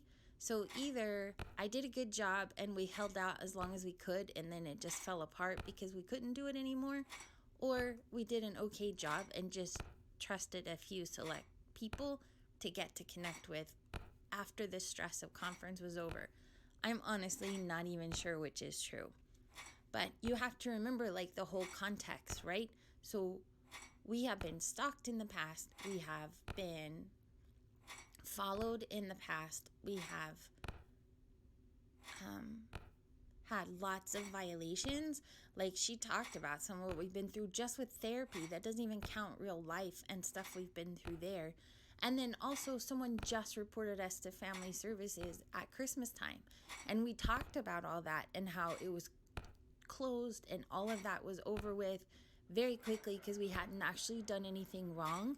But it makes it really scary to identify ourselves or do anything to put, like, even the outside kids at risk, which we would never, ever, ever do.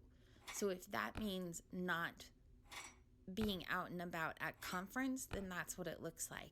Now, if the husband is right and that's not how it has to translate, then we have to learn and practice and get better at that. But for right now, that's where we're at and what's going on and why it was hard. Like, just at a superficial, really fast level. So we had some trouble with our flights getting home. It was not as scary to fly home as it was Which way did I go? to the conference. I'm going this we were way, I way think. less anxious at the end of conference and able to get on the plane and all of that. But we did have some plane changes.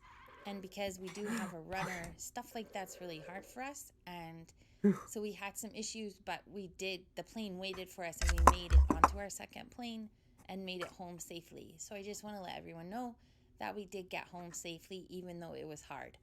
And the children, outside children, were like super excited to see Sorry, us, I'm and we just took them thinking out about to eat and had a in good terms of time the game. like In terms of right reconnecting now in the with game. them, but also they're loud and crazy. So that was good. Got to my chair safely, even though it was hard. And I was actually going to do like a whole podcast just about safety and why that's important to us.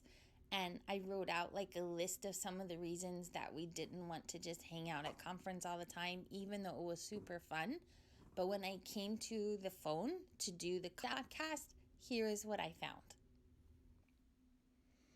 Okay, this is Taylor, and I want to talk about some things because I'm really upset.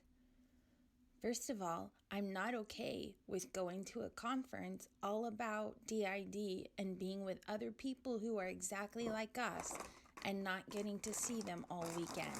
Like, how is that helpful to be around the people who are the only ones who understand and not get to talk to them the whole time?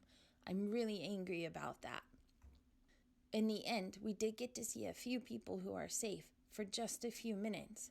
And I'm glad about that. And I'm grateful that they were patient and like still nice to us after we snubbed them all weekend. But it's not cool that we missed all that time that we could have connected with them. I'm also upset that they kept leaving the sessions. How am I supposed to learn anything if we're not there? And so skipping out on sessions or changing sessions around or going to different ones was really frustrating too. But I'm also upset that they never provided interpreters or the transcripts like they said would be there. Not even hard copies of the PowerPoint. Like, that's illegal. What they did was illegal, and it makes me not want to do that conference again.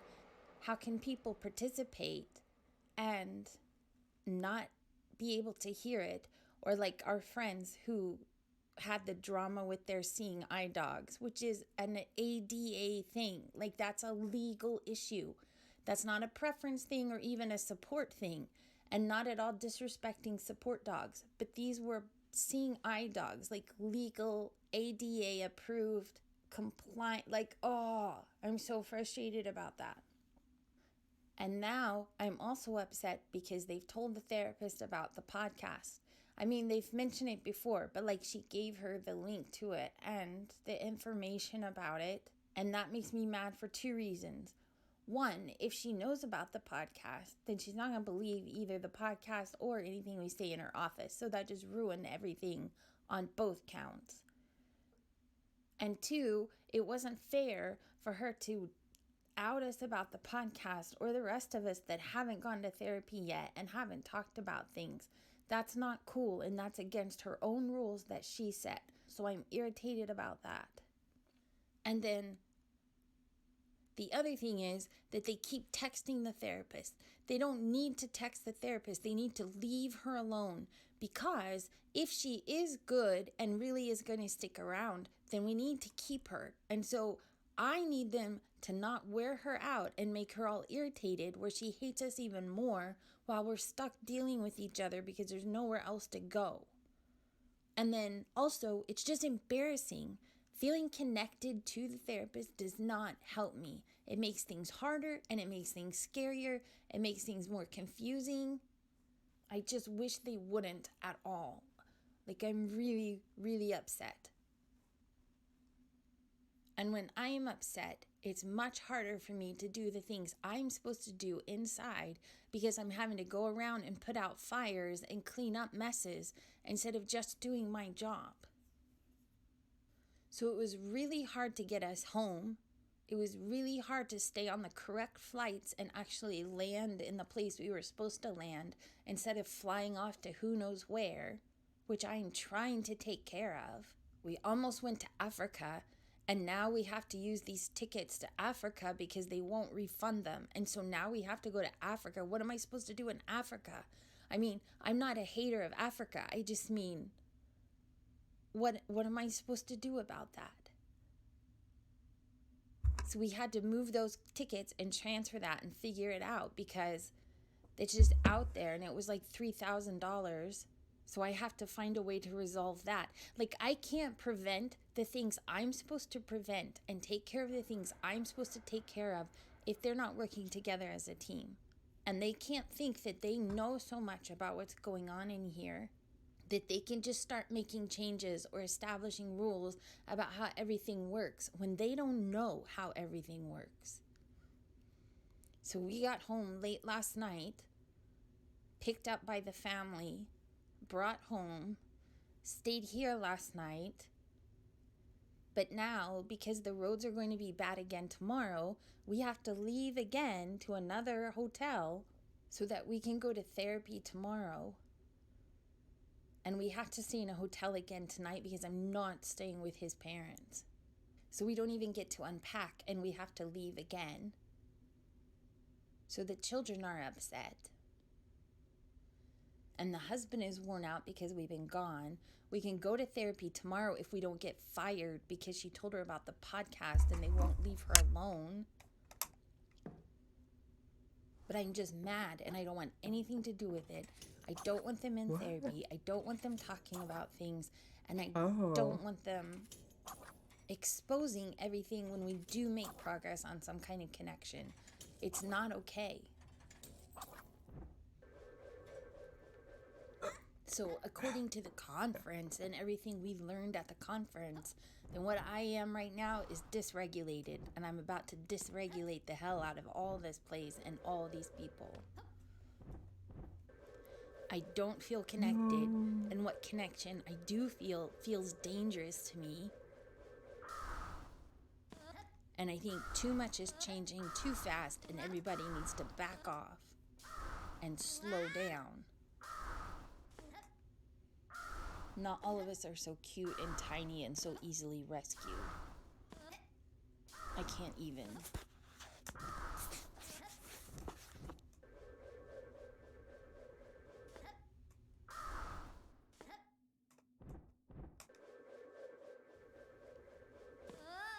What?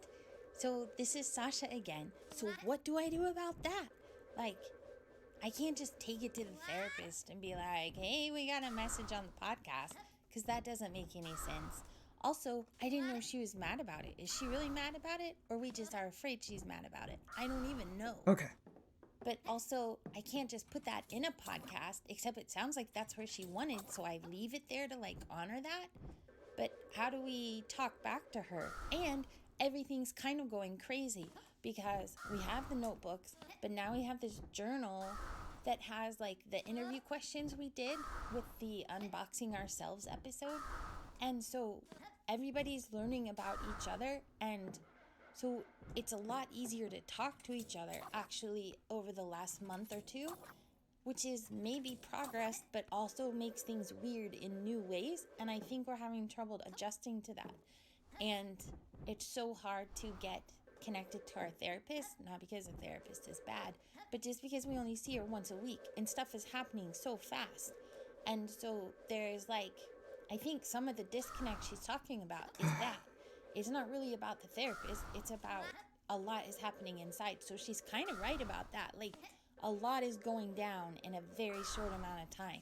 So how do we slow things down? And how do we pace ourselves so that we're making progress, but like being safe about it and not just crazy people? I don't even know.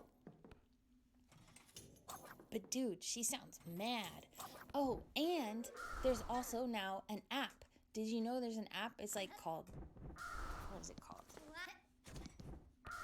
It's called Self-Talking, I think. We have an iPhone, so it's on our iPhone. But there's other ones for Android phones or whatever. So you can find your own thing, but it's an app where you can set up profiles like for all the different ones inside. Well, not all of them, because not all of them are like in that place yet. But the adults of us and John, I guess, like we can set up our own profile, like not lots of details, but select our own picture and write what our name is. And then we can text each other, you guys. It lets you text each other and have your own conversations. And you know which threads are yours because of the pictures. And they keep all those threads separate, but you can text any of the other people. So it's kind of like the notebook, but faster, because you can write something in there or like text them, and then later the answer's there, even if you don't have access to the notebook. And it's like way more conversational. Like the notebooks talk about like what's going on or what we did that day, so we know what happened over time, I guess, or if there's stuff we want to tell the therapist. But like the app is like a way for us to talk to each other, even the ones like Molly who don't know how to talk to us directly. It's insane and it's crazy. And so it does totally feel like everything's been blown open. And so I don't know if she's upset about that, but she's not on that app. Like, no one's gonna force her to participate.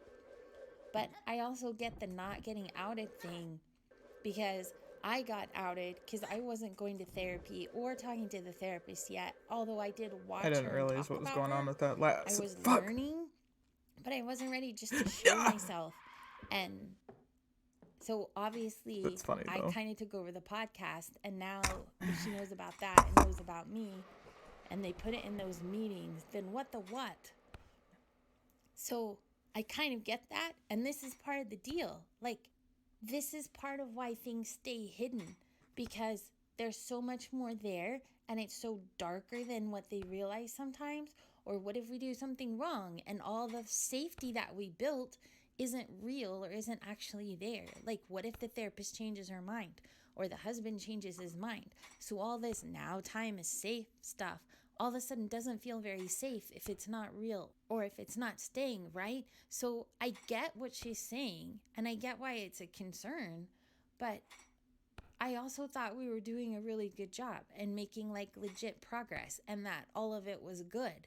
So if it's my fault for messing things up or going too fast, then I'm sorry, but the conference wasn't my fault and therapy isn't my fault. And that therapist, dude, I am telling you, I maybe have not got to see her like every week of, hello, my name is Sasha, can I talk to you?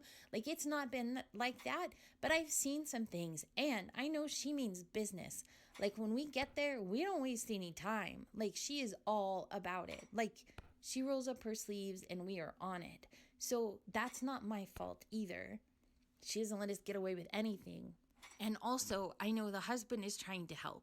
So, like, you know how we're trying to learn about internal worlds or whatever, and they're trying to add these Christmas lights and different ways to communicate, which the app is one way that's helping.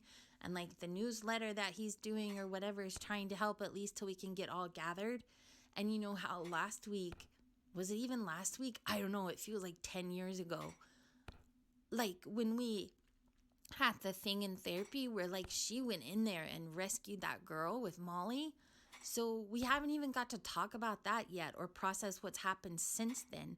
So like it's been insane inside and we have a lot to say about what that's been like and what's been going on.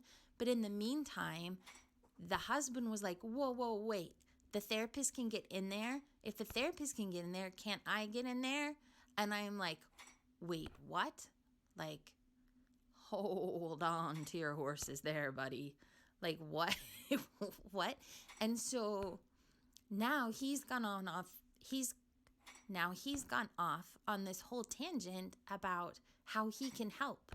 And I think he's super excited because it's finally a way he can do something when there's so much that we've been through that he feels so helpless about, like feels sorry for us, not in a pity way, but in a he wasn't there to rescue us or protect us kind of way, which I personally appreciate, but maybe not everybody appreciates it, or maybe Taylor doesn't like it or whatever, but like it's really a valid point that he has. And so he's saying that we could use some of what we are already doing to help us with this. So, for example, like you guys know he writes musicals. We've talked about that. He's a writer. He writes musicals, so he does theater stuff. So one thing that the husband and Cassie have always done is talked about, like, if we had all the money in the world, which we don't, of course, but if we could, what kind of building would we buy and like remodel to make it the coolest theater space ever, but where we could live like above the theater? So like Phantom of the Opera without the scary stuff, right? like where he could build a very cool theater and he could have his productions there, but we could live there instead of all this traveling and all this back and forth, and he would have an audience that would always be there. Like, it's just daydreaming stuff, right? Except what he's saying is that we could do this and like connect it all together and ultimately over time help everybody get out of the scary places and go there.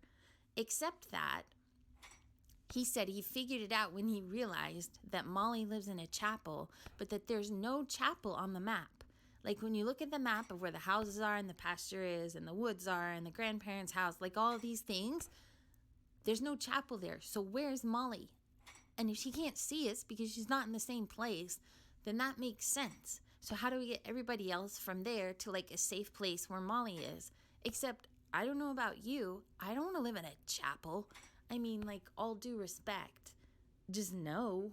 I don't want to live in a chapel. I'm not a nun. Like, what? There's no place to live inside a chapel. So I'm glad that's her safe place, but we can't live there. And so what Nathan was saying was, if he understands what the therapist was doing, then what we can do ultimately is the same thing for everybody and create a space inside that is safe for everybody, which I guess is what they Wait. were talking about in group. But it's really intense and it Fuck! literally makes my brain hurt. And I know Dr. E will say that your brain can't actually hurt, but mine does, you guys. And this makes my mind hurt. Like, it makes my brain hurt. And so he's taking what we learned from group and taking what happened with the therapist and saying, this is what we could do. And so what he is offering is for us to work to help create the theater space like we've always talked about, but just inside. And he says that, like, even when we go to see his plays or his shows or his musicals or whatever, that, like, we could gather in this place so that everybody could watch them. And Sorry. Okay, my brain is so fried. Honestly, maybe it's a good thing that I died. Because it's crazy that I got as far as I did. 43 is nothing to sneeze at, man. I thought I was going to make it all the way, but it's almost 3:30. I've been doing that for over 5 hours. 5 hours, 19 minutes. I'm very tired. This isn't even, like, late for us. I guess it's, like, just about time to go into bed. But I don't want to stay up too much longer. But I feel like it's not long until I do beat the tower, because that fairy trick really works if you're patient. Plus, like, I got working on this plushie I'm working on to keep me not bored, so it's fine. I would highly recommend doing that if you got something to keep you busy while you're waiting for the fairy. It's definitely what I'm gonna be doing next time. And I'm glad I got a lot of experience with floors 27 to 43. So I think next time might be the time. We'll see. I hate floor 43 for those walls, because if you get hit, it's like it's hard to find a moment where you can let the fairy recharge without getting hit a second time. But anyway, here's hoping I beat it next time. I was like devastated at first, but I'm kind of like genuinely glad that I died, because I did not want to stop and my brain is fried, so it worked out perfect. Anyway, peace.